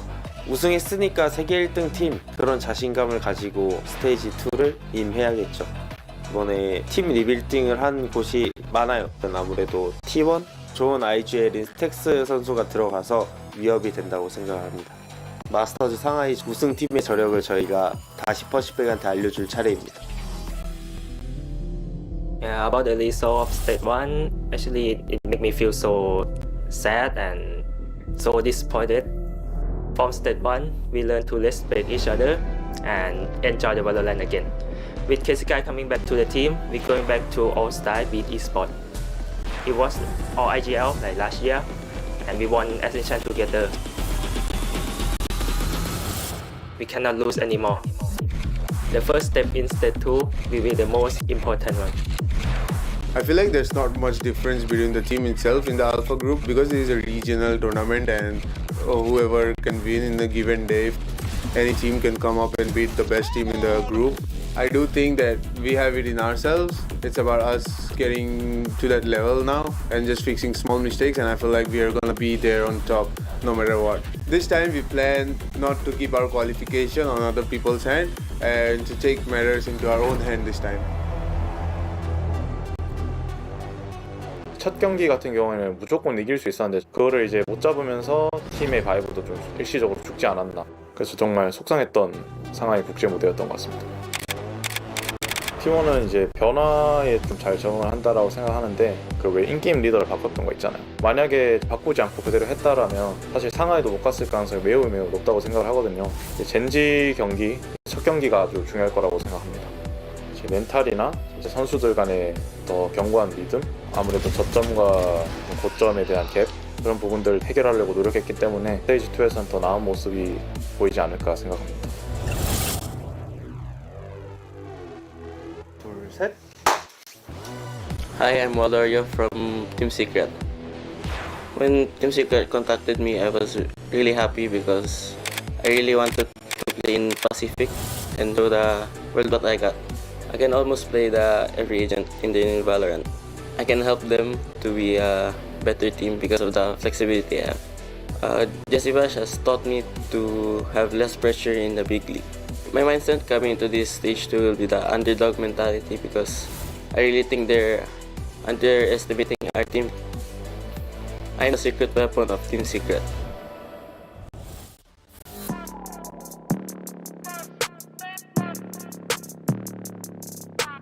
Team Secret.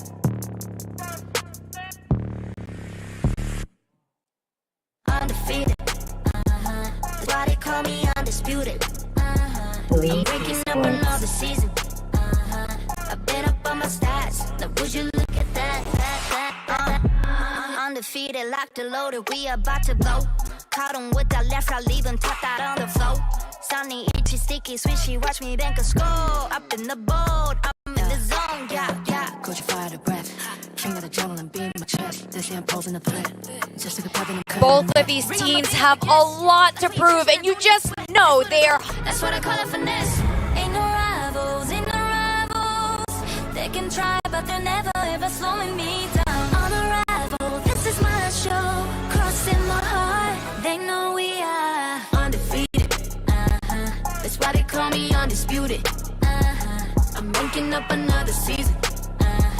I've been up on my stats. Now would you look at that? I pop on with the jumper, then the adios. Gotta go. I'm the prima donna, make him do the most. Not enough, I'm just warming up. Way up in the cut. Oh, I'm ready to hunt. Time to hit it up. Oh. 1, 2 step, look who's scared. Now you on the run. You gon' hear my soundtrack go dun dun dun dun.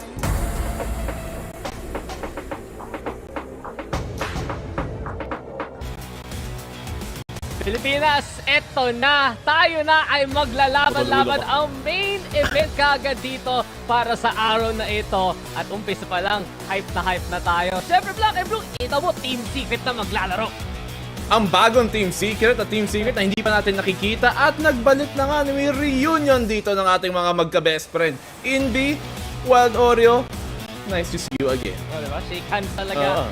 Collab yun, reunion galing na Oasis Gaming. Tapos syempre yung matagal nang iniintay ng mga Team Secret na kasamang Pinoy, diba, sa Korea. Para tipong, Tuge, baka naman gusto mo sumali sa amin. Diyan ka pa sa RRQ, tagal-tagal na. Eventually, finally, eto na ang The Reunion talaga. And it's a new starting 5 talaga sa Team Secret, no? Si Tuge yung parang mga kapitbahay mong nakatingin lang over the backboard. Parang, uy guys, gusto ko sumali dyan sa party nyo. Parang masaya naman dyan. Sali naman ako dyan. At buti na nga kinuha nila because Tuge, ever since Dax, huwag natin kakalimutan, nung simula pa lang ng VCT, walang Pacific, nakatingin tayo kay Tuge kasi siya ay sa pinaka mga malupit na mga player na nakita natin na kabataan nga, mga bagong henerasyon, and it's nice to see him finally sa proper Pinoy team dito sa Pacific League. Diba, RRQ PH, before naging RRQ Hybrid League yun sa Pacific League, siyempre Zilly Sports, alam natin yun. Pero talaga mapapatanong tayo, Team Secret, gaano kabilis kayo mananalo dito? Kasi sa totoo lang, Gaano kabilis? Tiningnan ko yung map pool, pre. At kahit walang kabias-bias, medyo sobrang Team Secret side ito. Isipin mo, map number 1, Asin. Iniling ng Blitz. Bakit na gagawin yun? Pre, isang beses pa lang na natalo ang Team Secret sa Asin sa 2 years na ng VCT Pacific. Grabe talaga to. At tas pagdating pa ng second map natin, yung TS pa yung nag-pick ng Sunset, magiging split dun sa dulo. Paano na babawi ang VCT Sports dito? Well, tignan naman natin dito anong ilalabas ng Bleed. Medyo parehong comp lang din naman ilalabas nila. Siyempre, ginagaya nila tayo, Team Secret. Nagsimula, Bleed, manggagaya lang. But we look at dito ang mga idinagdag ng Bleed. Meron sila di Zes na galing nga doon sa Korea. Tapos dinagdag pa nila dito si Crazy Guy na binangko nila. Tapos nagsisi sila. Tapos binalang din nila. Oo, nag-watch party lang siya nung split 1. Tapos sabi niya, ako na dyan, babalik na tayo dito. And interesting enough, tingnan mo talaga itong match na to, parang blast from the past eh. Parang 2 years ago lang, Black and Blue. Ito yung mga kinakas natin, Team Secret versus VCT Sports sa Apex Challengers. At yun pa nga, mirror matchup. I guess yung pinaka gusto kong pansinin dito ngayon, Wild Oreo, flex pick dati ng Oasis Gaming. Ngayon, siya na ang magiging sentinel ng Team Secret. Yun na nga no? Wild Oreo, siya ang pinakabagong idinagdag dito. Siyempre nawala sa sparring board kung si NDG at nagdagdag tayo ng bagong dalawang bata na napakalupit din. Wild Oreo, sige, sabihin natin yung mga international na nanonood, hindi sila pamilyar dito kay Wild Oreo. Gets naman din yon, hindi rin siya umabot ng Ascension ng huli. Pero umabot man siya dito sa Pacific League sa Team Secret. At kung kayo ay handa makakita ng malupitang galawan, dapat handa na kayong manood ng Team Secret ngayon. Ano ba? Malakas yan si Bre. Alam natin. Tita mo, 43% win rate na ng Team Secret ngayon. Dati 0% pa yan nung panahon natin. Pero isipin mo na lang, ito sa side ng TS, diba? Yung kailangan palaging pansinin, Jeremy, Envy. Top 10 players ng Split 1. Sobrang ganda ng mga stats, especially ni Jeremy. Tatapat dito ni Darion na siya na ang magiging jet ng Bleed. Yan nga natin, si Darion matagal na tong nagpapakita sana na dapat siya nga ang isa sa mga #1 duelist. Pero hindi pa niya napapatunayan ng todo dito sa Pacific. Magagawa ba niya to kalaban ng Team Secret? Siyempre hindi. Oy, hindi. Pero baka naman next time, Darion. Yun ang Next time. Ito yung kwento ni Darion eh. Tipong sabi niya, pick me coach, ako naman, padulis mo ko. Tapos sasabihin siya ni coach, hindi, CA muna, ibang tao na lang. Ngayon, finally, meron siyang chance i-prove. Sayang lang, ang pangit pa ng map pool, tapos kalaban mo pa Team Secret. Nako, delikado talaga.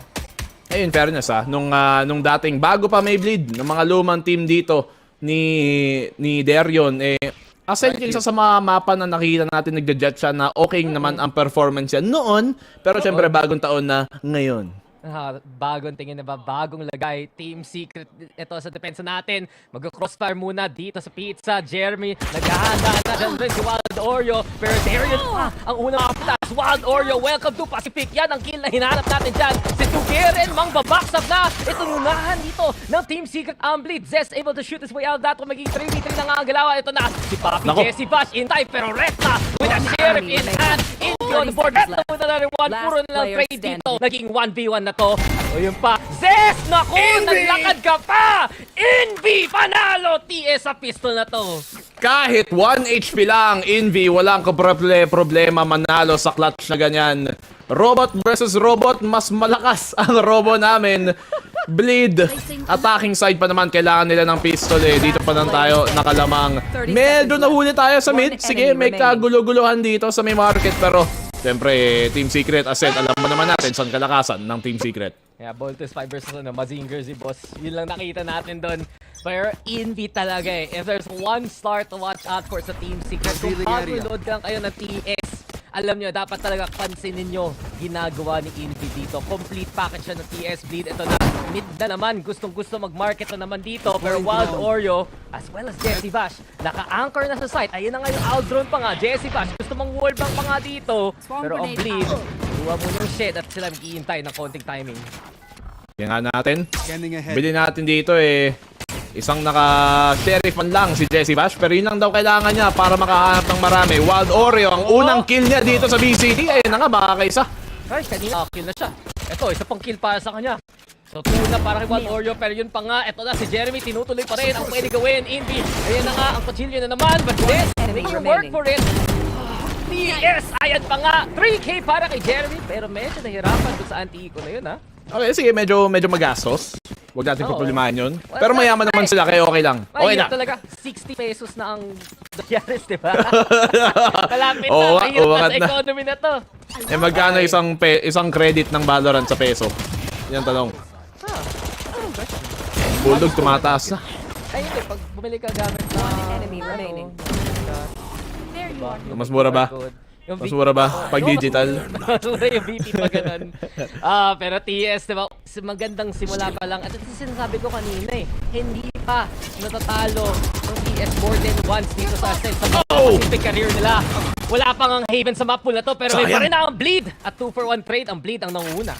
Okay na sana yung play Nakakuha ng scan doon si Vash. Si Jeremy nakaisa nga kay Darion, pero yung follow-up doon sa nakaboost hindi nang napitas. Tignan naman natin, syempre bonus lang to. Pero sayang yung armas natin, nabitawan. Nga, medyo gimme, sige. Pero ayun pa nga si Crazy Guy. Siya na ang naging IGL dito ngayon ng Bleed Esports. Ang pagbabalik niya, at gusto niya pakita, Na meron pa rin siyang lakas mismo. Invido holding things steady. Dito naman sa may Trace. Retla gusto magpakita dyan. And Retla gets the kill now. Tuge, Lason dito sa fight na to. Crazy guy. Alam niya may tao dyan. At yan pa nga yung dart. At Tuge, okay. Malakas ka naman talaga. Siya na yung smoker dito ng Team Secret. Pero magiging 3v2 pa nga ang galawan na yan. Pero baka si Tuge yan. Oh, ang bagong Tuge time nga. Dalawa sa mga bagong idinagdag dito. Wild Oreo at Tuge. Tignan nga natin na anong galaw ng kabataan dito. Meron ngang Phantom si Tuge. Wild Oreo Sheriff lang, pero tignan natin kung may mahuha nga ba siya.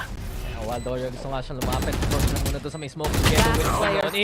Pero scary ang makakuli sa kanya. Medyo sayang lang na yan. 1v3 na nga ang galawan.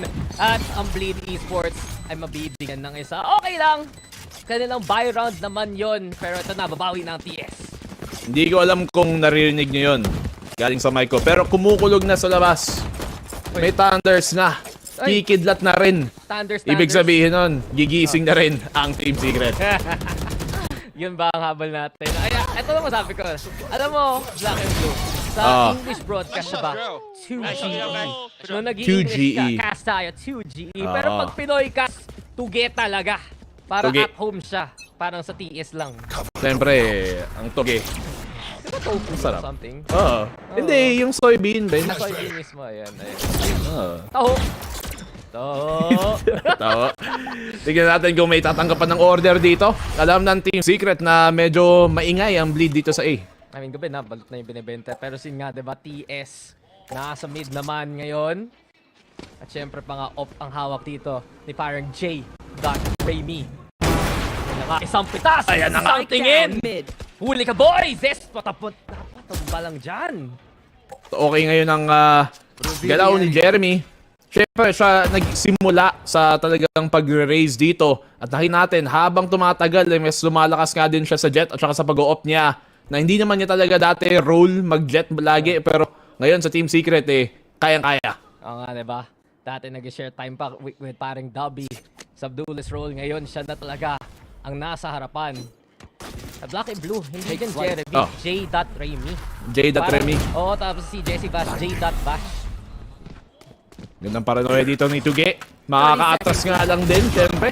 Makakakuha ba ng angulo si Wild Oreo? Meron pa siyang pwedeng wallbang. Nakapasok si Retla. Sige, pero yung spike papuntang A, mag-isa lang siya dito. Hindi, yun nga nakita na ni Tuge kung saan yung spike at yung tuloy TS. Ayun lang. lang sa may palengke. Sa kanila na nga to. Huli pa si Retla at, ayun, bleed.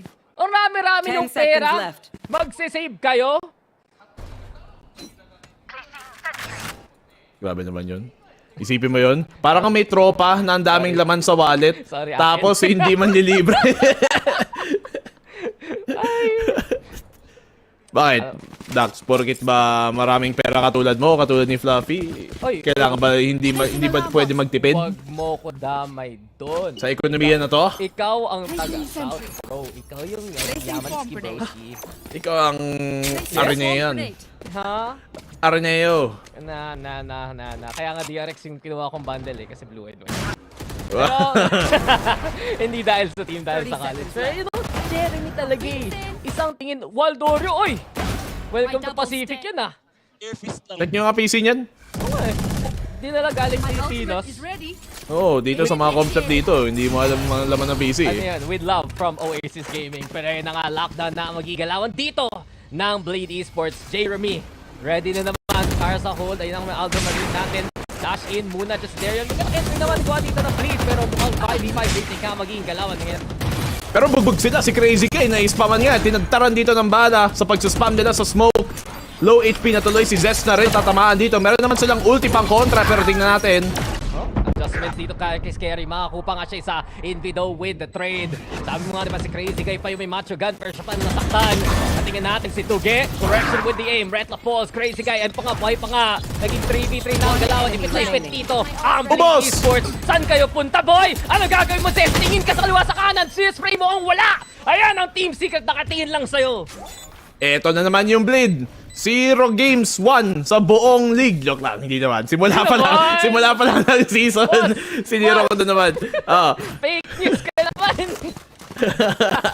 Nung huli, ayan, tuloy. Bilangko niya pa si Crazy Guy na isipin mo yan, pre. Ako, sa totoo kung may baliw akong teammate, mas pipiliin ko kang kakampi kesa sa kalaban kung baliw pumatay ng kalaban. Pili ka ba, El Diablo o isang crazy guy? Either Crazy way, guy na lang. Pero either way, Nice one. talo sila sa TS. At yun yung nakita natin ngayon eh. 4-1 na ang standing. Kung depensa ng Team Secret talaga, ang ganda ng kanilang setup. And not only that, ang ganda ng timing rin nila. Yung mga calls mismo mag-pull away, galing sa B main especially, para lang mas-safe ang kanilang retake kung kailangan. Kailangan na din gawin dito. Bleed, hindi nila pinaparespeto ang Team Secret sa kanilang mid-control. Sige, sinusugod nila yung market, pero handang-handa yung Team Secret na idepensa ang market eh. Kailangan nilang mag-pressure pa sa kabilang side ng mapa kung may balak man silang pasabugin ang depensa ng Secret. Anyway, makita nga si Jesse Bash na naman. Konting Aldrone lang ang galawan. And good area now, 2 HP left. Mayroon ang magiging entry dito ng Bleed. Si crazy guy lang may baril. Kita natin. Iba na ang IGL. Meron pa rin konting adjustments talaga para sa side ng Bleed Esports. Kaya okay na okay para sa TS2. Wild Oreo. Ito pa rin, Jesse Bash. Nakapwesto. Ito na mag-utility talaga para sa entry dito ng Bleed. Sige, medyo nasaktan dito si Wild Oreo. Pero malakas naman yan, matibay, makunat sa lahat ng kagat ng Bleed. Si Darion din, na-damage dito. Magko-commit na sila sa may B site. Wild Oreo, ano magagawa niya sa loob? 30 seconds left. Palado siya, pero punin na lang. Andun si paring Jesse Bash naman. Odin in hand, nag-spray na lang doon sa may smoke na mahuli-huli all. At si Wild Oreo talaga ang titingnan. Yun na lang, overrun siya. Medyo sa hindi makapitas. Pero Bleed Esports ito na. Jeremy with a dash on in. Kutsilyo lang. Pinasay ang lahat. Yung Blade Bomb mga tatlo. At ubos dito ang Bleed Esports. Grabe naman yon, Jeremy, kung kailan ikaw, Blinade Storm pa ka mo. Nahiwa tuloy ang Bleed doon at kaya sila dumudugo ngayon. Time muna kayo, time first. Ayaw nyo ba mag-time out o gusto nyo patuloy-tuloy pa rin kayong durog? Hindi na kailangan yan. Alam na ng Bleed na talo na sila. At dahil lang na naman kay Jeremy, grabe talaga nagiging impact din ni Jeremy. Talaga over the past few months here, Black and Blue, gumagaling talaga si Jeremy sa kanyang role as a duelist eh. Alam naman natin, si Jeremy isa din yan sa mga player na simula pa lang, Hashira pa lang, alam na natin kung gaano kalakas siya. Mag-team sila ni Invi dati doon, bago pa ng Team Secret, bago pa ng lahat. At ito na naman, Bleed, gumagapang ng mid, magdodrone ng market. Alam na natin to eh, basang-basa ng Secret na naman ang attack. Diba, isipin mo, si Jeremy, Invi, sila lang ang nakatalo sa Red Esports noon. Sa VCT PH, tas sabi nila, Jesse Bash, sali na nga kayo. Dito na kayo sa amin. Yan, ganit ang sobrang effective ang pag-invade sa kanila sa kanilang roster. Biniligtad eh. If you can beat them, edi join them. If you can't beat them, make them join you. Ganun Tama. Sali na lang talaga. Kampihan dito, pero ang Bleed, ilang beses sila nag-play for mid dito Black and Blue, pero hindi pa rin gumagana. Kasi pag nakita kagad yun ng TS, both house kagad ang tampay ni Jesse Bash ni Valorio. Ito na nga, yung null command na inilabas dito, kailangan nilang tumambay nga. Meron Odin si Jesse Bash, kaso nagparinig nga. Alam tuloy nila, nandito sila sa may backside. Tignan natin kung mahahawakan ba. Ayun! Jesse Bash nakakuha nga sa Wild Order. Nahuli pa doon sa may lane. At yun pa ang nangyari sa pitas. Yan na nga si Tuge. Tuge! And Tuge and the rest get the job done. 6-1 para sa TS. Grabe naman yun. Nakita mo yung napatay niya yung pangalawa. Tingin niya sa stairs. Sobrang bagay lang. Sobrang chill. Hindi siya nagmamadali. Hindi siya kabado sa sitwasyon. At nga, time out. Galing sa Bleed dahil na-nosebleed na sila sa nagagawa ng Team Secret. Di nila magets. Di nila maintindihan paano buksan ang site at paano makuha nga ang control. Ang ganda din ng hold doon sa may backside. Nakadalawa ang si Wild Oreo at si Jesse Bash. Dahil doon yung pagtumba nila may nakuha din namang value. Paano naman gito ng Tagalog sa Bleed? Pero buti na nga sa Team Secret. Bagong head coach, si Dami. Yan, Nagtatagalog na. Nagtatagalog na. Di ba tropa mo yan, Dats? Di ba kasama natin to nung isang outing? Outing. Outing. Dinner pare, dinner. Dinner. Walang iba, dinner lang. Di paring Dami. Pero buti nga nakita natin si Dawson. Oo nga, dumalaw siya dito. Sa TS kasi hindi sa atin.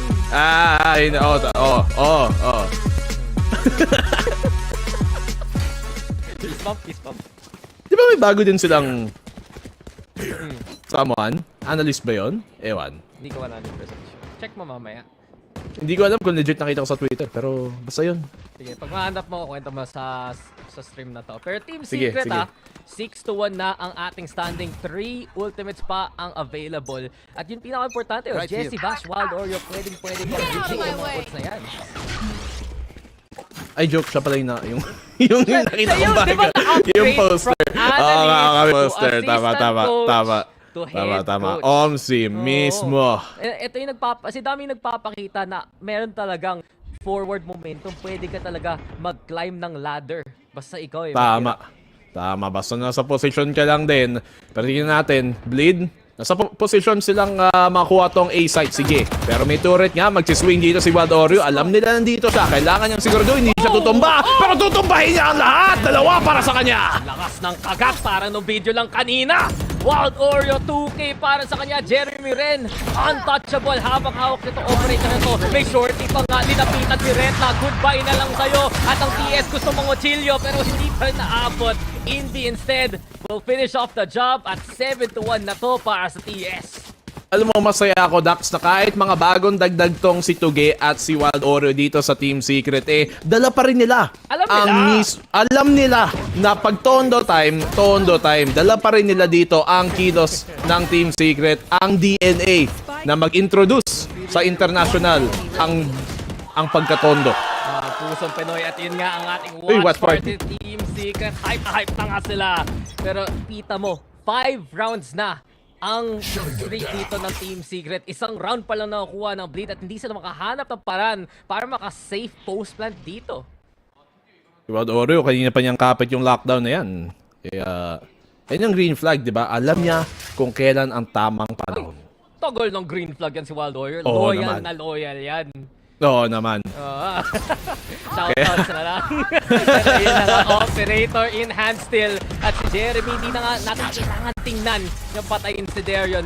Kung masyado surinig natin mo kung si Jerry ay lalapit natin kung saan sa may hell. Pero habang nangyari to, plant muna ang Bleed TS. Mapapa-retake muna. Sige, plant. Naku, nakahanap pa ng pitas dito si Retla. Maganda yung alert niya. Sige, pagbigyan natin. Si Tuge tutumba. Wala tayong smoke pang retake. Pero asa napunta yung Hunter's Fury ultimo, pare?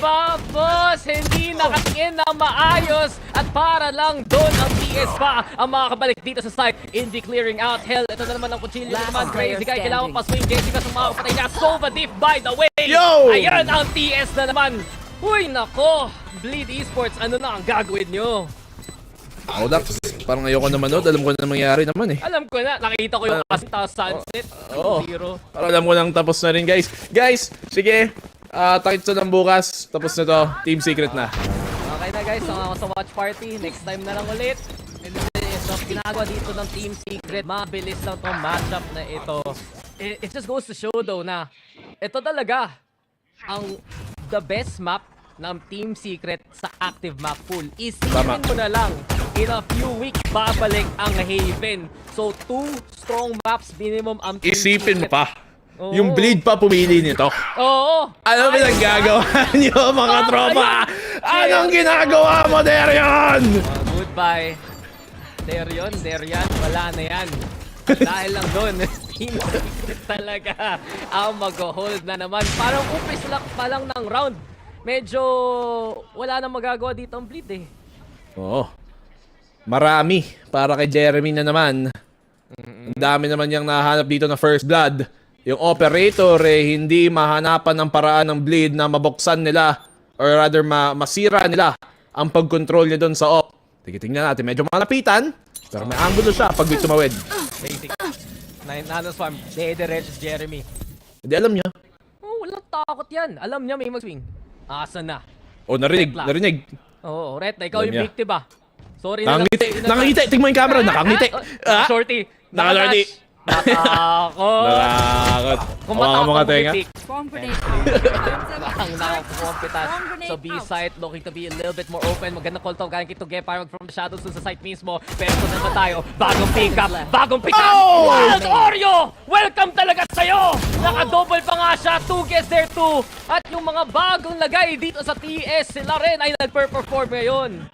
Bago ba talaga yan? Parang luma na ata yan dyan eh. Ang gagaling naman ng pagkapasok nila dito sa Secret. Boss.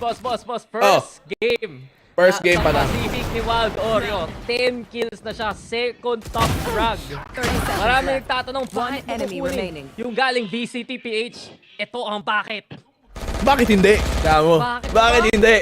Malakas kami. Hello? Malakas kami dito. At si Wild Oreo, alam naman natin na simula ng pagkapasok ng Team Secret sa Pacific League, si Wild Oreo isa talaga siya sa mga player na nandun sa mga top team talaga lagi. At nakita natin kung bakit. Gusto ko na point out habang inoodin na lang ni Jesse Bash lahat ng tao sa harapan niya na si Envy ha. Isa pang base yan. Si Envy, doble ang assist sa kills. Okay talaga stat kayo ng Team Secret. Pero ng tayo, Wild Oreo, kahit na flash wala siyang pake. Patay pa rin si Zes sa kanya. At isa pa, ayan na, Envy, one more assist. Ito talaga magiging rondo ng team na to. Pero yung crazy guy, wala. Double digits na to. Team Secret making it 10-1 here. Last round. Siguro si Crazy Guy at saka itong si Darion, yung mga dating taga SEA challengers nung noon pa. Inisip na, kayo na naman. Kala ko nung nag-Pacific League na kami, hindi na kayo makita. Pero kayo na naman. Nandito na naman kayo. 2 years ago. Bumpa si Crazy Guy na may Bleed Esports mga pakalaban na nila yung Team Secret. Eto na naman tayo. At mukhang mauulit na naman ang nangyayari sa kanila. TS right now, just utterly overwhelming, dominating. Pinoy first talaga. But Crazy Guy, sige, Odin pa nga. Pero kanina pa talo dito eh. Ba talagang galawan ng Team Secret pag talagang sobrang confident.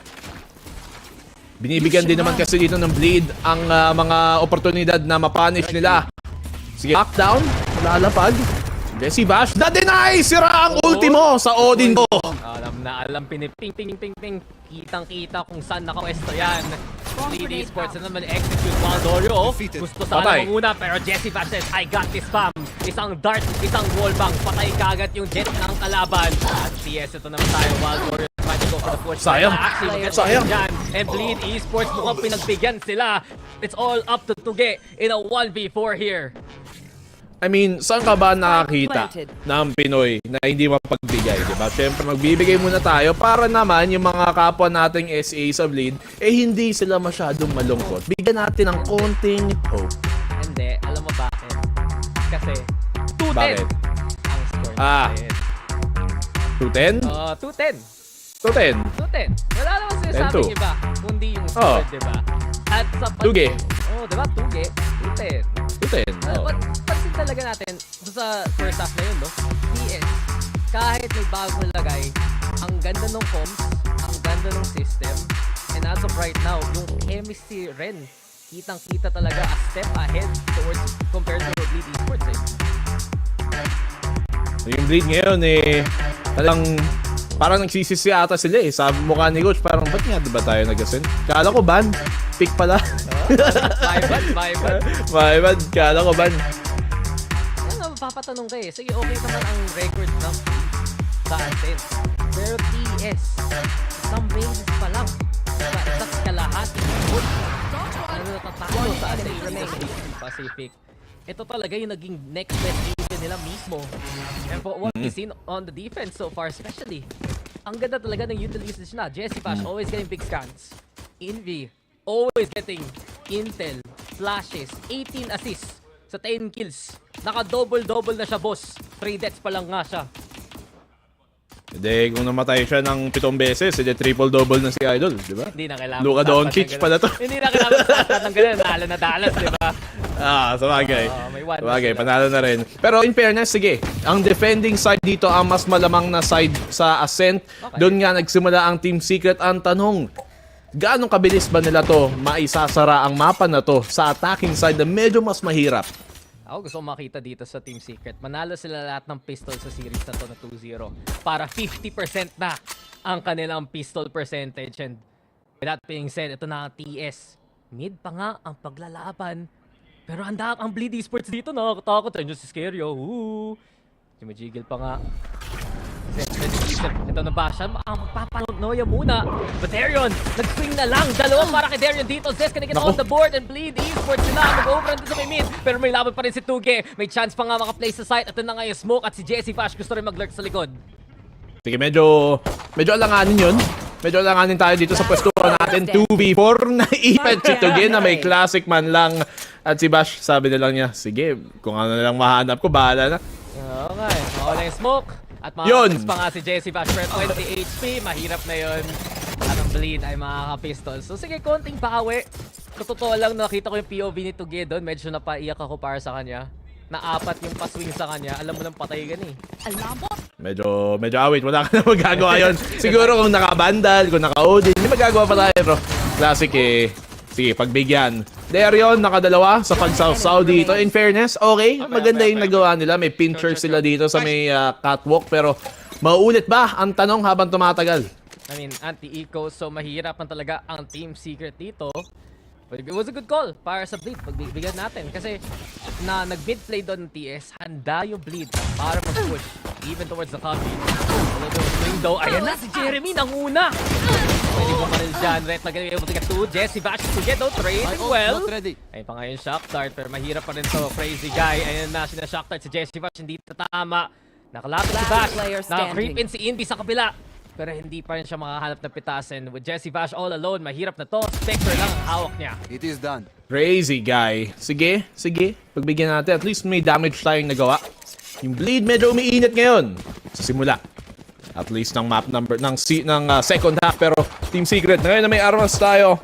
Dito talaga natin makikita kung anong magagawa nila against yung depensa ng Bleed who has so far nag-aggression sila, lumalaban ang Bleed. Sila ang minsang lumalapit pa sa labanan. Konting chance naman dito nagagawa ng Bleed naman.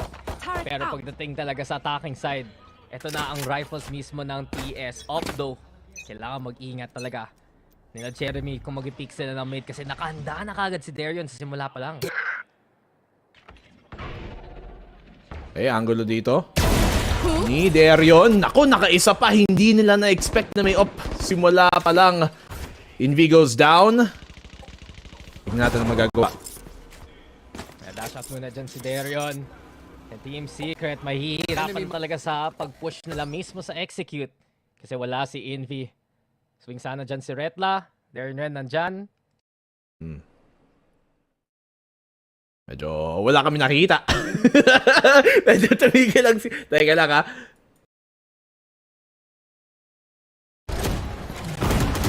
And bumalik na tower points sides natin. Back to the presentation. And back to Wild Order and Jesse Bash. Time skip lang, nakapasok na dito. Ang Team Secret, makakaplant pa nga sila mismo. And back to winning. Ginamitan ng chrono para makapasok. Tinigil yung oras para nakapasok, di ba? Ang galing talaga. Sinono yung stream mismo. At dahil lang doon, naka-time lock si Jesse Bash. Bash! At mukhang fragment pa nga magiging galawan mismo ng Bleed in response. Jeremy daw nandito sa log. Gabi si Jesse Bash nakanda sa may side. Mag-cross si Jess pero yun pa nga. Hoy! Jeremy daw nakakatakot. Crazy guy. Makes it a 1v1. Tuge na 1 on site right now. Nakita siya. And na nga yung boxes ang cover. Si Tuge naghahanap ng paraan. Pero si Crazy guy pa rin ang mga nalo. Close dun para sa TS pero Bleed will take their bonus. Sayang. Umandar lang yung oras. Natalo tayo. Dapat tinuloy lang niya yung pagkakrono doon para dire-diretso na sana. Walang refresher eh. Hindi nakabili. Wala refresher. Naubusan pa. On the way pa lang, boss. Sayang. Pero Team Secret, sige lang. Okay lang. On the way pa lang tayo doon sa katapusan. Ngayon, sige, Bleed nakakahanap ng kilos. Pero mag-a-adjust din tayo. Yeah, malaki naman yung investment doon ng Bleed. Nga ako i-expect ng Team Secret na naka-operator dito si Darion. Yun yung kulangan nila kanina eh. Na wala si Envy na palagi nakakatulong sa kanilang entry. Na nasisira ang depensa mismo ng Bleed Esports. And that being said, medyo mahirap talaga ang state dito ng TS. Stinger rush na lang ang galawan at apat sa kanilang handang mag-push. Push nga dito. TS. Meron tayong mga stinger na pwedeng gamitin. Katulad ng sabi mo, meron ding Hunter's Fury para sa post-plant kung sakaling kailangan. Jeremy nakapasok sa may site. Bleed, hindi pa na naipipigilan. Pero Zest, naku, sumausaw. Yeah, hindi mahanap ni Darion. So, si Zest na lang ang naghanap doon sa jet ng TS. Jesse Bash na rin. Medyo kulit talaga. 2 HP na lang ang natira kay Scary. Walang katakot-takot. Lumabas ang smoke ng basta. Baka si Jesse Bash yan, diba? Wow, man natatakot yan. Imamama na lang daw. Tagal na. Pero Com shop pa lang, ready na. Pero Com yun shop nga, pa lang. Tuge as well as Invi, mahirap-hirap na nga to. Alam na nakapwesto dito ang Bleed. Invi actually has the spike at lang sana sa may copy per pantay sa Rivalry section.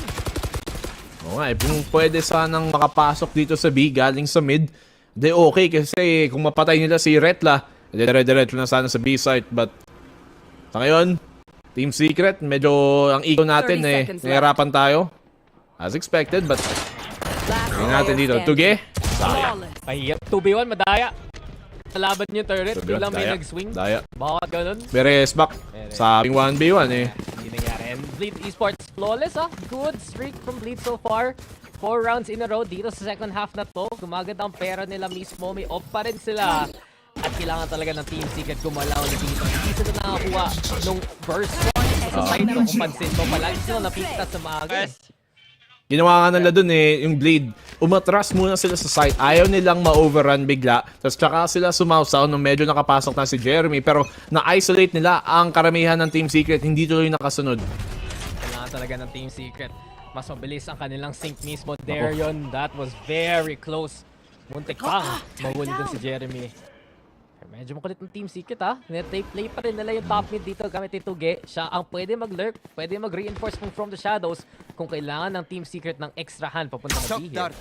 Nakita mo din na medyo mas nag-iingat ang Team Secret sa attack kasi alam nga nila na merong operator dito si Darion. So, kaya sila nag-a-adds ng galaw, kaya hindi sila lumabas ng mid ng basta-basta dahil nga sa threat nitong operator ni Darion. Kaya nga, itong threat na to, papunta na naman sa forces ng Team Secret. Kita ang baril ni Jeremy. Balikat rin, huling-huli na. At dahil na doon, si Darion ang unang makakapitas na naman. Goes to show bakit nilagay si Darion back on that two-less roll. Doing well dito sa second half. Togedo, naka-TP-in.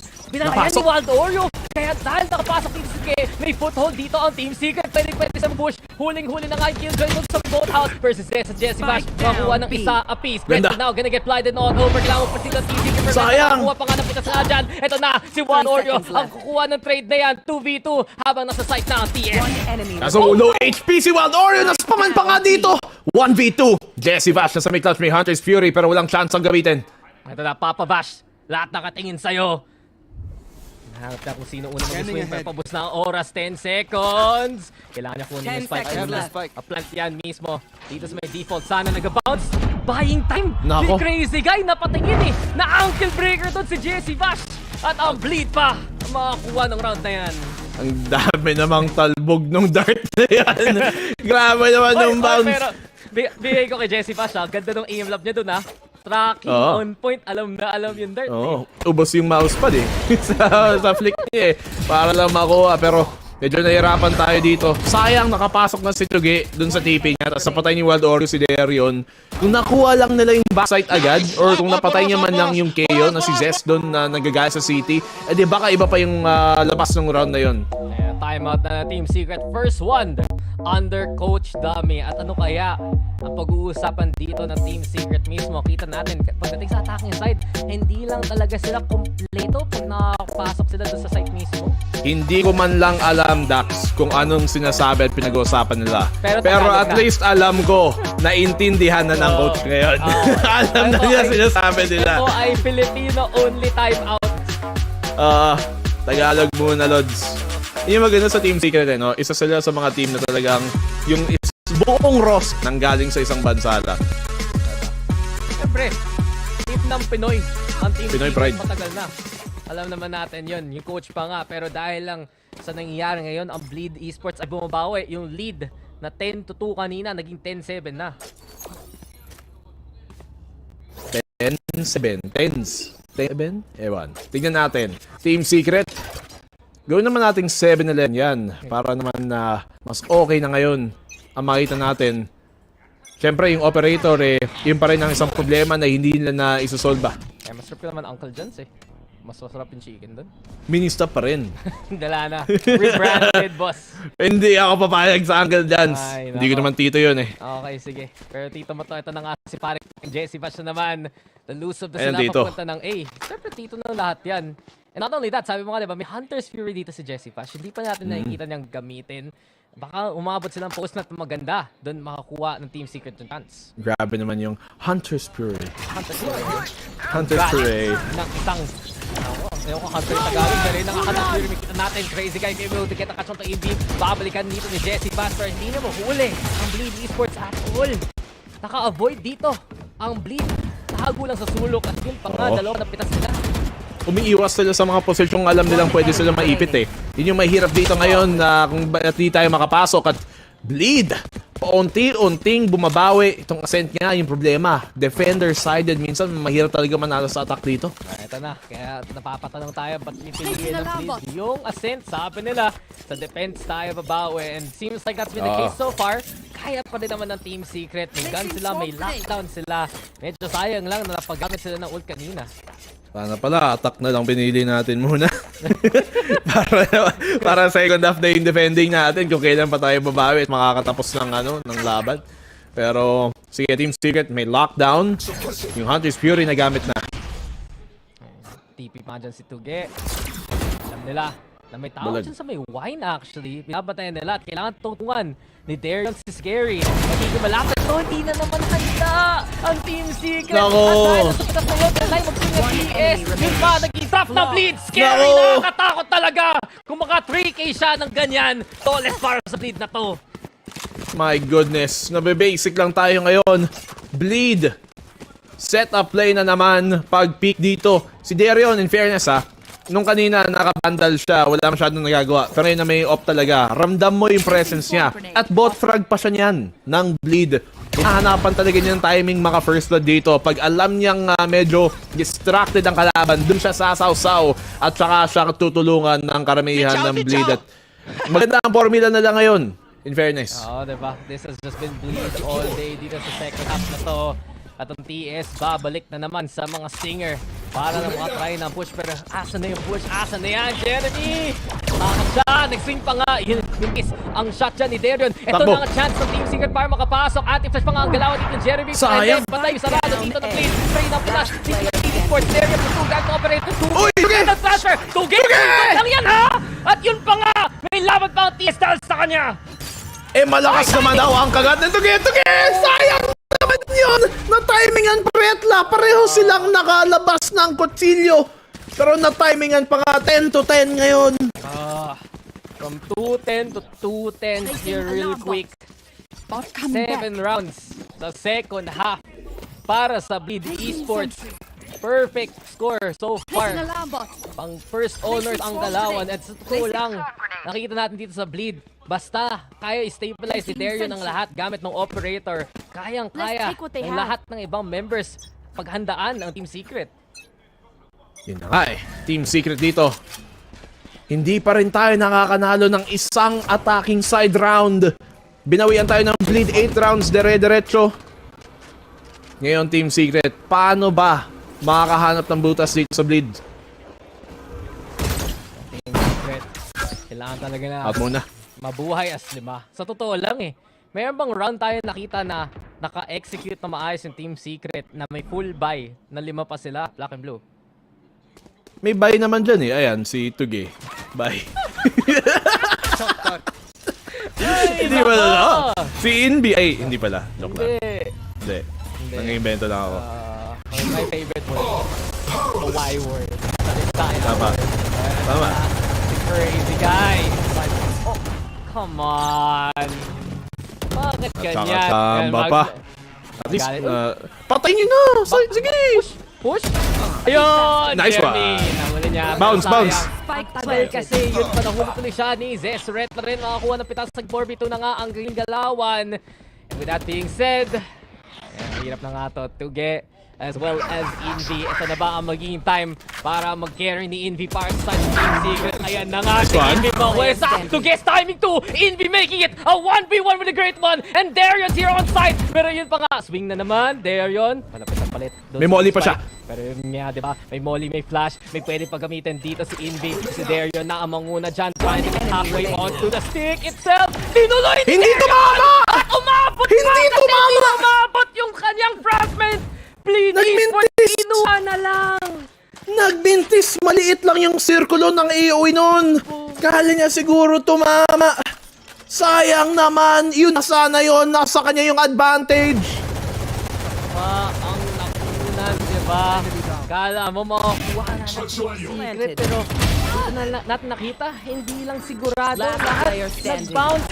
Masyadong may angle, no?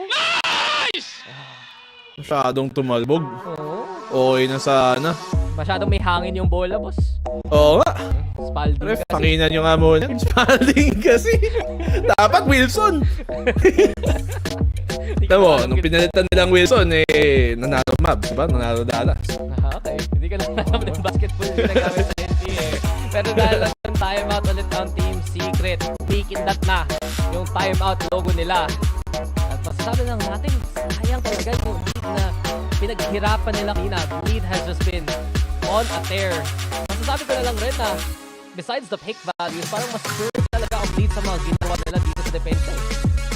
Yun nga parang sa depensa sila naghanda talaga. Parang dun mo nakikita. Yung pistol pa lang may mga galawan na sila, may mga protocol sila na alam nila, sige, short push, sugod natin dito sa may mid. Subukan nating ipitin habang may smoke sa may top mid. At yung mga tipong protocol at strategiya dito na ihinanda ng bleed, halatang halata sa depensa na kanina nawawala sa attack pero ngayon sa defense full effect. Nga diba? Yung mid-round dito ng bleed rin mas maganda. Dahil lang nakakuha silang advantage. Ito ba ang nangyayari?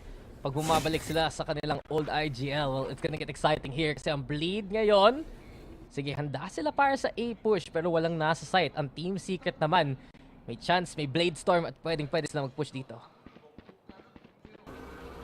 Meron yung From the Shadows, si Toge, nung huli niyang ginamit dun nakita natin nakapasok naman siya dun sa may loob ng B site. Kaso, will it be enough this time para makakuha nga dito ng angulo? May pang retake din si Retla sa bleed ng lockdown.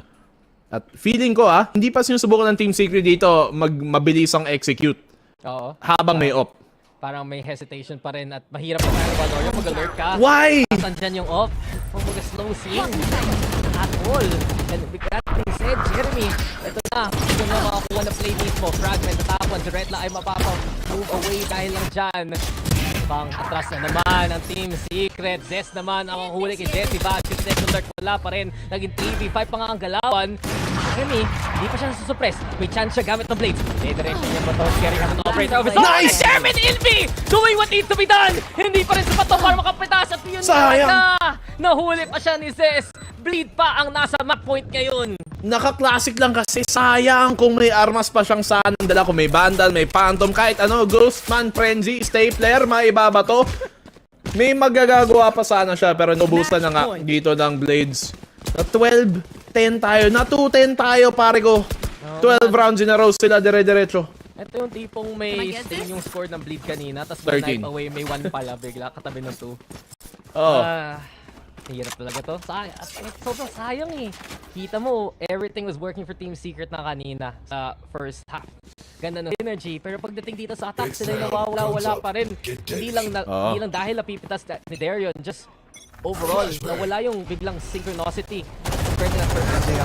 Ang dami lang mga dry open picks. Naku, tinadtad pa ni Crazy Guy dito gamit yung Odin sa may mid. Ang daming damage yung nagawa at si Jesse Bash pa tumumba. Kaya nga Crazy Guy, diba? Willing siya ilabas yung Odin niya kahit anong oras. At dahil lang doon... Pangalawang beses mo na yan! Hindi lang pangalawa, pang-apat, pang-lima, pang-apat na beses mo na yan! Parang nagbilang na tayo dito para sa Team Secret. Medyo heartbreaker nga to kung hindi pa nila makuha tong round na to. They are gonna look for the push dito sa may A. Meron From the Shadows dito, hawak si Toge. Pero sabi mo nga, diba? Hindi, paano makakuha ng opening dito ang TS ngayon? Mas tumumba si Jesse Val. Wala tayong information gathering na masyado magamit aside from yung scan nga ni Envy para mahanap kung nasaan yung op na yon. Dami pa namang utility dito. Nano Swarm na sa may Jenny. Medyo mahirap makapasok para sa default plan. Triple-double na rin parang si Envy lang. Pero uy! Nice stop! So Jayon, galing talaga ni Waldo. Tigil mo na daw yan. One shot pa nga through the smoke. And with that being said, Red naman ang magpupush dyan. Maganda yung play. Wild Oreo! Gandang tingin yan! At mukhang para sa Team Secret, may lawan pa rin sila.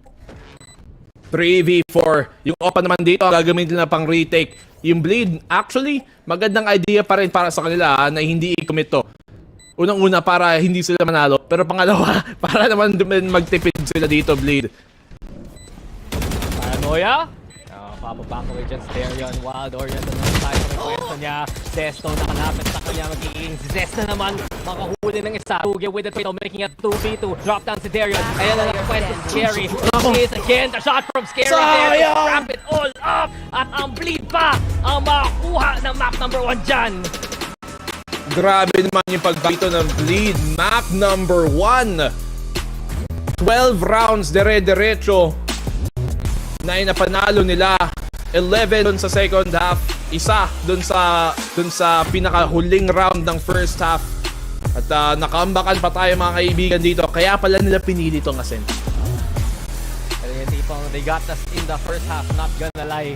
Oo. Perfect na perfect ang defense na doon ng Bleed Esports at walang nakuhang sagot at all.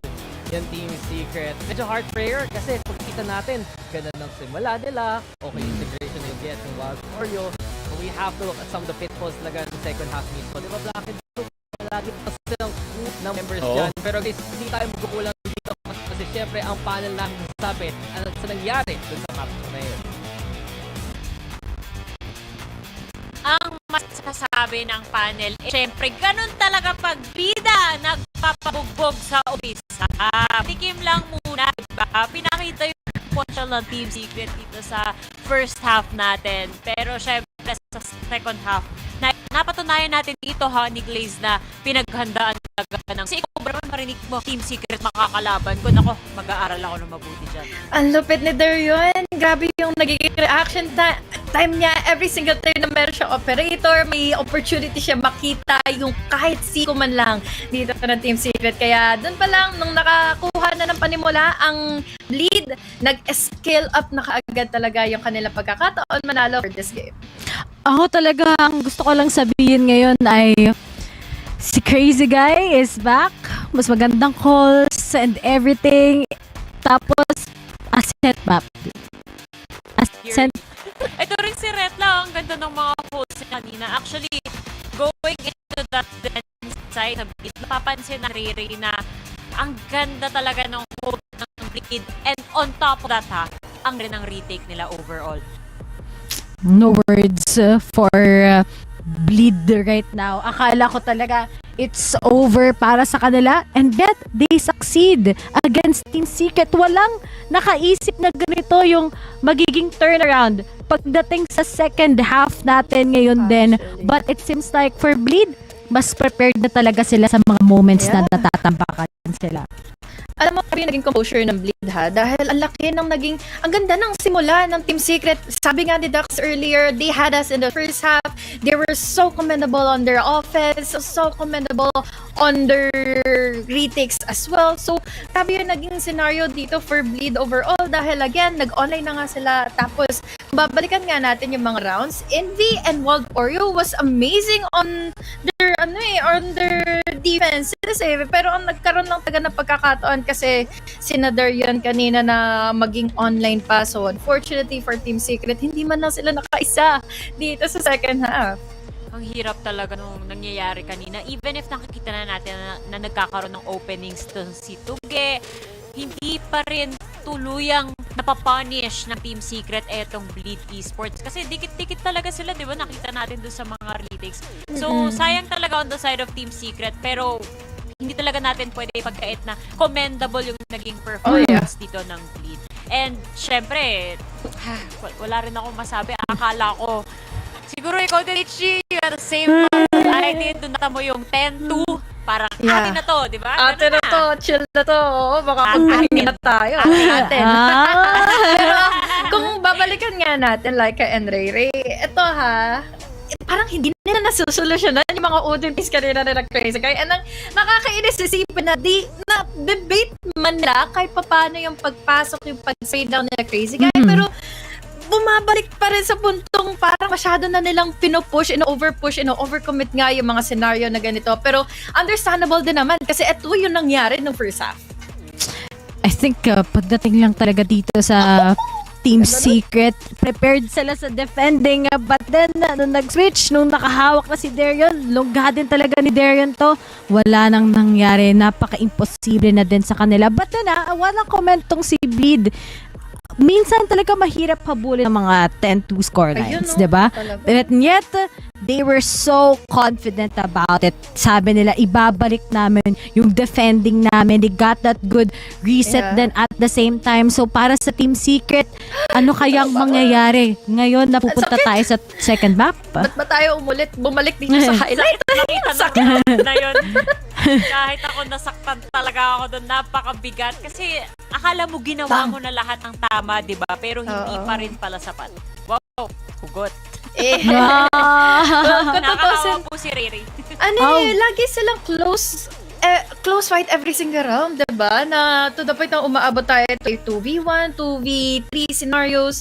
So, yun lang talaga, doon talaga nagkakatalo-talo pagdating sa utility setups and also yung wild reactions coming in from Darion and yung utility play pa. So, again, commendable ang Bleed. Pero ito na, mapa natin to guys. Sunset is the new Ascent.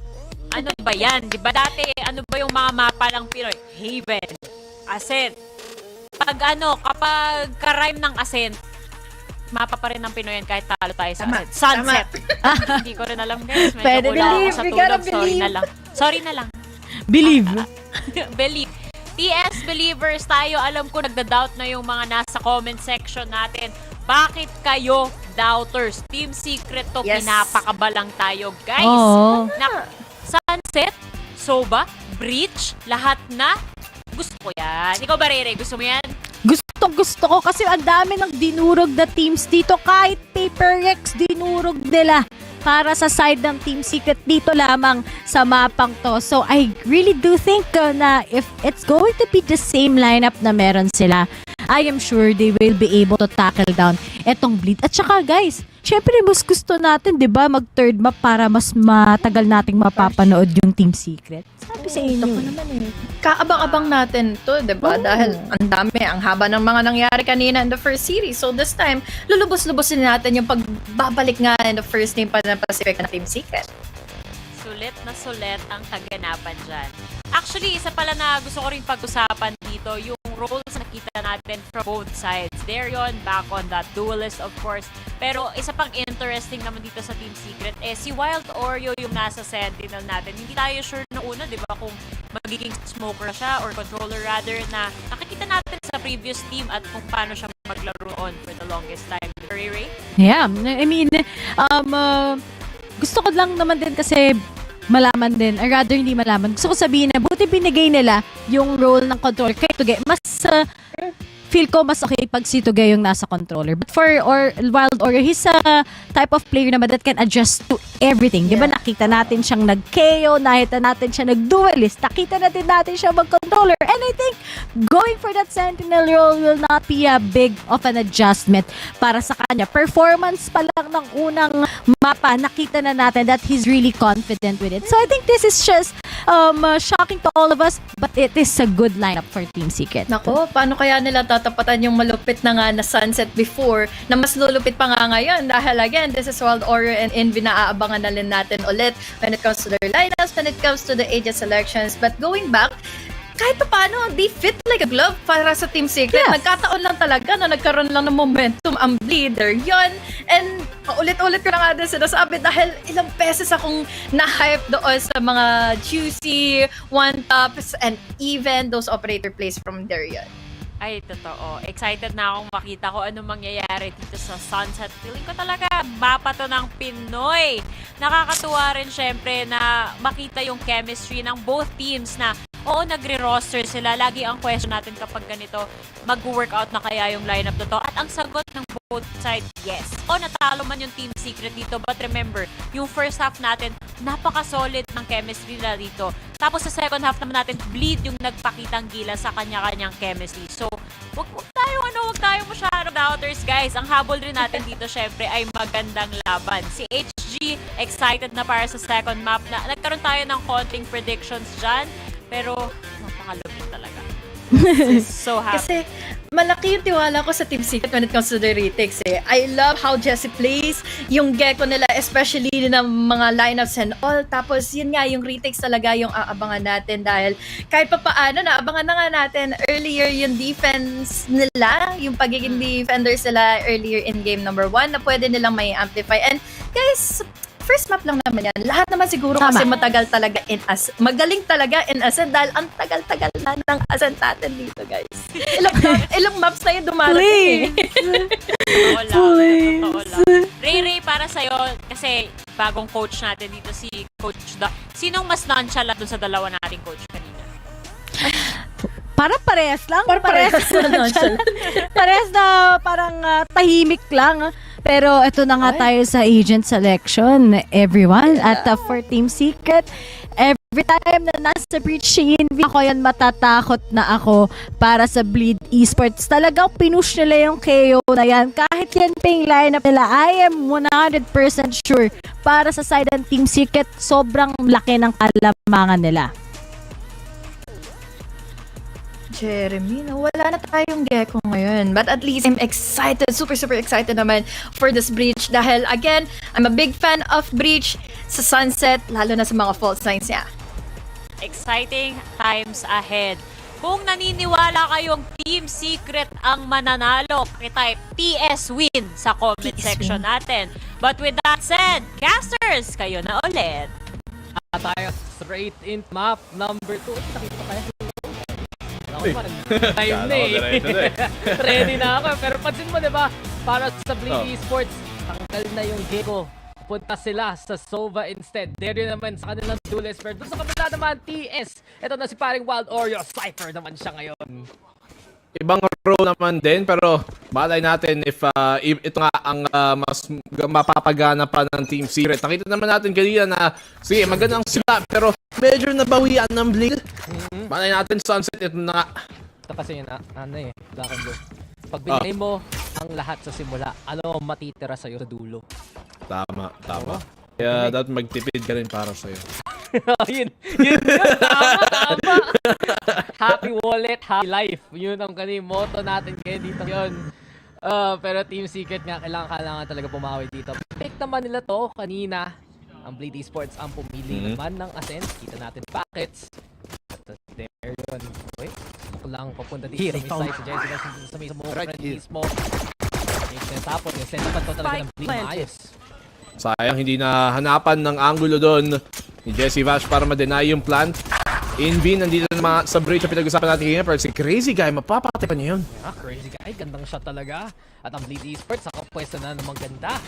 Sa sights mo, you can see there also, medyo deep talaga ang pwestuhan ni Darion para lang tapatan si na Envy. Ayan din, ang ating paranoia galing sa Kuya. Darion could be hiding on the side. At ito na tayo naman, finding more huling-huli dyan at yes! At ang Bleed ang manguna ngayon. Ako yun na nga, Bleed. Nakakuha ng pistol Napaka-importante pa naman ng pistol round dito, and considering TS nasa defending side na naman sila mag-start dito kailangan nilang manalo ng mga rounds dito. Kailangan na makakuha ng kahit konting lamang man lang opening half, kasi yung second half sa Ascent rather sa dito sa may Sunset minsan mahirap talaga makapasok din. Bago sa mag-move Hindi, na-trauma ako dun. Kinalimut naman yung nangyari ng second half. Tama ka kasi mas successful talaga ang Team Secret sa depensa pagdating ng Sunset. Talaga yung mga plays nila, galing kay Indy, galing kay Jessie Vash para sa mga rating. Laking tulong, pero kung mamatay lang ang TS sa smoke, delikado talaga ang chances nila. Scary gets the first at ito na, papunta ng beep the rest of Bleed. At yung Team Secret naman talaga, mas malakas sa defensive side in general. Aside from maybe Ascent, nakita natin medyo outlier kanina, lahat ng mapa nila puro defending side. I mean, depends naman sila nalo kanina, pero ito na nga sa'yo, si Zesta naman makakuha na pala dyan kay Wild Oreo at nakikinig the Boru, and yan ang anti-eagle naman. Simple na yan para sa Bleed. Next round na nga tayo. Pero yun na nga yung punto. Yung kanina, medyo outlier na ngayon The fact na madami silang naipanalo sa defense. Usually, sa Ascent, puro attacking na nanalo nila. And then, for every other map, maybe aside from Lotus, puro defend side lang yung mga nalalamang na hindi attack. So, yung kanina, outlier yun, in both ways. Pero tingnan naman natin dito sa set, usually ito nga, defending side na to ang mas kalakas. Okay lang. Second map, third round, move on na tayo talaga. Kasi may baril na dito ang Team Secret. Gusto nila pakita na maganda ang magiging setup nila. We also watch out for, syempre, ito si Indy at si Wild Oreo magkasama. Ini-expect agad ng TS na mag-burst ang bleed po ng B-main. Kailangan din ng konting setup dito. Si Envy nakaabang ng may fault line, yung stun niya. Pero wala din naman siyang teammate na mag-swing doon galing sa angulo na yun kasi baka matamaan din si Jeremy. So, anong plano dito ng Team Secret? I'll drone muna and mukhang alam kagad ng bleed ang intention dito ng TS. Si Wild Oreo ang nagpakita. Pero dahil lang yung Cypher ang una niyang napansin, di ba? Siya rin mag-back off, feeling na kagad ng bleed. Marami dyan na B. Yung problema nga, dahil nakakita nila yung Cypher, mas mag-commit sila dito sa may A-side kung saan si Tugel ang nag-isa pero kayang-kaya niyang mag-isa. Ito ang pitas para sa kanya. Gandang-ganda nun ni Tugel pero nahuli siya para paalis. Mukhang si Jesse Bash nga ang tutuloy na lang sa naiwan ni Tugel. At dahil lang doon, ang bleed pa nga ang mga pwesto dito sa may side pero 4v3 ang galawan. At muna dyan si Redla, scary crazy guy. Hinahandaan ang lahat para dyan sa mga sa may alley. Pero crazy guy on the board, skip and hinahold yan. Pero ito na, si Jesse Bash. He's found 3 so far. Goes for the top red 2v1 na nga galawan na ito. Very low on the HP. Ayan na nga, mukhang patumba. Pareho sila! Paano ba? Nangyari yan, na-clutch pa nga ni Scary dun sa dulo. Si Scary na naman. Ay. Huwag natin kakalimutan, si Clutch Master din yan. Si Scary, sa lahat ng parte ng buhay, naka-clutch niya. Nasa kanya nga ng titulo ng isa sa mga pinakamalupit na clutch. Hindi lang sa Pacific, hindi lang sa Central, kundi sa buong mundo ng Valorant. At naka-clutch na naman. Tumapa yun, parang na-impan siya nun. Natamaan siya ni Jeremy rin eh. Oo nga eh. Kala ko nga, matitrade na na agad. Sobrang heartbreaker naman yung para sa side ng Team Secret. Tumba pa ang father and son combo natin dito ngayon. Pero ito na nga, muli ang laban. Bleed with the execute towards B. One-way setup dyan ni Wild Oreo. Makakapatumba nga ng isa. Dahil lang kulang sila sa baril. Ang bleed pa ang nakapasok na naman. Ego dito, medyo mahirap makapasok si Jeremy na ipit lang din na one-way ni Retla. Ngayon ay nahirapan tayo makatumpitas. Hindi talaga nakakatulong ito para sa side ng Team Secret. Si Retla naman ang nasa first conta. Kaya ng flat in B. Retla just mows them all down there. 3K para kay Retla. At ang bleed, tinutuloy nila. Ligan nung mapa kanina. Grabe naman si Retla. Rekta agad dito sa mapa na to eh. Para nung kanina lang din. Hindi ka. Kanina, ayaw mo yung iba eh. Parang binitad nila. Tinanggal mo yung isang letter. One enemy remaining. Letra? Si Retla? Wow! Wow! Okay. Ay, ayaw kita kino-compliment eh. Tinutuloy mo eh. Parang yung nasa Korea lang eh. Ay, nako. Siyempre, idol natin yun. Siyempre, pero ito yung mga nasa Korea na idol talaga natin. Matagal na. Jeremy naka-off. Sa wakas. And it's just been very difficult. Siyempre, para Team Secret para mag-save up para dun sa off mismo. Got lead though. Checking things out dito sa may market. Pwede nga sila mag-play from mid kasi binigay ito ng Team Secret. Oras pa naman sila. Back off muna at nitingnan lang ang makakapitas dito si Retla sa kanyang lurk. Team Secret. Natin kakalimutan na syempre ito pa lang ang unang laban nila as this Ross iterasyon na to. Marami silang pinagbago. Siyempre may growing pains pa rin. Sayang, hindi tumama yun! Kala mo, sure na yun. Yun tuloy. So, nice. Sa mga galawan. Mergandang trip pa yan. Galing kay Wild Oreo. Dahil doon may time si Jeremy at si Wild Oreo mag-swing. At yung dalawa na pitas. Scope in. Jeremy gets the shot going. Ito pa yung pain shot. Bulag si Scary. Buhay na buhay si Jeremy. At dahil doon, ang Team Secret pa ang panalo. Gandang setup talaga. Ang sentinel natin dyan. Parang hindi niya muna naputok yung operator bago ilabas yung yung pain shot ulit. Nag-flick siya tapos parang hindi siya bumaril. Sayang yun pero nakuha pa rin yung round. Jeremy dito, nasalba siya ng tripwire doon ni Wild Oreo. Walang tripwire dyan. Patay si Jeremy. Ito yung thank you Wild Oreo in the chat. Shout out talaga sa'yo. Thank you Wild Oreo. Laking bagay talaga na itong si Wild Oreo, kahit niya laruin ang lahat na agent sa totoo lang eh. Dati, Oo. yung Viper main, naging Initiator main, ngayon sa Sentinel. Bleed though, they're gonna play for B again here. Gumit pa talaga dito. Galing sa Bleed. May ulti nga tayo pwedeng gamitin. Hunter's Fury and that Showstopper para sa retake man lang. Meron din na mga node command din ang Zest. Hindi nakatamaan ni parang Tito Bash. Yan, si Vash, usually siya lang makapatay ng libre galing sa malayo. Hindi pa siya nakakuha ang pitas ngayon this series na to. And that being said, si Tuge naman, looking for the lurk dito sa may mid. Bantay sarado lang si Retla. Sa may entrance ng B main. Cage trigger. Hirapan pa nga ang TS. Hindi nila expect kung saan nakapwesto dito ang plate. Null command, papahirap pa ang buhay. 1-for-1 magiging trade ngayon. Scary still with the hole. Scary sunset again. At yun na nga si Zes na naman. Gandang pwede hit na bleed. Jeremy, nice shot para kay Zes. Pero mahirap na nga to. Cross again. Jeremy with another one. Mukhang may laban pa siya. May showstopper rin. Kung mapansin niya, nandyan lang sila sa sulok. Baka maultihan, Ultihan mo pareho. Magkatabi lang sila, Jeremy. Jeremy. Kami. Jeremy, please. Jeremy, komsatin mo na. Wala. Tignan mo na rin paano. Hindi niya alam. Sayang talaga. Sayang, hindi niya alam eh. Siyempre, at saka medyo alanganin na i-risk ng ganon yung operator.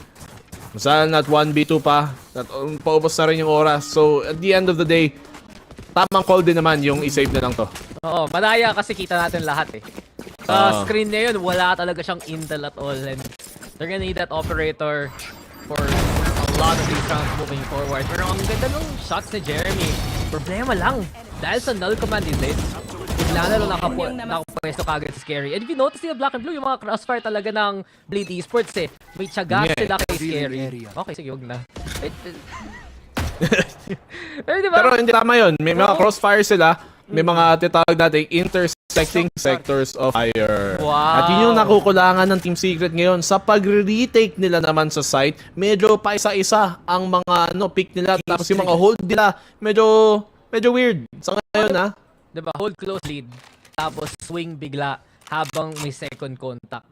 It's been working really well para sa Bleed Esports. Sa kanila, post-plant ngayon, ang laki bagay daw para sa Team Secret. Paano sila nag-succeed kanina sa depensa ng Ascent? Hindi pabayaan ang Bleed makakuha ng spike plant. Hirapan mag-retake. Mas lalo na't may operator eh. Maganda yung trip par na to. Though, in fairness, baka hindi ma-expect dito nila kung nasa yung trip ni Wild Oreo. Eh, mahuli ba? Eh, nakahuli si Derion. Patay si Derion. Ginawang yo-yo siya, boss. At yun na nga, si Wild Oreo pa na nakahuli ng isa.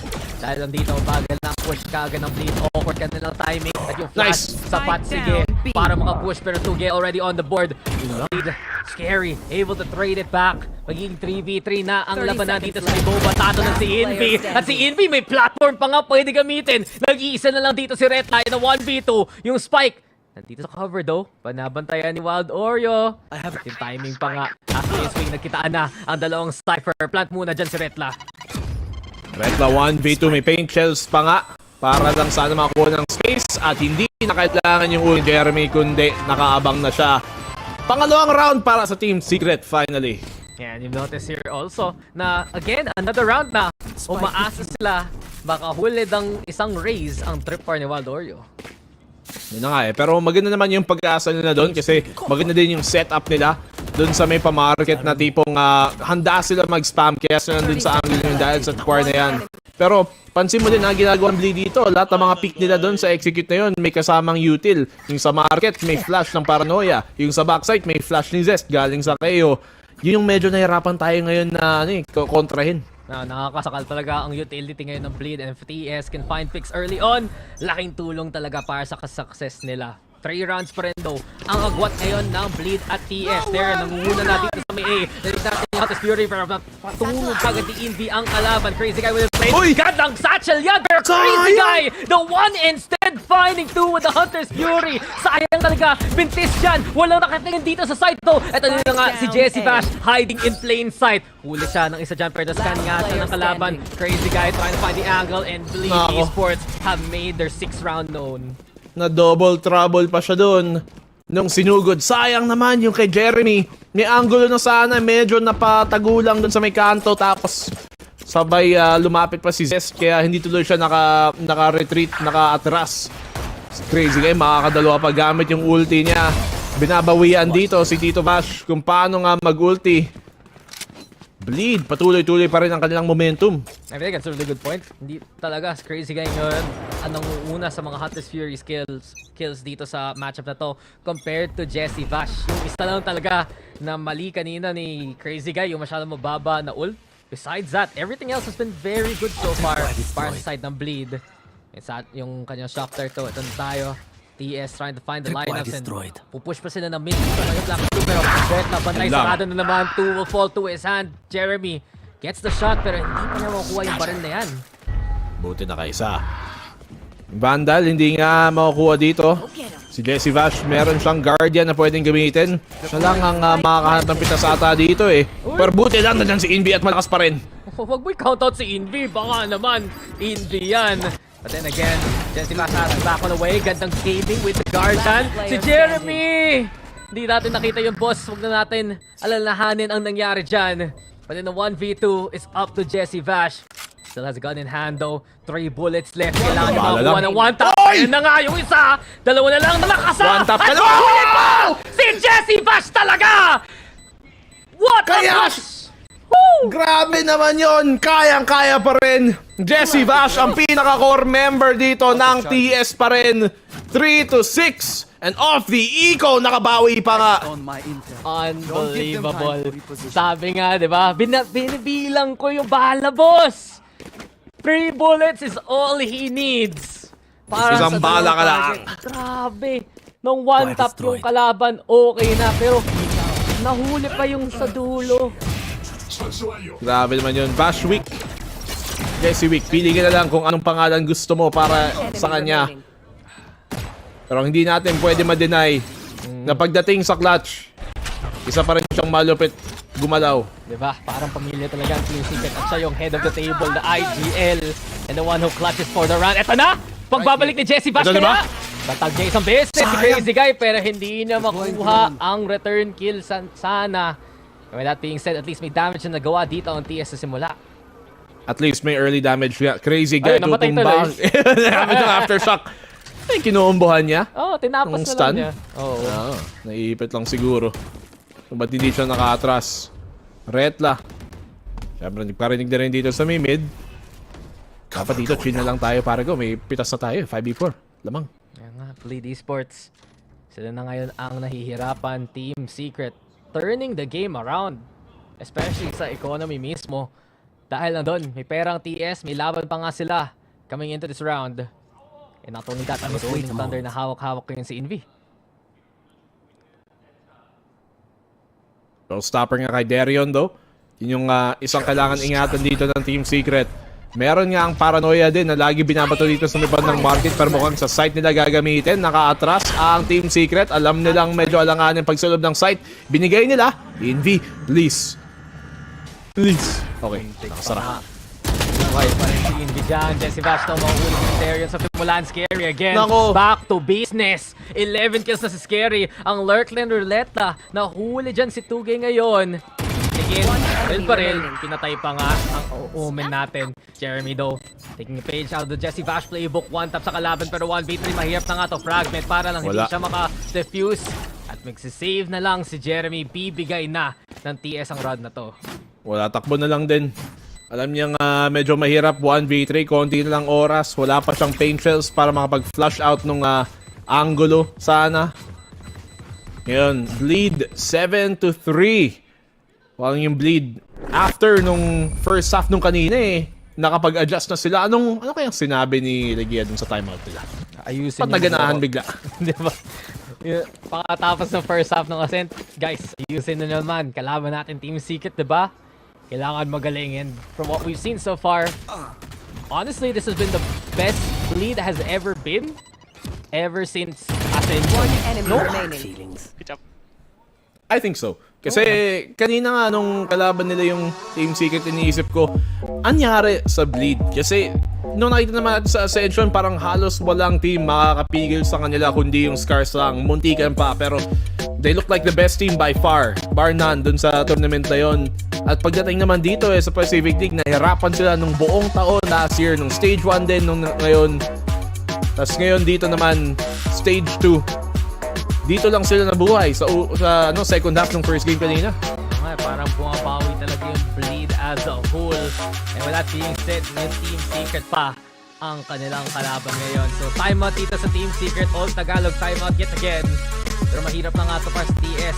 Ito ang defending side. Ito yung side na mas prefer nila at sila pa ang magiging maghahabol rather pagdating ng second half ito.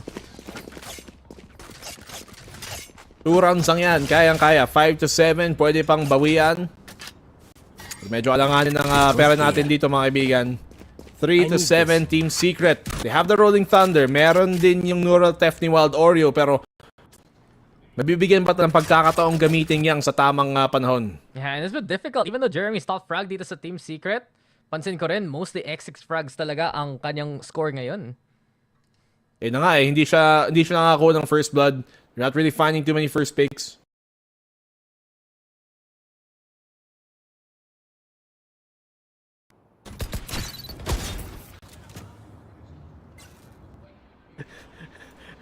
Forward muli. Sa bleed na nakapwesto na kagad. Sa may B-main, Jeremy. Kita na kagad daw dito. Pina-check talaga na maigi ni Crazy kayo market, no? Alam nila, isa yun sa mga posisyon na nilalaro lagi ng Team Secret eh. Kaya medyo nababasa tuloy dito ang depensa natin. Mag-isa din doon si Jeremy. Si Vash na sa may backside. Scary, naglalurk dito. Tuge, nakita na niya. Magandang stun pero makaka-atras dito si Tuge. Rather si Scary. Ngayon, yung depensa kailangan maganda dito sa B. Ito si Jesse Bash naghahabot ng darts. Ayun na daw ang push ng Team Nice Secret. And one. Jesse Bash! Anchor lang ng site. Dalawa na. Huli niya kagad si Jeremy. Nandiyan sa may cyber cage. Nag-swing for nahuli si Noretla. Si Zes nahihirapan talaga. Nakasuppress na lang ang mga kalaban nila. Pero ang Jesse Bash na naman ito ang experience sa pag siya ang naghahawak ng lahat. 4 para kay Bash. Isa na namang round dinala niya. Yung trip par na naman ni Wild Oreo dito ang nakasalba ng round na yun sa B. Nahuli na naman doon si Darion sa pagsugod niya sa may backside. Kaya nakakuha pa ng impormasyon at nakapag-ayos pa ng kilos dito si Jesse Bash. Pang-4 na pitas para sa kanya. 11 kills. Siya talaga ang nagdadala ngayon dito sa pagdating sa mga multi-kill sa mga round na to. Nakita natin yung clutch kanina. Tapos ngayon pa ulit. Totoo lang, diba? Parang isa sa pinaka-rason bakit IG na pa ng Team Secret si Jesse Bash. 7 kills in clutch situations so far. 2 rounds handed to Team Secret dahil sa kanyang efforts. At dahil lang doon, respeto to. Timeout ang bleed. Oo, alam nilang ayaw nilang bigyan ng momentum ang mga Pinoy. Alam nila pag tayo naka-under na mahirap pigilin. Kaya ngayon bleed time first muna. At kung ano mang sinabi nila kanina para maka-comeback ng 10-2, sabihin niya ulit kung may balak sila. Talagang tapusin ito agad-agad. Bawi-bawi rin. Yun ang palag. And from what we've seen so far, Team Secret, may chance nga nila gawin tong 5-7. Tapos bigla na lang, syempre, umaasa tayo from that point on. Maging 13-7 ang ating score. Pero mahirap nga kasi, sa totoo lang, kailangan natin ibigay sa bleed eh.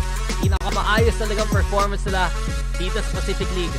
Itong matchup na ito, dito pa natin nakikita versus TS. And given the situation, mas okay ang TS ngayon kasi broken by ang bleed sa last round ng kanilang attack.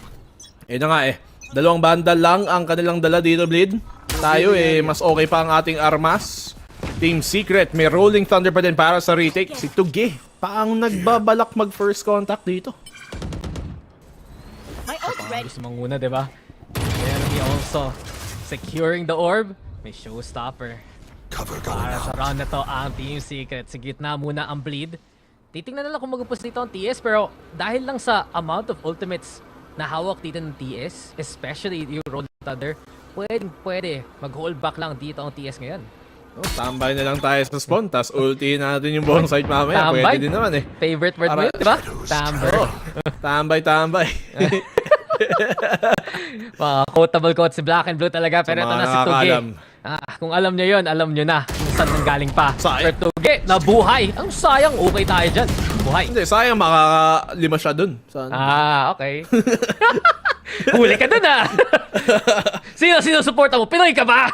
Malamang. Okay. Team Secret. Okay. Pero, yun nga, diba, binibigyan natin credit ang bleed. Team Secret, binibigyan natin ng ating pag-asa. And with that being said, elbow maging galawan dito na bleed to get very low on the HP. Siya pa rin ang nasa site mismo. Jesse Bash, showstopper! Pero wala, di pa rin tumama! Patay si Reta. No? Buhay pa nga Hindi yan. pa rin. Buhay pa rin. Oo. Ang kulat naman yan. Oo, itong Cypher na to. Yung ano, may armor yung hat. Kasi crazy guy Grabe. pa. Ang mga kapatay. 10 seconds left to. Nagkakabadali na dito ang Bleed Esports. Envy na lang ang dadalo na fight. And for that point on, Nice Team one. Secret ang mananalo sa last round ng first half. Ay. 5-7. Pwede pa rin. Buti na lang. Buti na lang. Pag naging 8-4 to, medyo alanganin na. Pero 5-7, kayang-kaya pa. Hindi ko alam paano sila nabubuhay sa mga pasabog na to. Ha? Ano ba to? Naka-armor, naka-level 3 plates. Kung ano mang kapit nila eh. Talagang Binan kasi classic ata yung showstopper. Binan kasi yung paputok sa New Year. Kaya hindi yung Tama. pinakamalakas na showstopper dala ni ni Jeremy. Tama. Nakikinig lang siya sa batas. Ano ka ba? Sabagay. Yung ano lang, yung pwede lang sakali. Hindi yung Yung ano, yung goodbye sprinkler? Philippines. Yung sprinkler lang. Yung hinahawa mong stick. Pag goodbye Philippines yan. Oy! hindi, TS for the win! Patayin nyo Yun. sila. Hashtag Pinoy Pride. Kits natin ang sabi ng board ngayon doon sa Korea. Shoutout sa inyo mga fellow Pinoy na nanonood ng live na Team Secret. Shoutout rin sa mga nasa watch party. Pero pre, 5'7", parang height mo lang. Actually, dito mas matangkad ka pa nga dyan eh. Pero Hindi, kaya... sakto. Oh, nice. Pero kaya pa rin eh. Dito ng TS, manalo lang sila ng pistol round dito. Yun nga lang kailangan natin yung pistol round. Tie the game 7-7 after the anti-eco. Tapos pagpatuloy sana ng momentum doon. Even if we lose a bonus gun round after. Kung lang makapag-reset tayo ng score dito with this opening pistol win sana. Kayang-kaya pa tang bawian ng Team Secret. Pero kanina nga, dito tayo nahirapan nung ascent during the attacking side. Ano bang magagawa na ditong bago? Makakuha ng round, that's for sure. Yun yung kailangan unang gawin dito ng TS. Medyo kinakaba si Coach Dami. Pansin mo kanina, stand up straight siya eh. Ay, sit up straight pala eh. Tense na tense. Kasi ang lapit na ng score, ang lapit ng laban at kailangan talaga bumawi ng Team Secret dito sa round na to para lang i-extend ng series kung matuloy nila yung momentum na yun. Team Secret dito. Mid ang kanilang sinusubukan, nilapitan. Walang smoke pa rin sa top mid. Pinapabayaan lang din makalapit. Na nga, gagalaw sila dito. Telegraphing nila na B ang pupuntahan nila if ever. Oo nga, ibang smoke yan eh. Pag ganyan yung smoke, kailangan talaga ibigay ng bleed. May yung minimap, pwesto may mismo. ping tuloy ng bleed Oo. dun sa may pakaliwa. Parang dun sa papunta ng Boba, diba? Kailangan talaga Oo. bantayan. Galing City yun. Nahatak naman ang depensa dito, papuntang City. In fairness, ang mangyayari dito, ang problema dito is that dahil nga nasa City na ang depensa, mas mabilis tuloy rotate ng bleed kung sakaling iyang kinumit. At tinatry na i-fake ko, Jesse Vash, nagmamind games gamit ng shock dart. Okay, Pero magandang expect pa rin ng bleed. Nice! Jeremy though wins the fight anyway. Ayun ang pitas ng kailangan dito ng Team Secret. At ito na ang flood ng gusto gawin ng TSS. Naghahanap ng angle kung saan siya mabuhay. Pero delikado to. Safe para sa kanya. Alam na alam. Nice. Huling-huli. Caught in the act. TS take the site. Nice one, Jeremy. Nakadalawa dito sa pag-entry. In fairness, yung unang pitas pa niya, medyo nabulag pa siya doon dahil nag-flash si Zest para kay Scary. Pero ngayon, tatlo manggagaling sa City. Paint shells para pigilan. Oh no, but Jeremy Knockdart. falls early on. Sinakdart pa nga. Minsan lang nararamdaman yan ni Jeremy. Pero ito na nga ang laban na naman. Tuge can bigay. There by the spike. Cool na ang isa. Tuge with Nice one. 2 kills. Pangalan pa lang. Alam mo na good for the 2 siya eh. At yun tuloy, isa na lang ang agwat. TS mo bawi talaga. 6-7. Ito nga ang kinukwento natin kanina, Dax. Pinag-uusapan natin na pistol round lang kailangan natin para makabawi. You take the pistol, win the anti-eco pagkatapos at that point, it's anybody's game. So Team Secret, lumalaban pa rin. At ang hirap pa nung entry na yun, in fairness, na sila yung handa, yung bleed. Na-flash pa nga si Jeremy. And still, Jeremy delivers yet again. Ito ang hinabol natin. Kills have been good throughout the game so far, sure. Per early kills, anti-frags, ang habol na habol talaga ng TS sa kanilang dulis. Scan dito, alam nila nga medyo nag-aggress ang bleed na si Darion. Mas lalo na dito sa may B. Hindi naman kailangan labanan ng Team Secret yan eh. Alam nilang medyo alanganin kung nakipaglaban sila ng basta-basta kalaban ng mga pistol na to. At si Darion pa ang pwede mahuli dito. Invi. Oh. Check nyo please. Please. Lods. Idol, alam niyo naman, may check mamamatay. yan. May malalason. Si Jeremy pa ang nadamay. At doon tuloy tingin ang lahat dito. Sayang na lang buhay ni Jeremy. Sayang pa buhay ni Jesse Batch. At si Darion pinapahirap na ang buhay dito na Team Secret ngayon. Darion still 30 HP. May patience pa nga siyang itatapon dyan. Envy, buti na lang naka-rifle siya dito. Pero TS, ano nangyari sa inyo? Yung mga baril nabitawan. Walang nag-check. Ito yung tipong kung nanonood yung nanay mong sasabihin niya kung ahas yan, tunuka ka na. Envy, nakaisa pa. Yun talaga, moment na pag andun si Vin, sasabi niya, Diyos ko po! At yun lang talaga. Heartbreaking. Heartbreaking. Medyo nagbag yung 30 aftershock seconds dun Logi. Tech pause. Hindi sa gumagawa nangingibento ng palusot. Gumagawa ka ng bago update. Hindi. Nakadikit siya sa pader. Nagbabag. Ay, nako. Nagbabag yung aftershock pag nakadikit ka masyado sa pader. Kaya hindi siya dahil lang kay Black and Blue magkakabagong patch notes. Yun ang sabi niya. Pero eto na naman tayo. Matagal na yun. Darion, buhay pa siya. Kanina pa siyang lason. Kanina pa siyang nani-istorbo ng Team Secret na nahimik lang sila. Please, tingnan nyo yung likod nyo. Darion, nagtap, nahuli at napatay. 3 kills para kay Envy. 2 away from the ace itself. Pero fragment 2 pulado ay na yung stun. And Envy! Yan ang kailangan natin. Ace galing kay Envy para gawin tong 7-7 ng TS. Nako, namumuti na yung buhok ko, Dax. Alam mo. Pati yung balbas ko. Pre, maraming bayani sa Pilipinas. Jose Rizal, Emilio, hindi ko kasi Ginaldo. Si General Luna. Si Envy talaga. Ayan o, yung aftershock ko, hindi tumagos. Okay. Hindi siya namatay. Dapat pag ganun, patay siya Sent by Black and Blue. Pero okay lang kasi panalo pa rin ang Team Secret. Kung gumana yung aftershock, edi malinis yun, di ba? Hindi natin alam. Pero sa Blade dito, sige, pinagastos nila ang Team Secret. Medyo alanganin ang buy natin ngayon. 2 banda lang inilabas. Gawing parang papuntang A ang kanilang binabalak. Yeah, Team Secret just all the kills right now. As it stands, sobrang kinukomanda talaga nila around mismo. And from what we've seen so far, TS doing such a good job talaga para lang makkeep yung momentum na to. 4v2 na ngayon, Wild Oreo, low HP. Pero magandang bonus ang nakikita nating bonus na bonus talaga. Parang arawan nga talaga dito ng Team Secret makabawi. 2v4 at mukhang magsisave na lang din ang bleed. Masyadong magastos para sa anti-bonus pa. Wow, fancy naman. Magastos. Parang taga-BGs ka, bro. Ganun ka magsalita. Hindi ako yun. Si Fluffy lang yun. That's true. Kaya busy mag-paint ng mga statues niya. Pero mukhang Team Secret, keeping busy rin. Kanina, medyo alanganin yung agwat habang nahuli dyan si Waldorio. Okay lang. Kasi naman, hindi lang to bonus. Ito ang lead na nabigay na sa Team Secret. Nice. Finally. Congrats. Ang tagal ko nang hindi nakakita ng lamang tayo. kanina pa sa yung sa map number 1 dapat patuloy-tuloy pero at least Team Secret, sige, alam naman nila, Pinoy, sanay sa mahirap na daan. Alam naman natin yon. Team Secret, kahit mahirap ang pinagdadaanan nila para makabawi dito, kahit na lamang pa ang bleed kanina, dito pa sila bumabawi sa second half, attacking side pa nila. May rolling thunder ngayon si Inbi. Ito na ba yun? Be the time na ba ng Team Secret? Pinibigay ang unang mapa para bumawi sa pangalawa.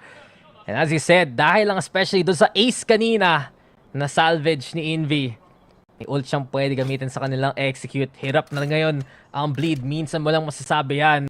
2 rifles kay Crazy Guy at kay Ret lang ngayon.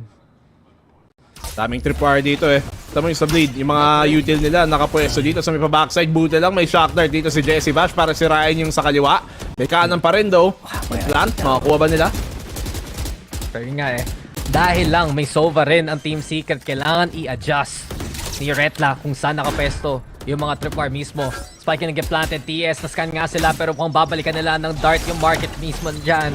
And with that being said, Jesse Vash swinging on in, huling-huling si Tuge. Nakita niya kung saan mong galing si Crazy Guy. Swing si Gary, patay na nga siya. Rolling Thunder rinig natin, masastall yung push sa market. Madi-desynchronize dito ang bleed. At dahil lang doon, pumasok si Tuge at si Wild Oreo. Nakapitas na dito ngayon ang Team Secret. Pinatay ang lahat. Nice. And with that, flawless pa nga para maging 2 na ang agwat. napakalinis ng round dito ng Team Secret. Sige, medyo napagastos tayo doon ng Rolling Thunder kahit kalaban ng Eco. Pero at least, mas dinagdagan pa natin ang lamang ng Team Secret. It's a good thing na talagang ginagamitan nila ng utilities to para matanggal ang mga tripwire. Kasi nakita natin kanina ng depensa ng Team Secret, doon din nahirapan yung bleed eh. So, alam nila na yun yung talagang kailangan nilang ingatan. Yung mga tripwire na to sa pagpasok kasi pwede pang ma-spam. Excuse me, did you say utilities? Ano ka nagbayad ng tubig? Oo. Ikaw hindi. Ng kuryente? I refuse to answer that question. Pag Tagalog, tama yun. Okay, sige. Sabi mo, Tamber. Pero dahil lang, di ba, Rolling Thunder, laking tulong para sa mga post-plant dito ng Team Secret. This time around, yung malapit na para sa TS actually, Neural Theft, bantayan natin. Makapitas si Wild Orion ng isa. May ult siyang pwede gamitin dito. Retlado. Gusto mong lasting gamit ng Cyber Cage. Jeremy nakapasok deep in. Very crazy guy. Making it difficult. Sayang para kay Jeremy yan. And with that being said, yun na Neural Theft ng bleed. Envy, the only one still standing. Naka-ace siya kanina. Nakatatlo siya ngayon. At siya na lang ang natitira para sa TS. 1v1. Darion naka-operator dito. Isang bala lang din kailangan niya. May dalawang flash pa naman din si Envy. Kaso hindi niya alam kung nasaan ang gagaling dito si Darion. Envy, ang rami na niyang nagawa para sa Team Secret. Isa pa ang hinihingi natin galing sa kanya. Ang rami pa niyang oras to. 30 seconds to think about kung saan niya i-plant tong spike na to. At si Darion naka-off pa nga dito ngayon. Kaya niya tuloy nang umikot dito si Envy sa may mid. Pati siya naguguluhan, pati siya na mamind games ng sarili niya. Ito na. Mukhang sabi ni Envy, tama na to. Oo, tama to. Pwesto na nga tayo dyan. Okay, backside plant ang kanyang susubukan dito. Maririnig to ni Darion. Alam niyang papuntang B. Ang spike. Ngayon, 1v1 na naman para kay Envy. Pero Envy passes unavailable. May flash pa nga siyang dalawa. And there. Boba. Pero Envy nakapwesto doon sa sulok. Mahirap magiging angle na to para kay Darion. And I wonder kung saan makukuha ni Envy yung timing. Aasa pa siya. Doon sa top mismo. May rifle sa harapan ni Darion. Hindi na kukunin. Hindi na kukunin. Oras. Matapang. Opera of kanyang galawan. Boombot. Ayan na. At Pinaiwasan. Ang ganda. Eto na talaga. Envy! The Invincible again! Isa na naman clutch para sa kanya! At ang Team Secret naka-10 na! Nice one galing kay Envy na naman. At siya nga ang kanina, di ba, naka-ace ngayon, naka-4K. Talagang kung kailangan nila ng magsasalba si Envy, edi siya na. Alam mo, parang siya yung bata sa kanang Alaska. Bakit? Kasi walang makakatalo sa kanya. Boom! Ayun no! Lahat na lang pag-aasahan natin kay Envy. And he's done it yet again. 2 rounds na to, boss. Sa attacking side, dinala niya ngayon. Definitely, ito yung kailangan nila kanina eh. Nawawalan sila ng X-Factor ng Ascent. Ngayon, Team Secret, papakitang gilas. Ikaw na naman para sa bleed. Nawala silang madala. Parang, nasa shock yung bleed eh. Nakaka-clutch yung Team Secret ng ganito. And it's broken the economy, pero ganang lineup doon. The free fire ni Darion. Jesse Bash falls early, up in the hands of Jeremy right now, pero mahihirapan na dito ang TS. Nakita natin kanina, diba, Black and Blue? Pag 4-man yung push nila, doon sila hirap makakuha ng sight. Team Secret. Dito tayo minsan na na huhuli sa mga ganong angulo. Pero sige, labang pa rin tayo sa armas. Yung mga pwede pa silang gamitin dito. Showstopper inilabas. Nag-showstopper ang dalawa. Pero si Darion pa mga kaisa. Ba't ganon? Ba't may nerf? Yung showstopper ni Jeremy. Zet! Okay, tama na yan. Zet! Ginawa na lang training range ang TS doon. Ini-imblab sila nung robot ng kalaban at ang bleed pa nga nakawala na dyan. Ba't yung sa atin, Petix ang yung showstopper natin? Ba't yung sa atin, hindi nagana? Ba't yung sa kanya, boss? Mas makunat naman yung armor natin. Wala nga siyang armor eh. Pero yun pa, ang nakaisa. Pero si Zest, look at this. Disgusting pa rin yun. Zesto nga. Pre, pang big 250 na yung galawan na yun eh. Oo nga eh. Inabutan ng Sunkist. Ay, nako talaga. Ako, hindi ko mablame si Jeremy doon. Kala natin lahat. Sa kanya Kala ko na yun sure eh. Sure na sure. Wala Jeremy, talaga. nakapasok. Alam mo Please, kasi, Jeremy. Yung Ayan. ult niya, hindi niya kailangan. Baril Ayan. lang raw. I know At yun tuloy, si exactly Jeremy what you Envy. Sila naman nangunguna para makuha kagad TS ng site na to. Huwag nyo nang gamitin yung ulti na yun. Oh? Medyo nakakapahamak pa nga eh. Pero ayun, bibigyan nila dito yung plant para kay Envy para isa na lang, may ulti na rin siya. Jesse Vash, 2 orb na lang din kailangan niya. At yung bleed eh, natakot. Natakot. Bilis naman nung round, pinatay lang yung dalawa, hindi na kayo mag-retake. Ba't ganyan, bleed? Ayaw nilang labanan. Alam nilang medyo alanganin yung kanilang ekonomiya. Team Secret. Siyempre tayo, kahit alangan yung ekonomiya, lalaban pa rin tayo. Yan ang gusto ko kayo, Vash. Talaga, matapang. Lalaban. Matapang. Lalason. Here. Sasaw. 2 beses. Bakit, Fishball? Sa lahat ng panahon ni JC Vash na iba't ibang computer, kaya niya gawin ng lahat. Yun talaga yun. Dahil po yung mahanap niya. Sige, scan mo. Sige, Start scan mo. mo. Sayang yung elbow yung Inisa sa skinan. elbow, yeah. Anyway, it doesn't matter. Team Secret, eto na! 2 na lang tayo mag-map 3 na. 11-8. Isa na lang match point dito para sa Team Secret. Envy, isa na ring orb kailangan niya para makakuha ng ultimate. At kung makuha nila yun, kanina pang maganda ang galawan ni Envy. Ano kaya ngayon malalabas niya? Rolling Thunder. Hindi naman ang pahabol dito ng Team Secret ngayon. At umabot talaga ng post plan dito ang Team Secret. Sigurado na yung round ay nasa kanila dahil lang sa presence ni Envy mismo. With that being said though, ito na naman tayo. 4 looking to play towards A. May lurk dito ngayon sa Wild Warriors. Si Jesse Fashion makikisama. So, ang plano dito na TS ngayon, tingnan nila kung makapitas si Jeremy o si Tuge. And then, transition na lang kung saan sila makakalap na opening. Tuge, medyo alanganin yung pwesto dito kung lumapit pa siya. Mas lalo at kung walang kasama. Crazy guy. Makakuha pa siyang impormasyon dito. Aabot ba? Na-deny naman dito, at least. And i-confirm na lang. Gamit ang fragment, but Tuge doesn't care. Walang katakot-takot. Zest gonna fall to his hand. Rolling Thunder also gonna be the call. At mukhang yung A-site ang magiging target dito ng TS. Gandang lurk though. Tambay lang si Wild Oreo dyan. 2 down sa side ng bleed. Crazy guy has to play the anti-flash. Mukhang mabubulag pa rin siya na paranoia. Nice. Wala kang takas, Crazy guy. Huli ka nila Envy ngayon. 2 na dito para kay Tuge. Scary. May angulo. Yun lang makakaisa dito kay Wild Oreo. 2v4 pa din. Lamang pa rin tayo. Derion, syempre naka-operator yan. Kaya magtitipid na lang din ulit. At Save bleed, na natakot na naman! Ano to? Saving for map number 3. Ang Bleed Esports ay magbaback away na lang dito. Yun talaga eh. Umabot ang post-plant. Sabi ko sa'yo eh. Ma-plant lang yung spike. Panalo na ang TS kasi mag-save lang naman yung Bleed eh. Basic lang para sa Secret ngayon. Match point na rin. Makakaisa si Derion, Okay lang, mayaman naman tayo. Okay lang. Madami naman tayong dala. Sige lang, pagbigyan nyo na para naman masaya din. 2G, makakapangatlo. Marami pera ngayon ng Team Secret. At hindi pa nila masasave yung off. Big swing galing kay Tuge. And now Team Secret, they're on match point here para lang pumunta tayo ng split. Ito mo yung pera dito ng Bleed. Nako. Pinorse pa nila dito ang operator para kay Derion. Si Zest magbubulldog. Buti naman. Pero, sige, kanina, nung Ascent, medyo dun din nahirapan ang Team Secret nung naka-operator dito si Derion. Sa ngayon, hindi pa naman naging epektibo. Pero, tingnan natin, may close out ba to ng Team Secret dito na nga agad? Ngayon, sa pag-timeout galing sa Bleed. Ito na sasabihin ng Ligia. Guys, ayusin nyo naman. Gumana na tong advice na to kaninang Ascent. Baka naman gagana ngayon dito sa Sunset. From what we've seen so far, talaga pag nagsiswing yung momentum in favor of Team Secret, hindi na nakakabawi yung Bleed Esports at all. Momentum talaga yung yung isang kalakasan dito ng Team Secret. Tama yung score sa baba.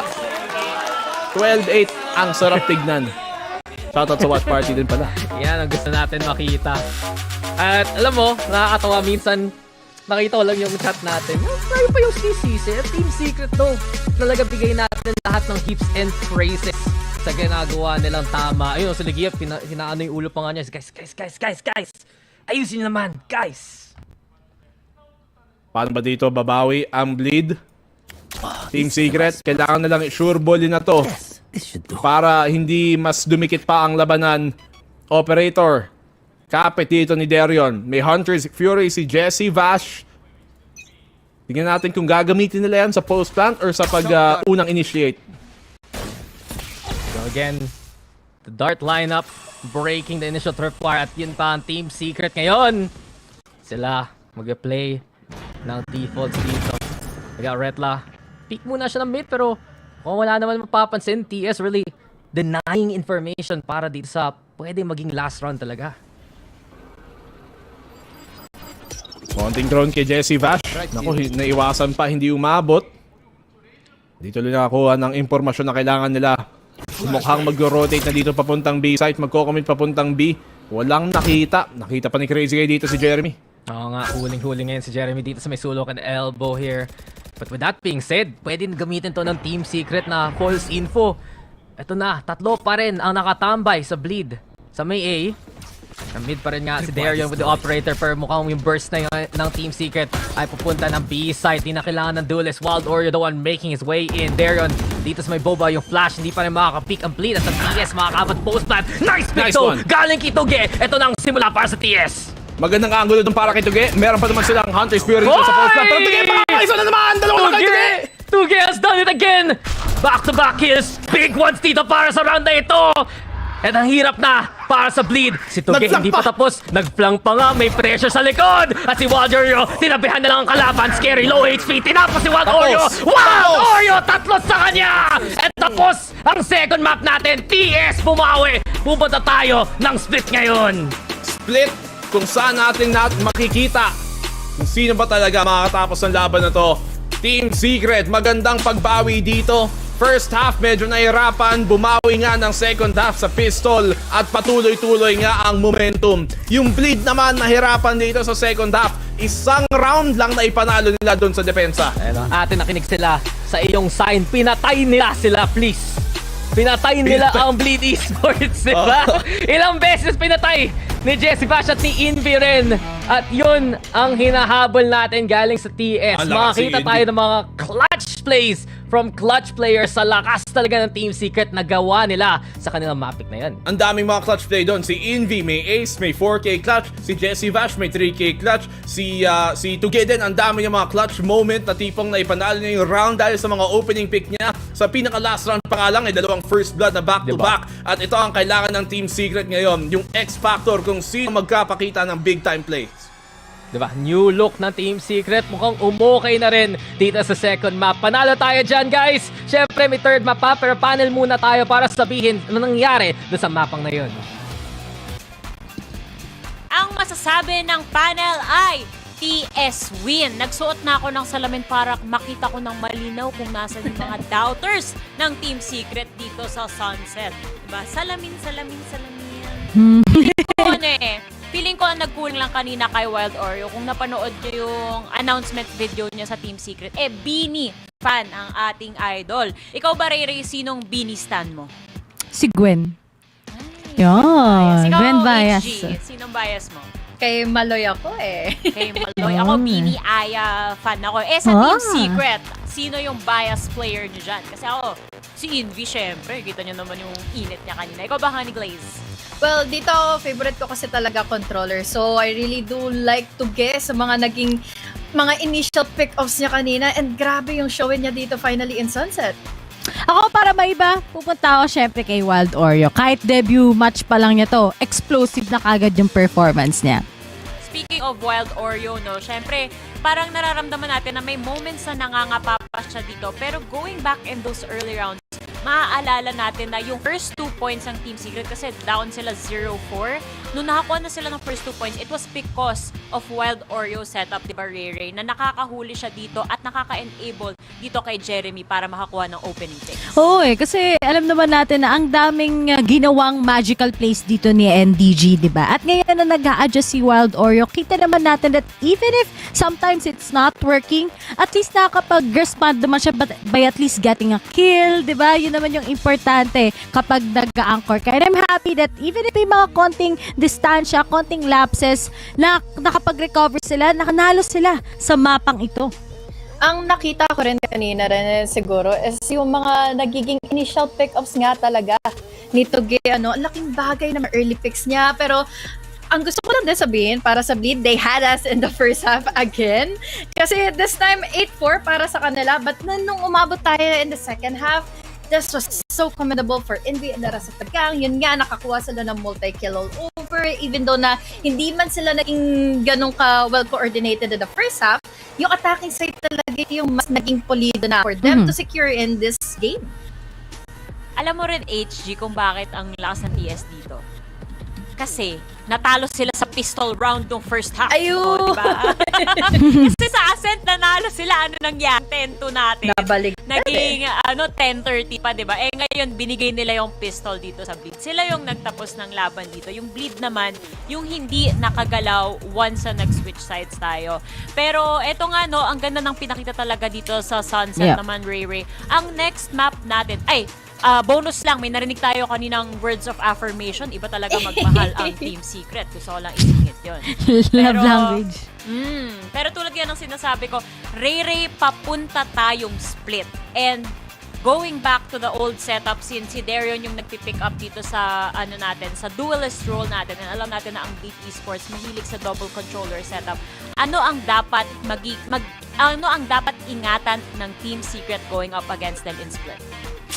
I really do think nasa number 1 initiator and number 2 sa entries ni Jeremy magre-rely yung Team Secret. Kasi usually, dito sa split map, ang dami nilang little mistakes. For example, yung mga satchel in na yan, yung mga blinds na yan. At the same time, those small mistakes And minsan, masyado silang nag-overhit, lalo na kapag alanganin na sila. And ito pa yung number 1 thing. Statistically speaking, mas lamang yung Bleed in a way.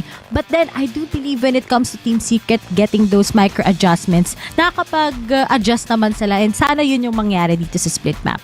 First game, Gators sa siguro yung nangyari in Ascent. Yes, nagkaroon man ng comeback and all. Maganda na yung naging pangunahing nagiging performance nga ng Team Secret. But then again, nung napakita na nga nila going back in Sunset, feeling ko may ipupull na din nila going on to split. At yun nga, sabi nga ni Ray, yung mga entries na lang talaga yung iingatan nila dahil ang crazy pa rin naman talaga ni Darion with the initial picks kapag nasa defense na naman sila. Sobrang crazy talaga. Syempre, pwede pang magbago yung mga compositions na nakikita natin dito given na syempre may roster, may role adjustments na very possible dyan. Pero so far sa statistics natin dito, HG, Team Secret has been banning more than Bleed by a little bit. Pero pag tinignan mo yung overall statistics like win percentage, parang lamang pa rin yung Team Secret, especially on the defense.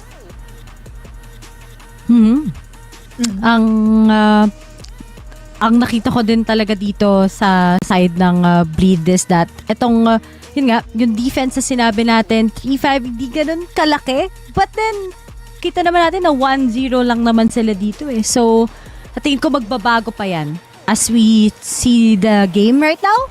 And sana talaga ma-apply nila yung pinactice nila pagdating sa split kasi ibig sabihin nito, hindi nila gano'n nilalaro. Siguro, ang hinahanap na lang din muna natin dito sa kanila, yung attacking side nga nila dahil for sure, most of the time talaga is may opening lagi for Envy, may opening lagi for Tuge, they are much more comfortable, pero kapag nawala yung momentum nila on that defense, talagang pwede mag-scale up bigla yung Bleed Again, crazy guy, also with Darion. Kapag nagkaroon na naman ng momentum itong dalawang ito, hirap na naman siguro ang Team Secret.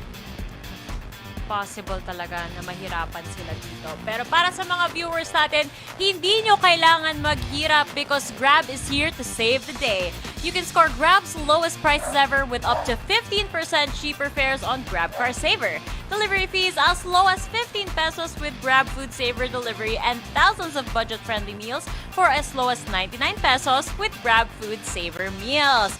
At syempre, meron tayong special promo code kung saan pwede kayo makakuha ng up to 60 pesos off on your order with a minimum spend of 550 pesos. Basta gamitin nyo ang Grab Food 60 pag umorder kayo from 11 a.m. onwards. Diba? Maraming salamat sa Grab, ang ating partner dito sa PPGL Valorant. Split. Hopeful ako. Tingin mo, Riri, magigano kadikit yung magiging labanan natin dito sa final map na to? Feel ko mga 13-8 ganyan in favor of Team Secret. Feel ko mas magdidepende to sa first half kung magiging 8-4 or 7-5. Basta ang importante first half, they get the momentum and feel ko sunod-sunod na yan. And no more little mistakes pagdating sa map na to. Ang inaasahan ko rin talaga dito is magiging one-sided na naman to for Team Secret. Again, guys, this is split and this is another breach map. Nilabas na yung kanina ng in-envy po. So, why not pati dito ngayon sa third game, diba? So, comfortability is key. Comfortable na kanina si Jeremy. Envy with an ace. It was completely such a great performance for them para nga mai-execute nila ng tama yung attacking side natin. Walang kabayas-bayas yung panel. Sadyang believers lang talaga kami, katulad na naririnig nyo rin kanina sa ating mga casters. Ganyan kami katiwala sa Team Secret. Pero para sa'yo naman, HG, ano nga ba ang kalakasan dito ng Bleed Esports at paano nila matatry patumbahin ang ating hometown representatives? Most of the time, especially back in Ascent, sobrang lakas ng mga pakiramdam ni Darion. Ang ganda ng mga Risia when it comes to anticipating where Team Secret will be picking. So yung mga operator shots, again, yung pinaka-reason kung bakit pwede tayong kabahan na on the defense pa ng Bleed, it can be one of the best factors for them para nga mai-reverse sweep ito or what. But then again, this is still Team Secret. I will believe. And shoutout sa ating watch party. Ang dami nila doon kanina. Okay, dadagdagan ko pala, Honey Glaze. Sabi mo, di ba, operator? Eh, paano yung judge? Ayun lang. Kilala ko si Darion, mahilig mag-satchel in yan sa mid. May bit-bit na judge, manglalason yan dun sa mail natin papuntang B-Heaven. Nakita ko na yan. Pero, wow! Ray, debut ng Deadlock natin. Double Sentinel from Bleed Esports. Oh my God, na. Ay, ang hirap nito. For Team Pistol Secret. Wala pa naman silang KO din. Wala din silang breach. So, pagdating talaga sa Bleed Esports, gusto nila lock-in talaga. But then, good luck kung anong mangyayari sa first half pa lang. Ay, eto na. Nakakakabaman tingnan yung composition natin. Kailangan lang natin magtiwala sa ating Team Secret. With that said, Dax in Black and Blue, let's go! Nagiging tiwala dito, Laika. Ako may tiwala ako sobra sa Team Secret ngayon.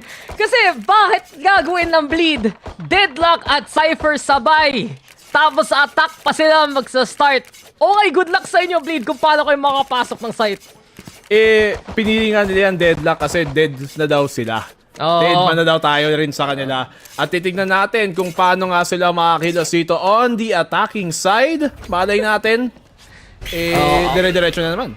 Grabe, glaring yung weaknesses talaga ng Deadlock pagdating ng attack mismo. Tapos sasamahan mo pa ng Cypher ngayon. Mukhang umaasa yung Bleed na, guys, pauwi na tayo second half. Pauwi na tayo defense. TS, this is their chance to make a very big lead. At mukhang ayaw nila talaga bitawan yung mid ngayon. Prowler, ayun na nga palang. Ayun na nga yung flash manggagaling kay Wild Oreo. Interesting enough, si Wild Oreo ngayon ang nasa sky, ha? Si Jesse Bash ang naka-Cypher. Si Kailan natin nakita? Siya yung second controller ngayon. Kailan natin nakita yung Team Secret na naka-rolls ng ganito? Ito na nga ang ibinibigay dito ng Team Secret, no? Pwede sila mag-iba-iba ng role. Jesse Bash, takbo na lang, boss, na naka-sentinel pa. Yan, there yung naghahabol na lang, Jesse Bash. Diba? When was the last time we've seen him play Sentinel? Diba? Mostly stage mo nga siya nung panahon na yun. Jeremy though with the cover. Nagpatumba na lang dyan si Darion. Jeremy with another one. Jeremy! Pangatlo pa nga! And it's Jeremy looking to bring the panalo para sa kanila. Ayun na nga. Walang kang takas. Patience pa! Napadala! TS Grabe with the first naman round. Grabe naman yun. Makabawi dito si Jeremy. Isang mag lang. Nakatatlo pa nga siya doon. Inubos nga niya. And yung Bleed. Sige, isipin natin, ano yung mindset dito ng Bleed? Bakit nga may deadlock? Pwede mong isipin na para siyang Sage. Okay, haharangan mo yung top vent para hindi maka-out or yung sa heaven. May magagawa ka naman din to be fair. Tsaka sa post plant, malakas. O okay, gets. Sa defending side, pwede mo naman din isipin, defending side naman kasing second half nila. Kaya baka yun yung rason kung ba't nila pinili itong deadlock. Defense. Yun lang.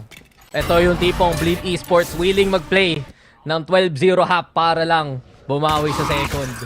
Mahirap talaga para sa Bleed.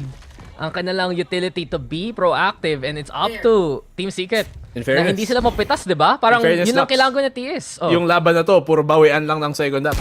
Oo nga. Uy! Uy! Masyadong Oy! mababa! Naayos naman ni Jeremy yung second shot. Ito na si Jesse Batch na rin. Cypher duty, minsan lang yan. But ayun pa rin ang kanyang aim. Jeremy with the cover. Jesse Batch, ghost only in hand. And that's enough to just hold down Heaven. Sige, pick pa more scary. Patay ka kay Jeremy. At isa na lang, may showstopper na siya. Pansin nyo, kadalasan dito si Jesse Vash yung nagpipistol lang pag nanalo sila ng second, pag nanalo sila ng pistol round, siya yung taga-pulot nga, siya yung taga-ipon dito para sa kanila. Para din, syempre, pagdating sa bonus, mas may konting ekonomiya silang madadala. Nakakatawa eh. Kita natin may fade the glass. Like, si Jerry's like, oh, gotta aim lower. Ano kasi, Black and Blue, si Jesse Vash, talaga, responsible. Kita niya anak niya, ay naiwan tong baril na to. Don't worry, ako napunod. Nadadampat ako naglilinis. Anak, susunod ligpitin mo naman. At kanina to sa Team Secret, hindi sila mag-push ng maaga kasi iga-gravnet lang sila ng bleed. Inintay muna nila. Gamitin yung deadlock nade bago mag-push at si Tuge pa nga ng last ng isa. Madami silang panghuli dito sa totoo sa yung bleed eh. Yun nga, yung seize, yung gravnet, kaya buti nga nag-ingat ang TS.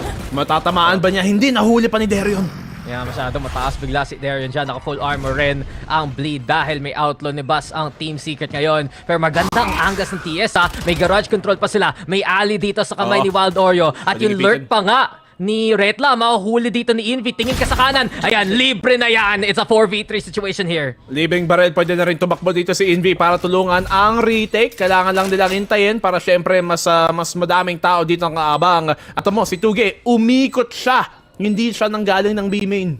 Oo nga eh. Yun talaga, nagsa-psycho na lang siya na may tao pa doon. Bigla na lang mag-pick ang mid nito ang Heaven mismo. Si Jesse Vash, unang bababa, buhay pa rin. Darion trying to cover the cross versus Tuge na lang ang nanggulat sa kalaban. It's 3v2 as time is running on out. Darion nagdadala dito sa fight na to. Tuge di makakatakas sa kamay ni Zes. It's all up to Wild Oreo now. Sige, pwesto dito sa may site. Yung spike bigla lang sinatchet pa nga ng kalaban. Pero naubusan na oras dito si Wild Oreo. Napatay niya ang dalawa. Pero wala na siyang time para i-defuse. Sayang yun para kay Wild Oreo. Pero mukhang ang bleed pa ang panalo. Sayang naman, at least nakakuha dito ng barrel at least pinagastos talaga yung bleed dito. Inubos nila. Pero okay na sana yun, TS. Para medyo napaklear pala sila dun sa may rafter. Hindi sila sigurado na dalawa pala dun sa may pillar, sa may backside. Pero sige pa lang, bonus lang din naman natin yun at maganda nga ang kinalabasan pa rin. Diba parang yun yung next best thing sa bonus eh. Sige, bigay mo yung score sa kalaban, pero patayin natin sila lahat. Bigla na lang mapapa-rebuy dito ang bleed at hindi pa nga sapat. Half armor doon sa naka-rifle, bulldog at guardian pa sa iba. Maganda nga ang ginagawa nila dito, Team Secret. Ayan, sige. Handa sila sa mga ganyan eh. Hindi sila nahuhuli so far ng mga combo ng bleed na ganun. Masyadong maaga kasi telegraph to. Galing sa bleed. Halata. At inaabuso ni Jeremy yung sistema. Tama yan. Ang tawag dun? Diskarte lang. Jeremy, outlaw ulit kasi alam niya may light armor sa kalaban. Oo. Tama naman dito ang bahay ng ang bleed. 2 bulldog, 1 guardian. Wala masyadong armas. At sa mga nag-commit pa para sa mga phantom bandal sila nga ang naka-light armor dito. So, medyo alanganin nga talaga para sa bleed. Yeah, and especially si Darion ang naka-light armor. Makita lang siya ni Jeremy, patay kagad siya. Luckily, full bleed actually. Nakapwesto sa may AE ramps pa si Jeremy. Atras. But that being said though, atras muna nga dito ang bleed at mid ang gusto nilang tingnan ngayon. Marka muna sa mid. Ano bang nakaabang dito? Para sa kanila, si Envy man lang mag-isa. Walang taga-counter swing. Yun lang ang kinakatakutan ko dito. Uy, nakaiwas pa. Back away, snake fight rin para mag-stall. So again, nagbabantay. Siraan niyo muna niya yung hot in na nga grab. Makikita rin natin. Darion, kita-kita ang ulo niya.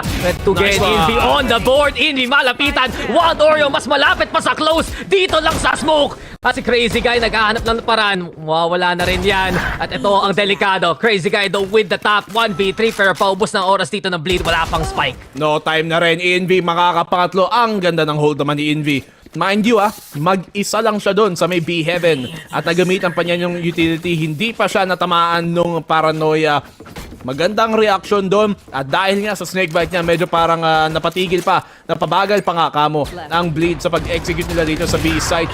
Ang ganda ng teamwork din. Tuge, naka-angulo sa mas malapad. Si Invi dito, nasa mas may kantong naka-angulo. At dahil doon, naipit ang bleed sa heaven. Okay, hindi ka na naiintindihan sinasabi nila, pero Team Secret, intending-intindi ang trabaho ngayon. It's great to see this stuff from Team Secret. Itong new look ng TS, mas may flexibility sa roles, may flexibility sa agents, and it really goes to show, having Wild Oreo, especially in this roster, who can play anything, maraming pwede gawin ng TS sa mga comps nila. Kita bigla ang kalaban, Descendarion, unang napatumba, wala rin takot, Invi still with a fade away kay Crazy Guy, ubusan lahi, patay si Scary, at nag-lurk pa si Retla para lang mahuli ng ating Trailblazer. Bark, ayun, nakakagatin, pinatay na lang ni Invi dyan. Pangatlo na naman para kay Invi, dalawang back-to-back triple kill na round. At yung defending side na to dito sa TS, mukhang dito pa sila nagpapasolid. Pero bleed, ngayon may pambili na sila. Ngayon, meron na sila ng ultimate ng Deadlock. Yeah, that's a big deal actually. Annihilation. Delikado to kung nasa sulok ang Team Secret. Hindi masyadong alam ng lahat na nag-bounce yun ng isang beses. Kaya pwedeng-pwede pang clear ng corner. Beyond that though, pwede naman unahan ng TS. Meron silang Viper. Nakikita natin, nakukontrol talaga ni Invi at ni Tuge yung mga sightlines sa simula pa lang. Sugo dito si Jeremy! Dalawa para sa kanya! Pinaayos na yung showstopper ngayon, boss! Mukhang gumagana na ang ult ni Jeremy! At dahil lang doon, wala na kagad yung ult ng kalaban! Kung hindi na naman gumana yan, ewan ko na lang sa showstopper kanina pang nagmimintes ngayon. Sa pool nga. Napakagandang value doon at naka-atras pa sila ng walang ka-problema, walang ka-damage, wala. Yan ang definition ng basic. Jeremy, dalawang libre lang. May pages pa nga natapon. Scary nag-teleport.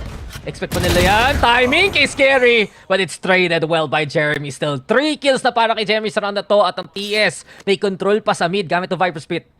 Si Invi, kinumit niya talaga dito. Binawi ni Jesse Bash ang kanyang camera. Nako, baka makapasok ba dito si Retlap? Buti lang, may tripwire din, kaya medyo atras din. Magandang ginawa ni Bash dito, umatras siya. Nagpa-picture lang siya kay Retla. Instax yun, boss. Print mo na lang. Fan sign ko mamaya, sabi ni Jesse Bash, pakatapos ng series. Yung tripwire para sa stall. Mismo dun sa push, Retla gusto talaga mag-challenge, pero Jesse Bash, masyado maaga yung biglang pre-fire niya. Back away, second shot, Jesse Bash, take 2, action! Nice! Diba? Yan ang bida, Jesse Bash. Jeremy also with the 4K, and now Team Secret with a 4-round cap. 5-1. Palamang ng palamang dito ang score ng Team Secret. Meron pa tayong Seekers para sa retake man lang. Time out ba galing sa bleed? Tignan muna natin dito ang pasabog ni Jeremy. Napakaganda, ang ganda ng pathing. Tapos ang atras pa, may kasama pang paranoia kung sakaling naging problema. Di ko napansin yun, nag-ult pala si Zes. Nagsumigaw pa siya. Yung ulti niya. Might! Ano ba? Rinig, pinatahimik na lang. Nagamit ba? Ni Jeremy. Dapat, kung kasi may nakalabas na yun, nakakasanay sa kamay. Depende kung namatay ka agad o hindi. Check na natin mamaya kasi timeout muna dito ang bleed. Durog sila ngayon. Durog na durog so far. 4 rounds ang di naman, syempre ang lamang pero maganda ang momentum ngayon ng Team Secret. So, syempre mapapa-timeout talaga dito ang bleed. Yung post-timeout win percentage ng bleed, tingnan ba naman yung data na yan? 16%. Nag-coach ka pa. Good pala sa atin na nag-timeout ang bleed. Mas sure pa tayo na panalo tayo dito. And with that being said, mukhang iba talaga yung spirits ngayon ng Team Secret. Parang nawalan sila ng konting gana nung second half ng Ascent. Bawing-bawi nung Sunset, especially after the clutches. And right now, kitang-kita natin, positive vibes only. PMA ang TS. Grabe. Si Jesse Bash nga, nakatambay na lang dito sa may B-site minsan Nanunood na lang sa camera niya. Hey guys, masaya ba yan? Nga siya diba? Masaya ba yung labanan dyan? Bro, sabi ko sa'yo, Annihilation ginamit na. Ayun na nga, nagamit na nga. Napakagandang value pala nakuha ni Jeremy doon. Ito na yung mapapatanong talaga, Bleed. Guys, ba't tayo nag-deadlock? Oo nga Sino bang plano to? Ano yung plano? Ba't nakakalasan sige sa defense? Mamaya natin tingnan kung bigla na lang magdududa tayo mismo. Pero ang Team Secret ngayon, panalo kanilang setup. It's a good push though from Bleed. They also go for the showstopper. And Jesse Bash takes Darian down with him. Mukhang pinatay pa nga bago siya mahuli. 4v4. Pero kitang-kita ng lahat. Nightfall din. Ilalapas na dito ng Bleed. Wild Oreo finds Crazy Guy in response. Pero Toge, hindi siya talaga makita maayos. Scary, 11 HP. At 2v3 situation na nga to. Si Envy mukhang naghahanap ng paraan para makapasok. But you watch out, Red. Si Wild Oreo dun sa may screenshot talaga ang mga pwede pa makakuha ng angle. Walls up. Dito sa sulok. Ayan na daw yung Sonic Sensor. At mukhang si Envy ay nahuli na rin. Bleed Esports. Mukhang ito na ang naiba sa win percentage nila. Nanalo sila after the timeout. Yun yung isang kalakasan ng Deadlock sa may attacking side eh. Pag nakuha mo yung plant sa may site mismo, ang hirap mag-retake dahil nga doon sa mga sound sensor niya. Tapos meron pa yung kanyang wall na kailangan pang sirain. Ang daming oras na sasayang at kung basta-basta nag-retake, hindi naman pwede mag-retake na mabagal eh, di ba? Hindi naman pwedeng paggapang-gapang din. Kaya pag pumasok ka, masastun ka talaga agad. At yun nga ang kalakasan ng Deadlock. Pang-secure ng post plant. Yeah, Retla finds 3 there. Bleed Esports. Pagdating ng post plant, malakas naman yung Cypher Deadlock combo. It's getting there in the first place. It's difficult. Pero dahil lang nakuha silang space diba sa may A main, mukhang nagawan pa nila ng paraan. TS to, op na ang nakalabas. Here's sa samay ni Jeremy. Retla will fall to his hand. And Team Secret, a good start for them there. Nice pick dito galing kay Jeremy. Retla tutumba. Wala na silang flank watch ngayon. Magandang high-low dito na hold ng Team Secret. Tingnan natin sino ba makakaisa. Si Wild Oreo. May neural theft pa nga dito nakuha ang informasyon. Quick little paranoia there thrown. Crazy Guy. Siya pa makahanap na pitas. Pero hindi ganda talaga ng hold niya mismo dito sa may heaven. At ano pa ang magagawa ni Scary dito? Medyo wala na lang. May from the shadow para pick upin yung spike. Pero by this point, bantay sarado ng TS ang lahat. Baka naman tatlong nakaabang dyan sa Team Secret. Tas may utility pa, may operator pa. Maganda pa yung mga posisyon. Kahit natamaan ng flash doon ng blind ni Scary masyadong malapit pa rin ang angulo. Hindi kakalimutan, hindi yun blind kundi near sight man lang. At hindi siya ganun ka-epektibo kung may angulo man lang malapit. Yeah, tripper setup there. Si Jesse Vash. Nag-iintay na lang kung may magtatawid nga dyan. Kanina pa siya tingin sa camera. This spike, pwede nga kunin but TS is expecting it. Tita mo, lahat umalis na nga ng B. Mid na lang binabatayan ni Jeremy and this should be a save from Bleed instead. Oo. Tipid na lang kayo, Lods. Wala na rin choice. Wala na rin no choice dito. So Scary will be saving the weapon. And Team Secret, aangat pa tayo dito ng isang round pa na naman. Eto yun, pangalan mo Scary pero ikaw pa natakot. Oo nga eh. Baka scared dapat yung mga... Ay! Hindi ako yung nag-trash talk na. Hindi ako yun. Si Black M nagsabi na. Hindi naman yung trash talk, boss. Sweetie lang. Okay, you're funny. You're amazing. Pero mas amazing ang TS ngayon. 6-2. Eto talaga. Keep that momentum, yes. Siyempre, kailangan pa na isipin paano nila lalaroin yung second half later on. And it's a big reason why umaasa talaga sa lead na to. Gandang shot talaga from Jeremy. Ganda ng angulo doon. Kala ko nga nasa may rafter siya doon eh. Usually doon pupwesto ang isang op pag sa ganong klaseng crossfire. Pero maganda pa rin ang rest back niya. Yung vulnerable nakatulong din. Nga, tawa. At smile na lang si Jeremy ngayon. It's been a good day here for Team Secret. Oh! Rare whiff there for Envy. Unfortunately, sayang talaga. Pero dahil na doon, mid kinokontrol na dito ng Bleed ngayon. Paranoia gonna be the play. Wild Oreo nakita pa rin kasi near sight lang nga dyan. Hinahanda yung flash pero ang TS nag-iintay na lang sa entry ng kalaban. Nadampot tuloy yung barrel doon. Jeremy may angulo. Siyempre yung Bleed ngayon natatakot mag-contest dahil nga alam nilang may op dito si Jeremy. Yung season para matras. Wala bang magsisira para sa kanya, Lods? Walang kasama pala. Yeah, seems like that wasn't the case. Pero dahil sa prowler na yon, magiging A na lang ang palag dito ng Bleed. Jesse Vashto on site. Ngayon, sa kanya na talaga ang lahat. Kakagahin niya ba itong site na to? Mukhang hindi kasi si Darion mismo ang makakapatay sa kanya. Sonic Center setup dun sa Heaven. Tuge, Jeremy hindi makapush mismo dito sa may site. And now, this is the win condition para sa Bleed. Nakapwest na sila dito sa A. Uy, may nakita siyang kamay. Labas ka lang. Sige, kahit paa lang. Please. Ayun na, may paint shots naman eh. Okay lang. Scary. Ano takas natin dyan? The shot step there to get back into cover. Balik na lang ng pwesto. Pero mahirap na to para sa TS. Pwede nila consider yung save actually. 30 HP. Sayang yun. Kala ko makakuha pa niya si Scary. Sayang to actually eh. Kung makapitas sila ng dalawa eh, kayang-kaya. Saan at low HP pa si Scary, si Darion. Pero save na lang din syempre. Medyo magastos ang operator at kung nawala yun ng basta-basta nang walang value eh, hindi rin sapat talaga na gawain yun. So, third round for Bleed dito sa mapa. Pero nakakasakal talaga ang Bleed pagdating ng post plant. The hard part is over. They get that spike down. Na-set up sila. Mas madali na ang buhay nila. Doon naman yung strength ng composition nila. Don't get me wrong. Pero okay lang. Third round ng Bleed. Same. Thank you for agreeing. Okay lang din naman. Pero syempre, Team Secret, knowing na dalawang Sentinel ang nandito sa Blade, they have to win as many rounds as possible dito sa kanilang first half. Kasi pagdating ng second half ng Bleed, at least on paper, ito yung mas malalakas na side ng Bleed eh. Pagdating sa dalawang Sentinel, mas lalo at deadlock pa naman yung isa. So, Team Secret, lahat ng makakuha nila sana ngayon, dapat kunin na nila. Yeah, they need to get these next 3 rounds para lang mas madali ang buhay nila pagdating ng second half. Tiwala pa rin para sa Team Secret, but it needs to be them making the lives easier. A quick little boom bot being set. Jeremy over here on the tower again. Heaven muna ang pwesto. Dario nandun lang sa kabila.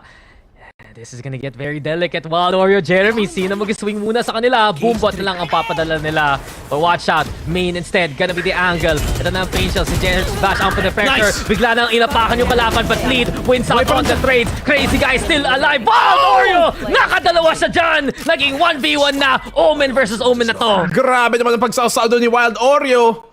Nakahanap ka ng gatas para makaligtas na ang round na to. 1v1, Omen v Omen, Tuge versus Scary. Tuge, magagaling pa nga dito sa ramps. You got Scary on the other side. Mismo, sa may sulok. But Scary, wisely using the time. Marami siyang oras ngayon. Tuge, hindi niya alam talaga kung saan nakapwesto dito. Narinig na yung spike plant and take muna dyan galing kay Scary. Paranoia. Bulag. Hindi niya marinig yun yung TP. And ayan na nga! Nice. Bulaga! Tuge gets it done! Huling-huli ni Tuge. And Scary, nag-telegraph lang din siya kung nasan siya dahil dun sa, sa top ng spike. Alam tuloy ni Tuge kung saan niya ibabato yung paranoia. Tapos katulad ng sabi mo, hindi niya tuloy maririnig yung TP. Hindi niya alam na malapit na pala si Tuge. Pero ito talaga eh. Si Envy, nakaisa dun. Tapos nakapangalawa pa dito si Wild Oreo. Si Jeremy, somehow sumausaw dun sa Hell. At ang tagal niyang nabuhay dun sa loob ng Hell na naka-shorty lang. Yeah, amazing work there by Tuge. Saktong-sakto yung paranoia. At mukhang ito pa nga, quick little timeout pa ba to? Take pause. But in any case, Team Secret, they're doing what they need to do dito sa defense, diba? Kailangan talaga maganda at malaki yung lead nila dito ngayon. Ay, may natapon. Nagdabog. Natapunan yun ng tubig. Biglang nagulat eh. So timeout muna. Player issue. Tissue issue. Tissue issue. Puro ka naman issue eh. Puro ka tissue. Oy. Di ako ah. Oy. No matter what chat may want you to believe. Ano ako dito?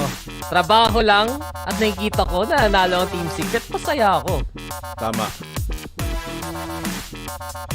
Ba't sila may tissue sa table?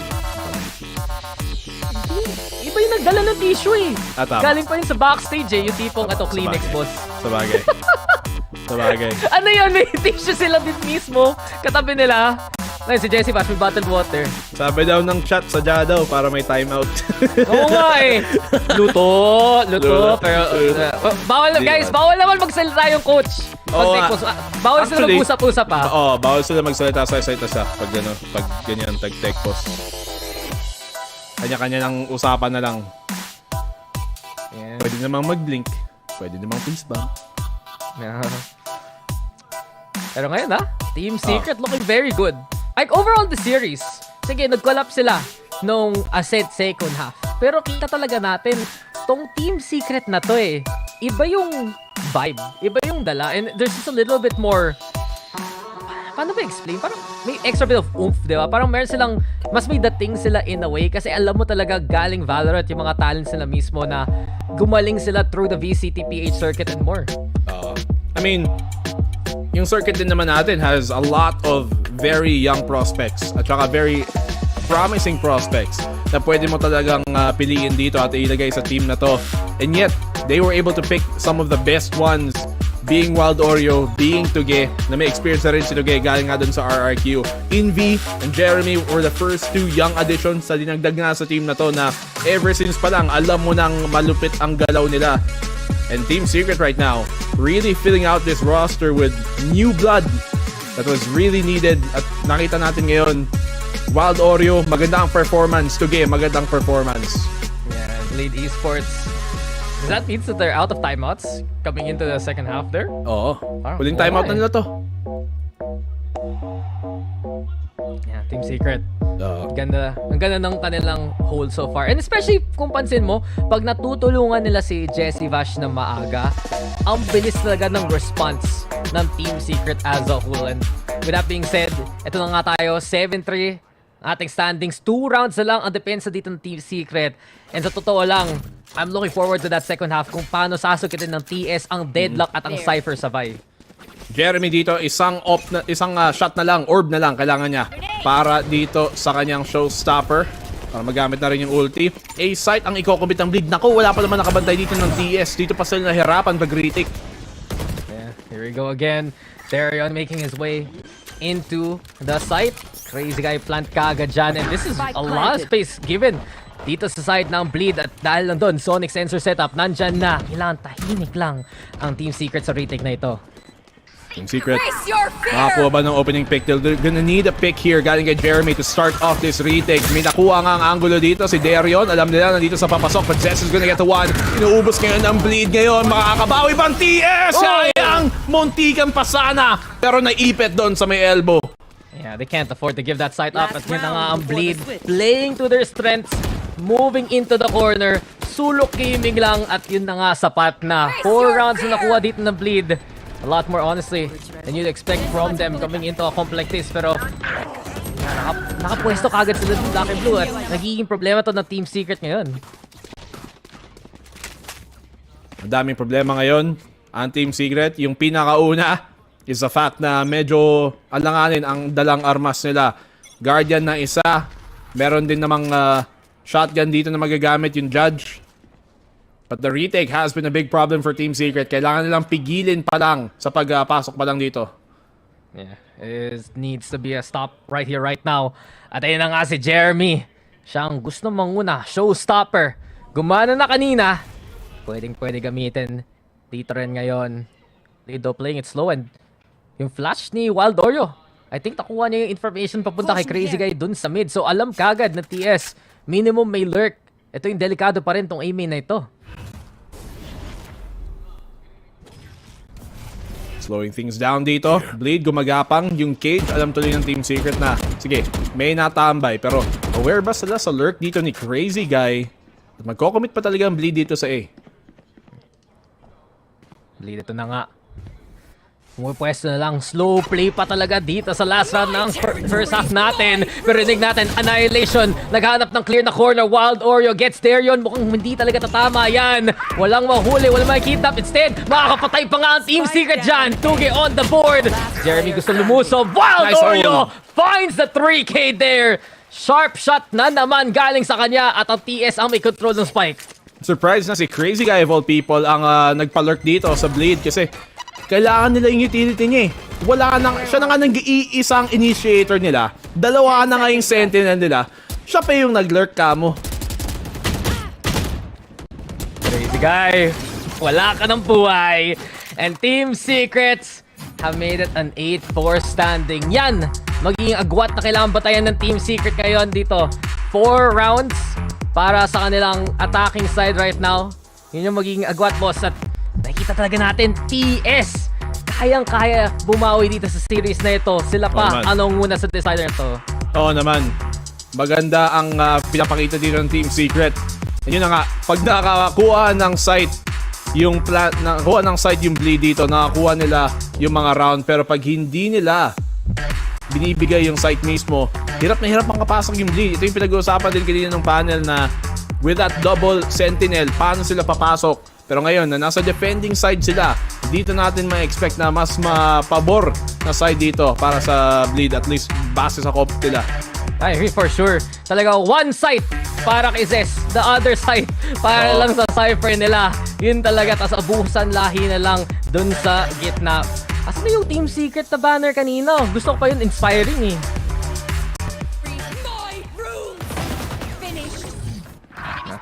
Spike down. May highlights pa nga. Galing ng last round, pero kita talaga natin eh. Wild Oreo still finding sure shots dito para sa side ng Team Secret. Laking tulong talaga. At siya na naman, top frag pa nga. First series niya sa VCT Pacific. First series niya sa Korea. Ganito performance siya ngayon.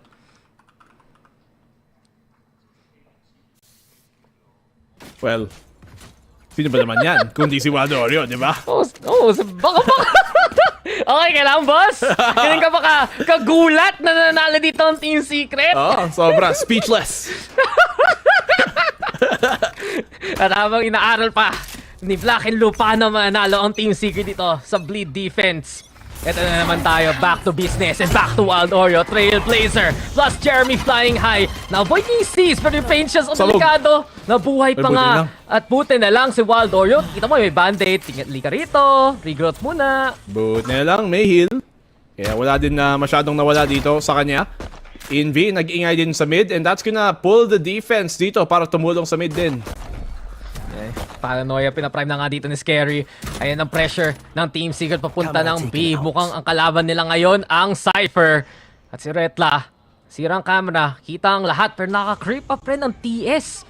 Dito sa may mid, nako, crazy guy! Hindi mo alam ano nasa likod mo. Tingin ka pa para lang mamatay. Nagitna kagad ng Team Secret to. Naipat pa ang kalaban. And from this point on, heaven ang palag. Ret na 20 HP. Ito na ang push ng marami. TS make their way in. Ang natitira dito si Scary. Paranoia, ito na tayo. Mukhang bulag na nga si Jesse Bass. But Jeremy from above gets that kill. And it's TS onto the B site. 4-2 on the plant. At kahit nga nasa depensa, kahit dalawa pa yung Sentinel, basic lang pala makapasok dito para sa TS. There yun. Naku, nakita si Jeremy. Nandun na lang si Envy. Buti na lang para tulungan. Pero naku, napitas pa si Jeremy. Oo nga, at delikado dito si Envy. Low HP, 2v2 na nga ang higing galawan. Yung high-low hindi sapat. Wild Oreo doon, Tuge still alive and kicking. And ayan, si Wild Oreo napatay. Tuge, the only one still standing. There yun. Defuse duty, halfway lang, mga binitawan, hesitation, top na naman, Tuge, looking to see kung saan siya makakaswing, isa pang top, isa na naman, pero mind games na tayo dito, there yun, saan ka pa pupunta, Tuge, hinahabol lang ang kalaban, there yun, hindi yan aabot, boss, TS with the pistol here. Napakagaling ng mind games dito ni Tuge. Alam niyang hindi magko-commit dito si Darion, nakita niya to dati. Ilang beses nang sinubukan ni Darion yon at hindi pa rin kumakagat dito si Tuge. Muntikan pa. Sige, naging 4v2 nga. Tapos nabawian pa dito ng bleed. Muntikan na. Pero in the end, Team Secret pa rin ang pistol. Yeah, but I have to comment Team Secret. Pag dalawang sentinel kalaban mo, tama yan. Take mid. Tingnan mo kung saan ka pupunta. Tuge, nagsawa. Sabi lang niya eh. Ice in my veins. Ice cold. In my veins. Grabe naman yon. Di yan magpapaloko. Ayun boy! Tama! Natalon mo dyan, Scary. Ayan na nga ang ice cold. Bigyan nyo na nga ng yelo. Natamaan si Scary. May bukol na yan. Ice candy? Oo. Jeremy nakakaisa na naman. Kailangan mo yun kung pan-tropico talaga ang puntahan mo, boss. So tropical. Really? Nothing? Wala talaga. Hindi ka stun. Buti pa yung panel natin. Pero, buti na lang Team Secret. Ako pa isa naman dito sa may... Inaaway ako! Nagalit! Kasi di alam yung Bini. Buisit! Kung alamin, kinalaban nila ako? Hindi ko din sila kilala. I'm gonna stop you right now bago ko yung sabing iba. Mag-ingat ka, Black and Blue. Mag-ingat ka. Bigla kang i-5v5 Valorant nila. Pero ito na nga, Envy. Ito na nag-iintay. Mismo sa may lobby. Si Darion, magiging biktima na lang. Antay na naman ang ating swing. Retla, Zeta, saan pa sila pupunta? And seems like Bleed, nagmaasa na lang sa mga exit frags dito. Pero Jesse, Bash, check pa nga yung sulok. Patay si Darion. Shot doesn't ring through. At mukhang hindi pa makakahuli si Zes at si Retla. 10 points na dito ang TS. Sayang kung nakuha. Ayun, at least nabitawan yung outlaw. Yun yung sanang inahabol nilang makuha matanggal sa kamay ng Bleed. Pero ano ba dito? Nag-unalive na lang ang Bleed dito. para hindi maituloy. Syempre, para wala rin orb bibigay, Outlaws gonna be gone. Pero ito na talaga ang true na test ng Team Secret, diba? Dito na talaga magiging mahirap ang kanilang push kasi may baril na ang Bleed Esports. But if they get this bonus, smooth sailing na para sa series ang TS ngayon. 10-4. Dalawa na lang para dito sa match point ng TS. Bucky kapit ni Tuge. Let's see what he can do with it here. Pagpasok sa site, okay pa sana pang post plan. Pero may angulo si Darion. Good flash. Quick little paint shells also. Ito na naman tayo. Poison Cloud can be the call. Darion nag-push na lang sa Retla. Handa na rin. And Darion mukhang delikado pa rin kung nasa taas lang siya. Retla daw still on site. Nakatipi mga si Tuge. Pero Bucky lang ang hawak niya. Mahirap kung hindi lalapit sa Sekyu ang mga tao. At ayan pa nga ang Bleed makakuha ng punto. Sige, malinis na round para sa Bleed. Wala din tayo kasi masyadong dalang armas Ito nga yung kahirapan dito Pagdating sa split, tas dalawang sentinel pa.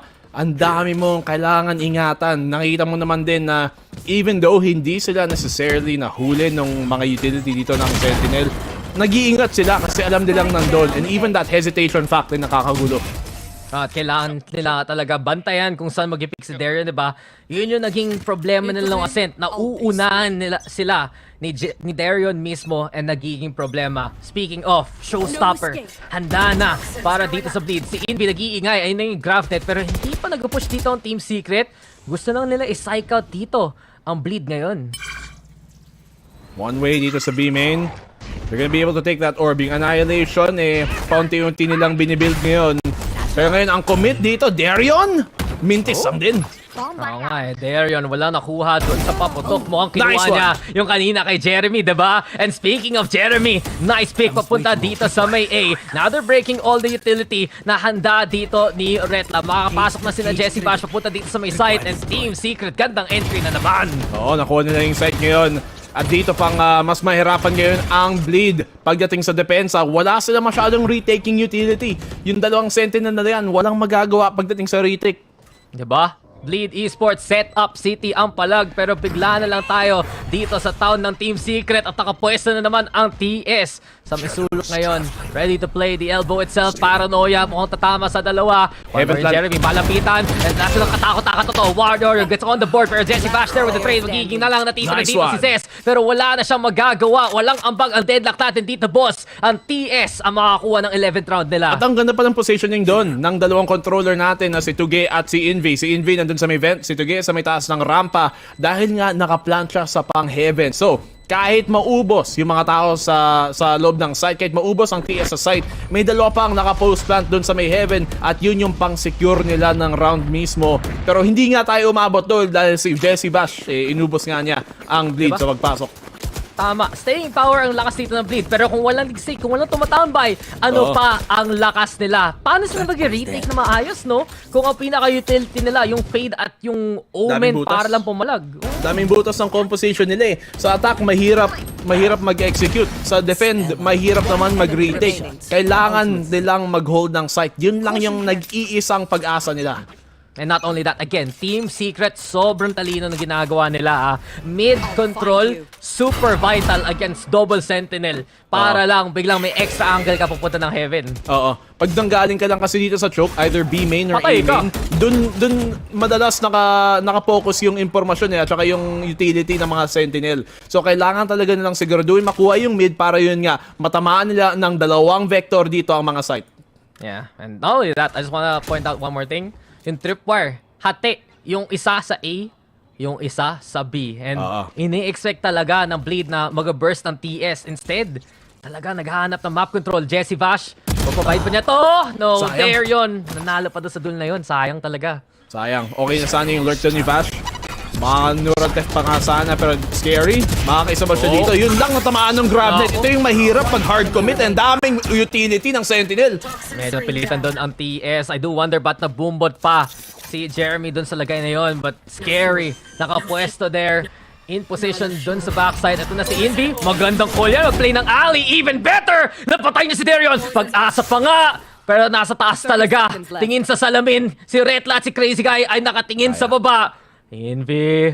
Envy. 23 Pag si Envy, seconds. kayang-kaya. Sayang naman. Wala. Sayang. Retla. Bantay sarado at ang Bleed pa ang naka-anim dito. Naka-high ground advantage eh. Kaya, sige Bleed. Hindi muna nila papayagang maka-match point dito ang Team Secret. Simula talaga dito sa sa counter alert ni Darion. Tapos ito na nga yung mga utility na pwedeng iba to. Yung tripwire, yung gravnet na granada doon ni Zest na ng deadlock. Na malaking stun/seize na rin yun, bale. Kaya, yun nga, pag hard commit na ganun, wala silang space na kuha sa mid, mahirap mag-commit. Yeah, mahirap na hirap talaga na doon talaga aasa lang ang Team Secret.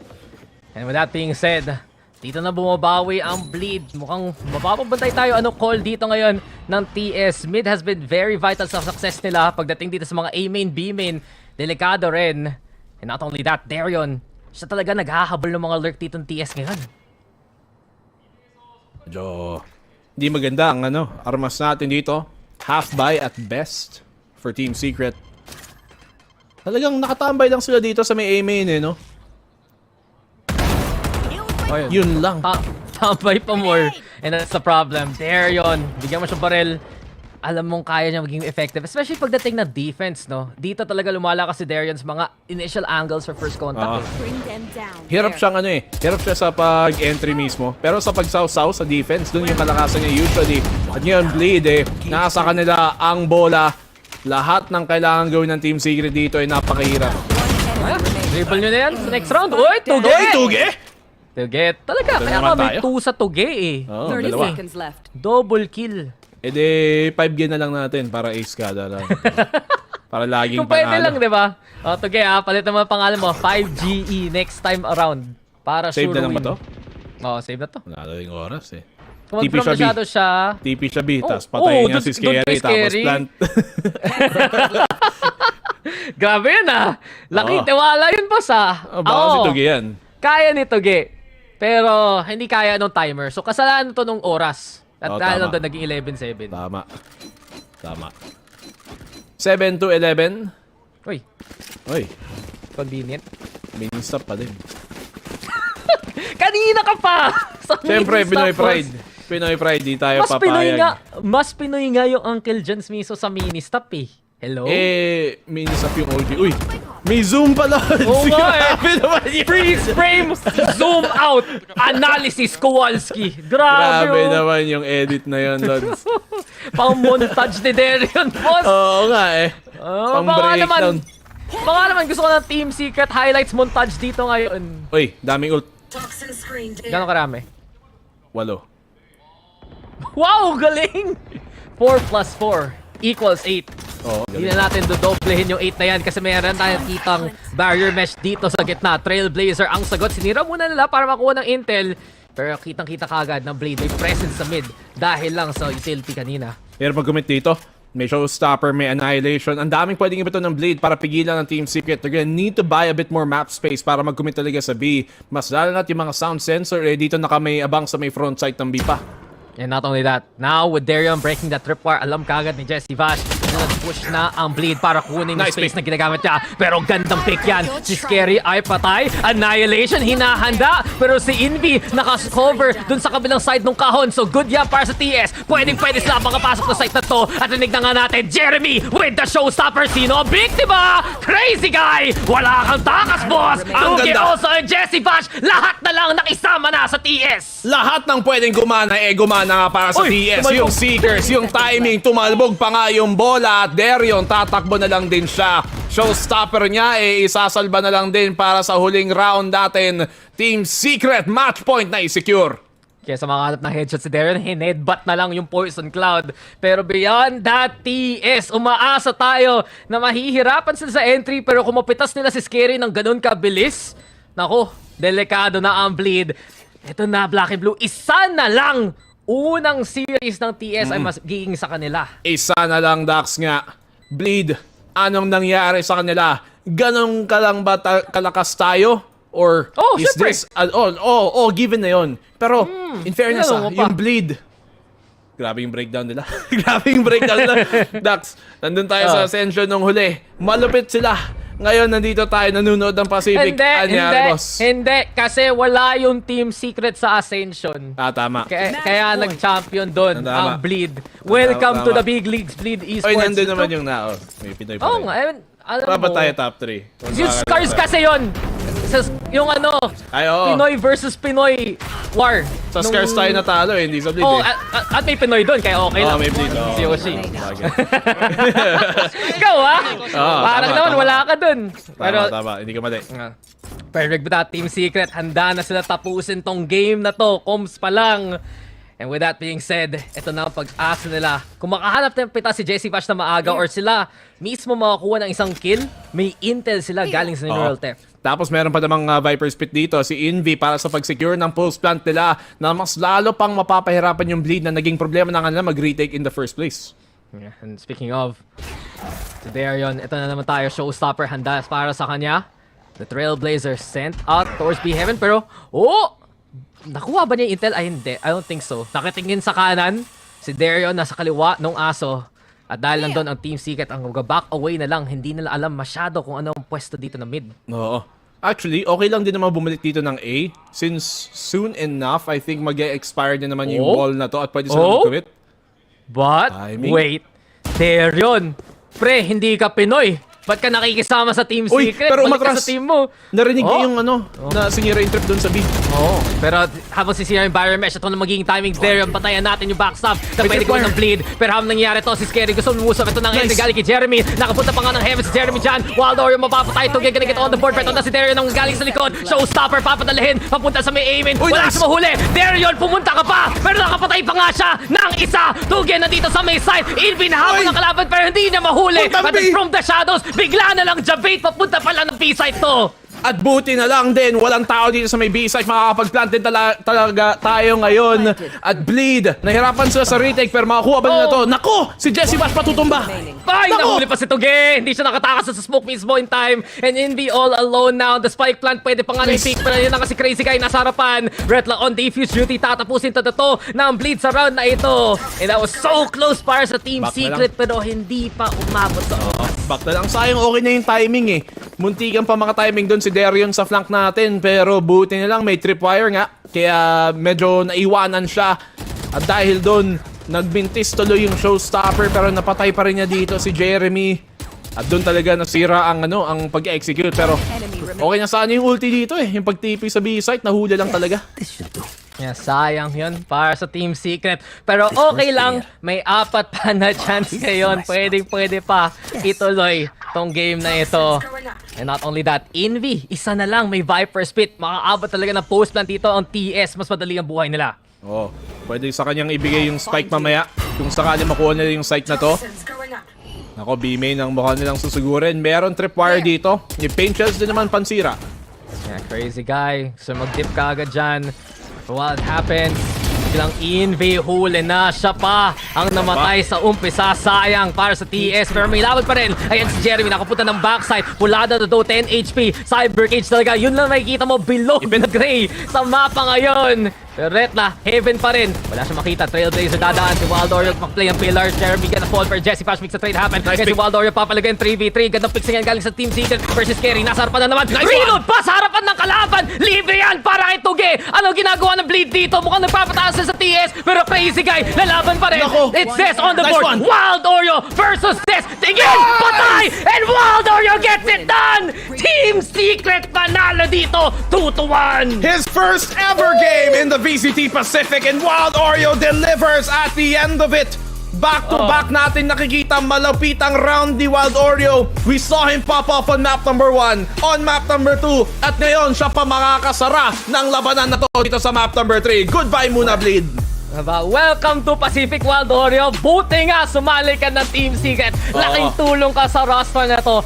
All I can say is ang ganda ng adjustment. Ang ganda ng look dito ng Team Secret. And kahit natalo sila ng map number 1, bawing-bawi sa Sunset, sa Split. At ito ang habol talaga natin. Nagpabugbog muna yung bida sa simula, diba? Pero ito na Black and Blue. TS panalo dito sa first series nila ng Split number 2. Buti din naman. Sa totoo, hindi nga dapat to umabot ng map number 3. Pinipirahan lang Pero buti naman na isara din. Kumambak na rin. This could have been a 2-0. but ends up being a 2-1. At the end of the day, panalo pa rin ang Team Secret sa kanilang opening match. And it's a very great case to show para kay Tuge at para kay Wild Oreo that they fit into this team. Napakaganda talaga ng performance. Tama rin yung isang sign ni Kuya doon. Jeremy plus op equals win. Totoo naman. Pero highlights talaga dito. Umpisa pa lang, iniisip natin, okay, Bleed. Double Sentinel, pas attacking side ka. Sige, paghirapan mo pa buhay mo. At tama yung ginawa dito ng Team Secret. Be aggressive. Be the one more proactive. Hindi pabayaan yung Bleed pumunta ng side. Pagpasok dito, yun yung naging problema ng Bleed sa pag-execute nila sa attacking side. To defend naman, same thing on the flip side. Paggamit nila dito ng retake, kung paano sila makapasok, nahihirapan. Ito nga, si Tuge, may moments din siya. May clutch din siyang ipinakita dito. Tapos nakita din natin, syempre, yung kay Wild Oreo. Ang ganda talaga ng mga addition nila. Amazing efforts. And you can see para sa Bleed, mas komportable sila, I'd say, sa kanilang mga roles, ha.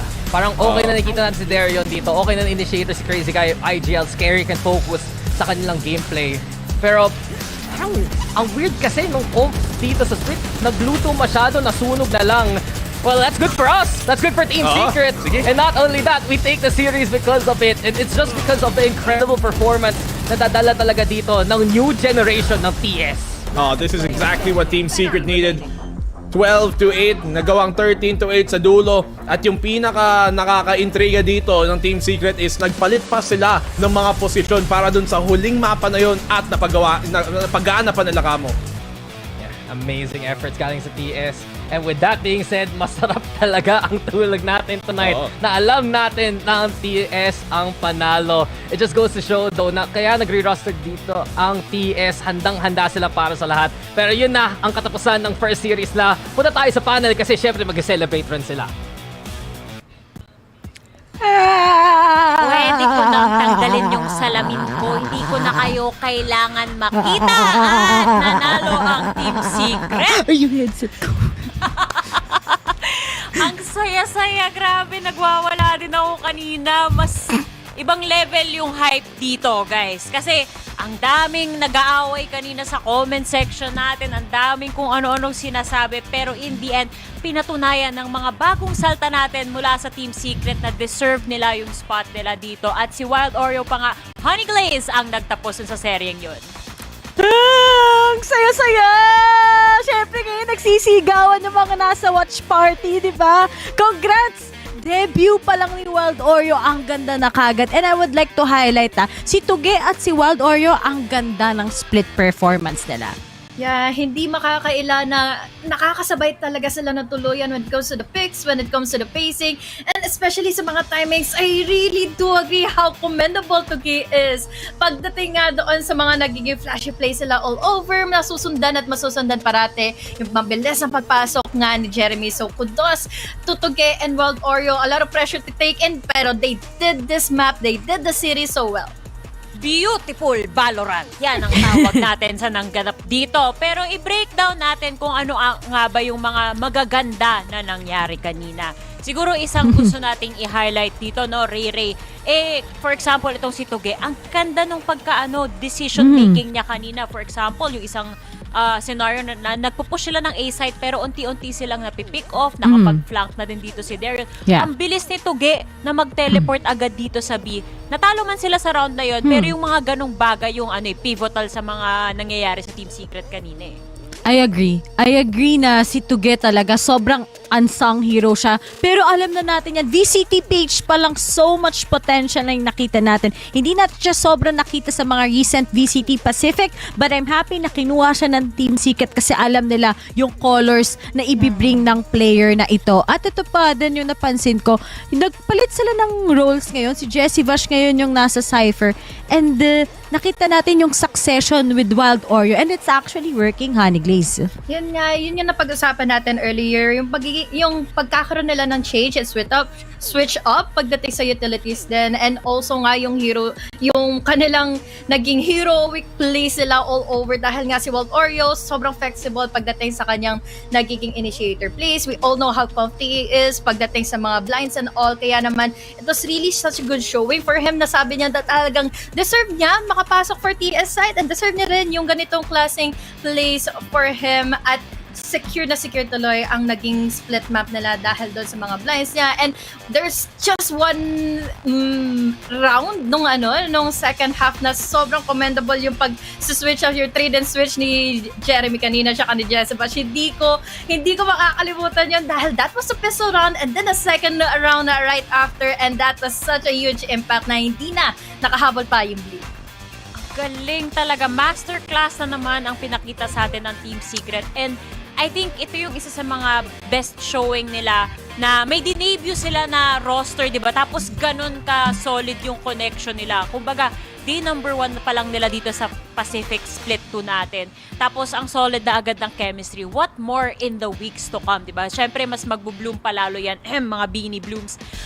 Pero eto nga, no? On the other hand naman, dito sa Bleed Esports Honey Glaze, etong si Darion, dun sa second half natin, siya na yung nakakagawa ng mga opening picks dito. Tapos ang bilis agad rumisponde naman ni Retla. Kaya may mga rounds na parang nahihirapan dito yung Team Secret, diba? Kinakailangan din talaga kasi maganda yung pacing nga ni Darion dahil kung tutuusin yung naging setup nga, yung naging agent composition kasi for the side of lead ay parang medyo naging passive-aggressive to the point na iniintay na lang nila kung ano bang momentum yung pwedeng idikta sa kanila ng Team Secret, which is not good pagdating sa pagbigay mo mismo or pag-control mismo, pag-domina mismo ng mapa na ito. So, yun na mismo yung na-turnaround, naging strength lalo ng Team Secret. Itong naging weakness nga yung passive play ng Bleed, kaya naman na-turn around nila ito na maigi at hindi na nila pinatawad pa ang Bleed from winning game number 1.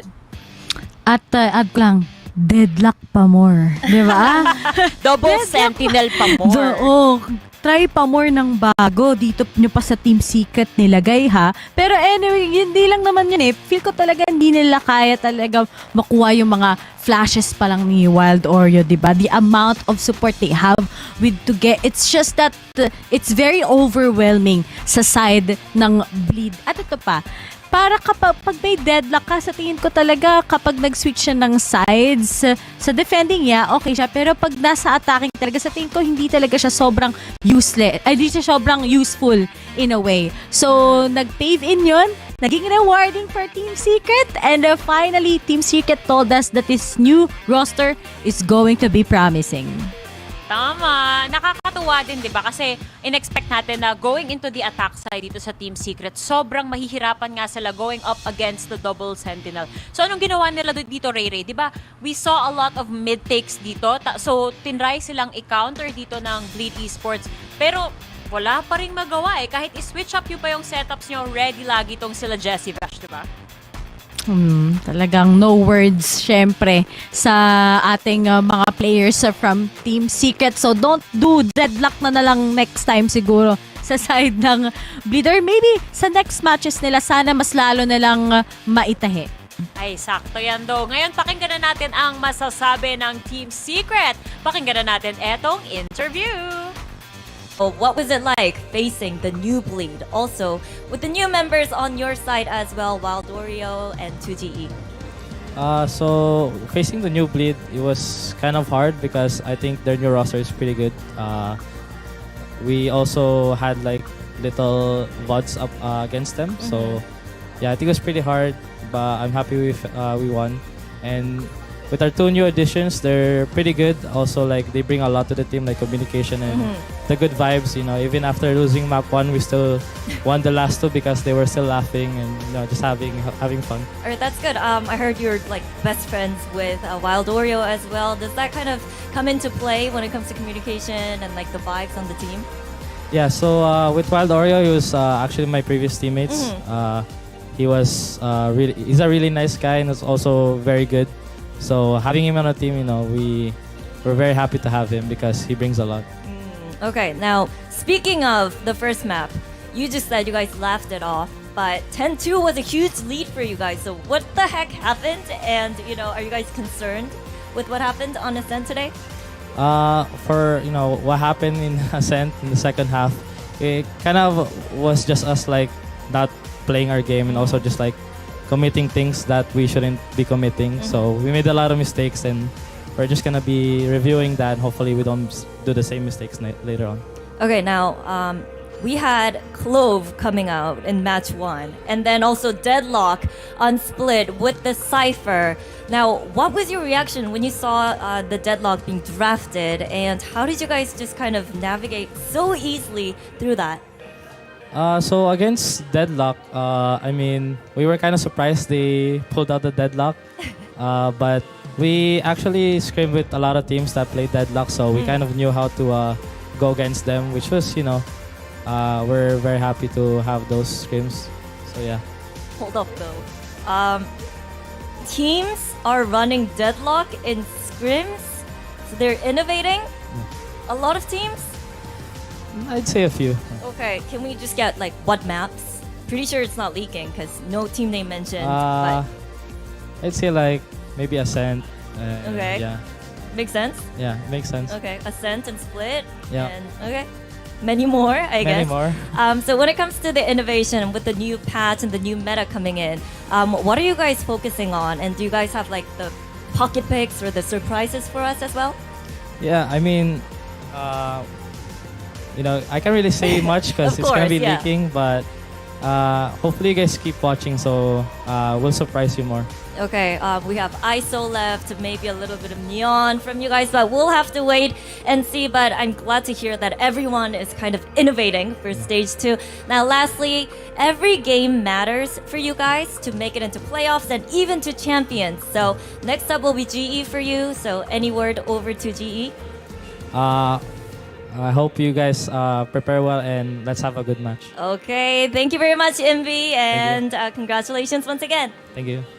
Well, thank you guys for staying with us. We are going to say goodbye for now, but make sure you catch us tomorrow because we have banger matchups coming up with T1 taking on the Masters Shanghai champions, Gen G, followed by Paper X taking on Talon Esports. Good night, everybody.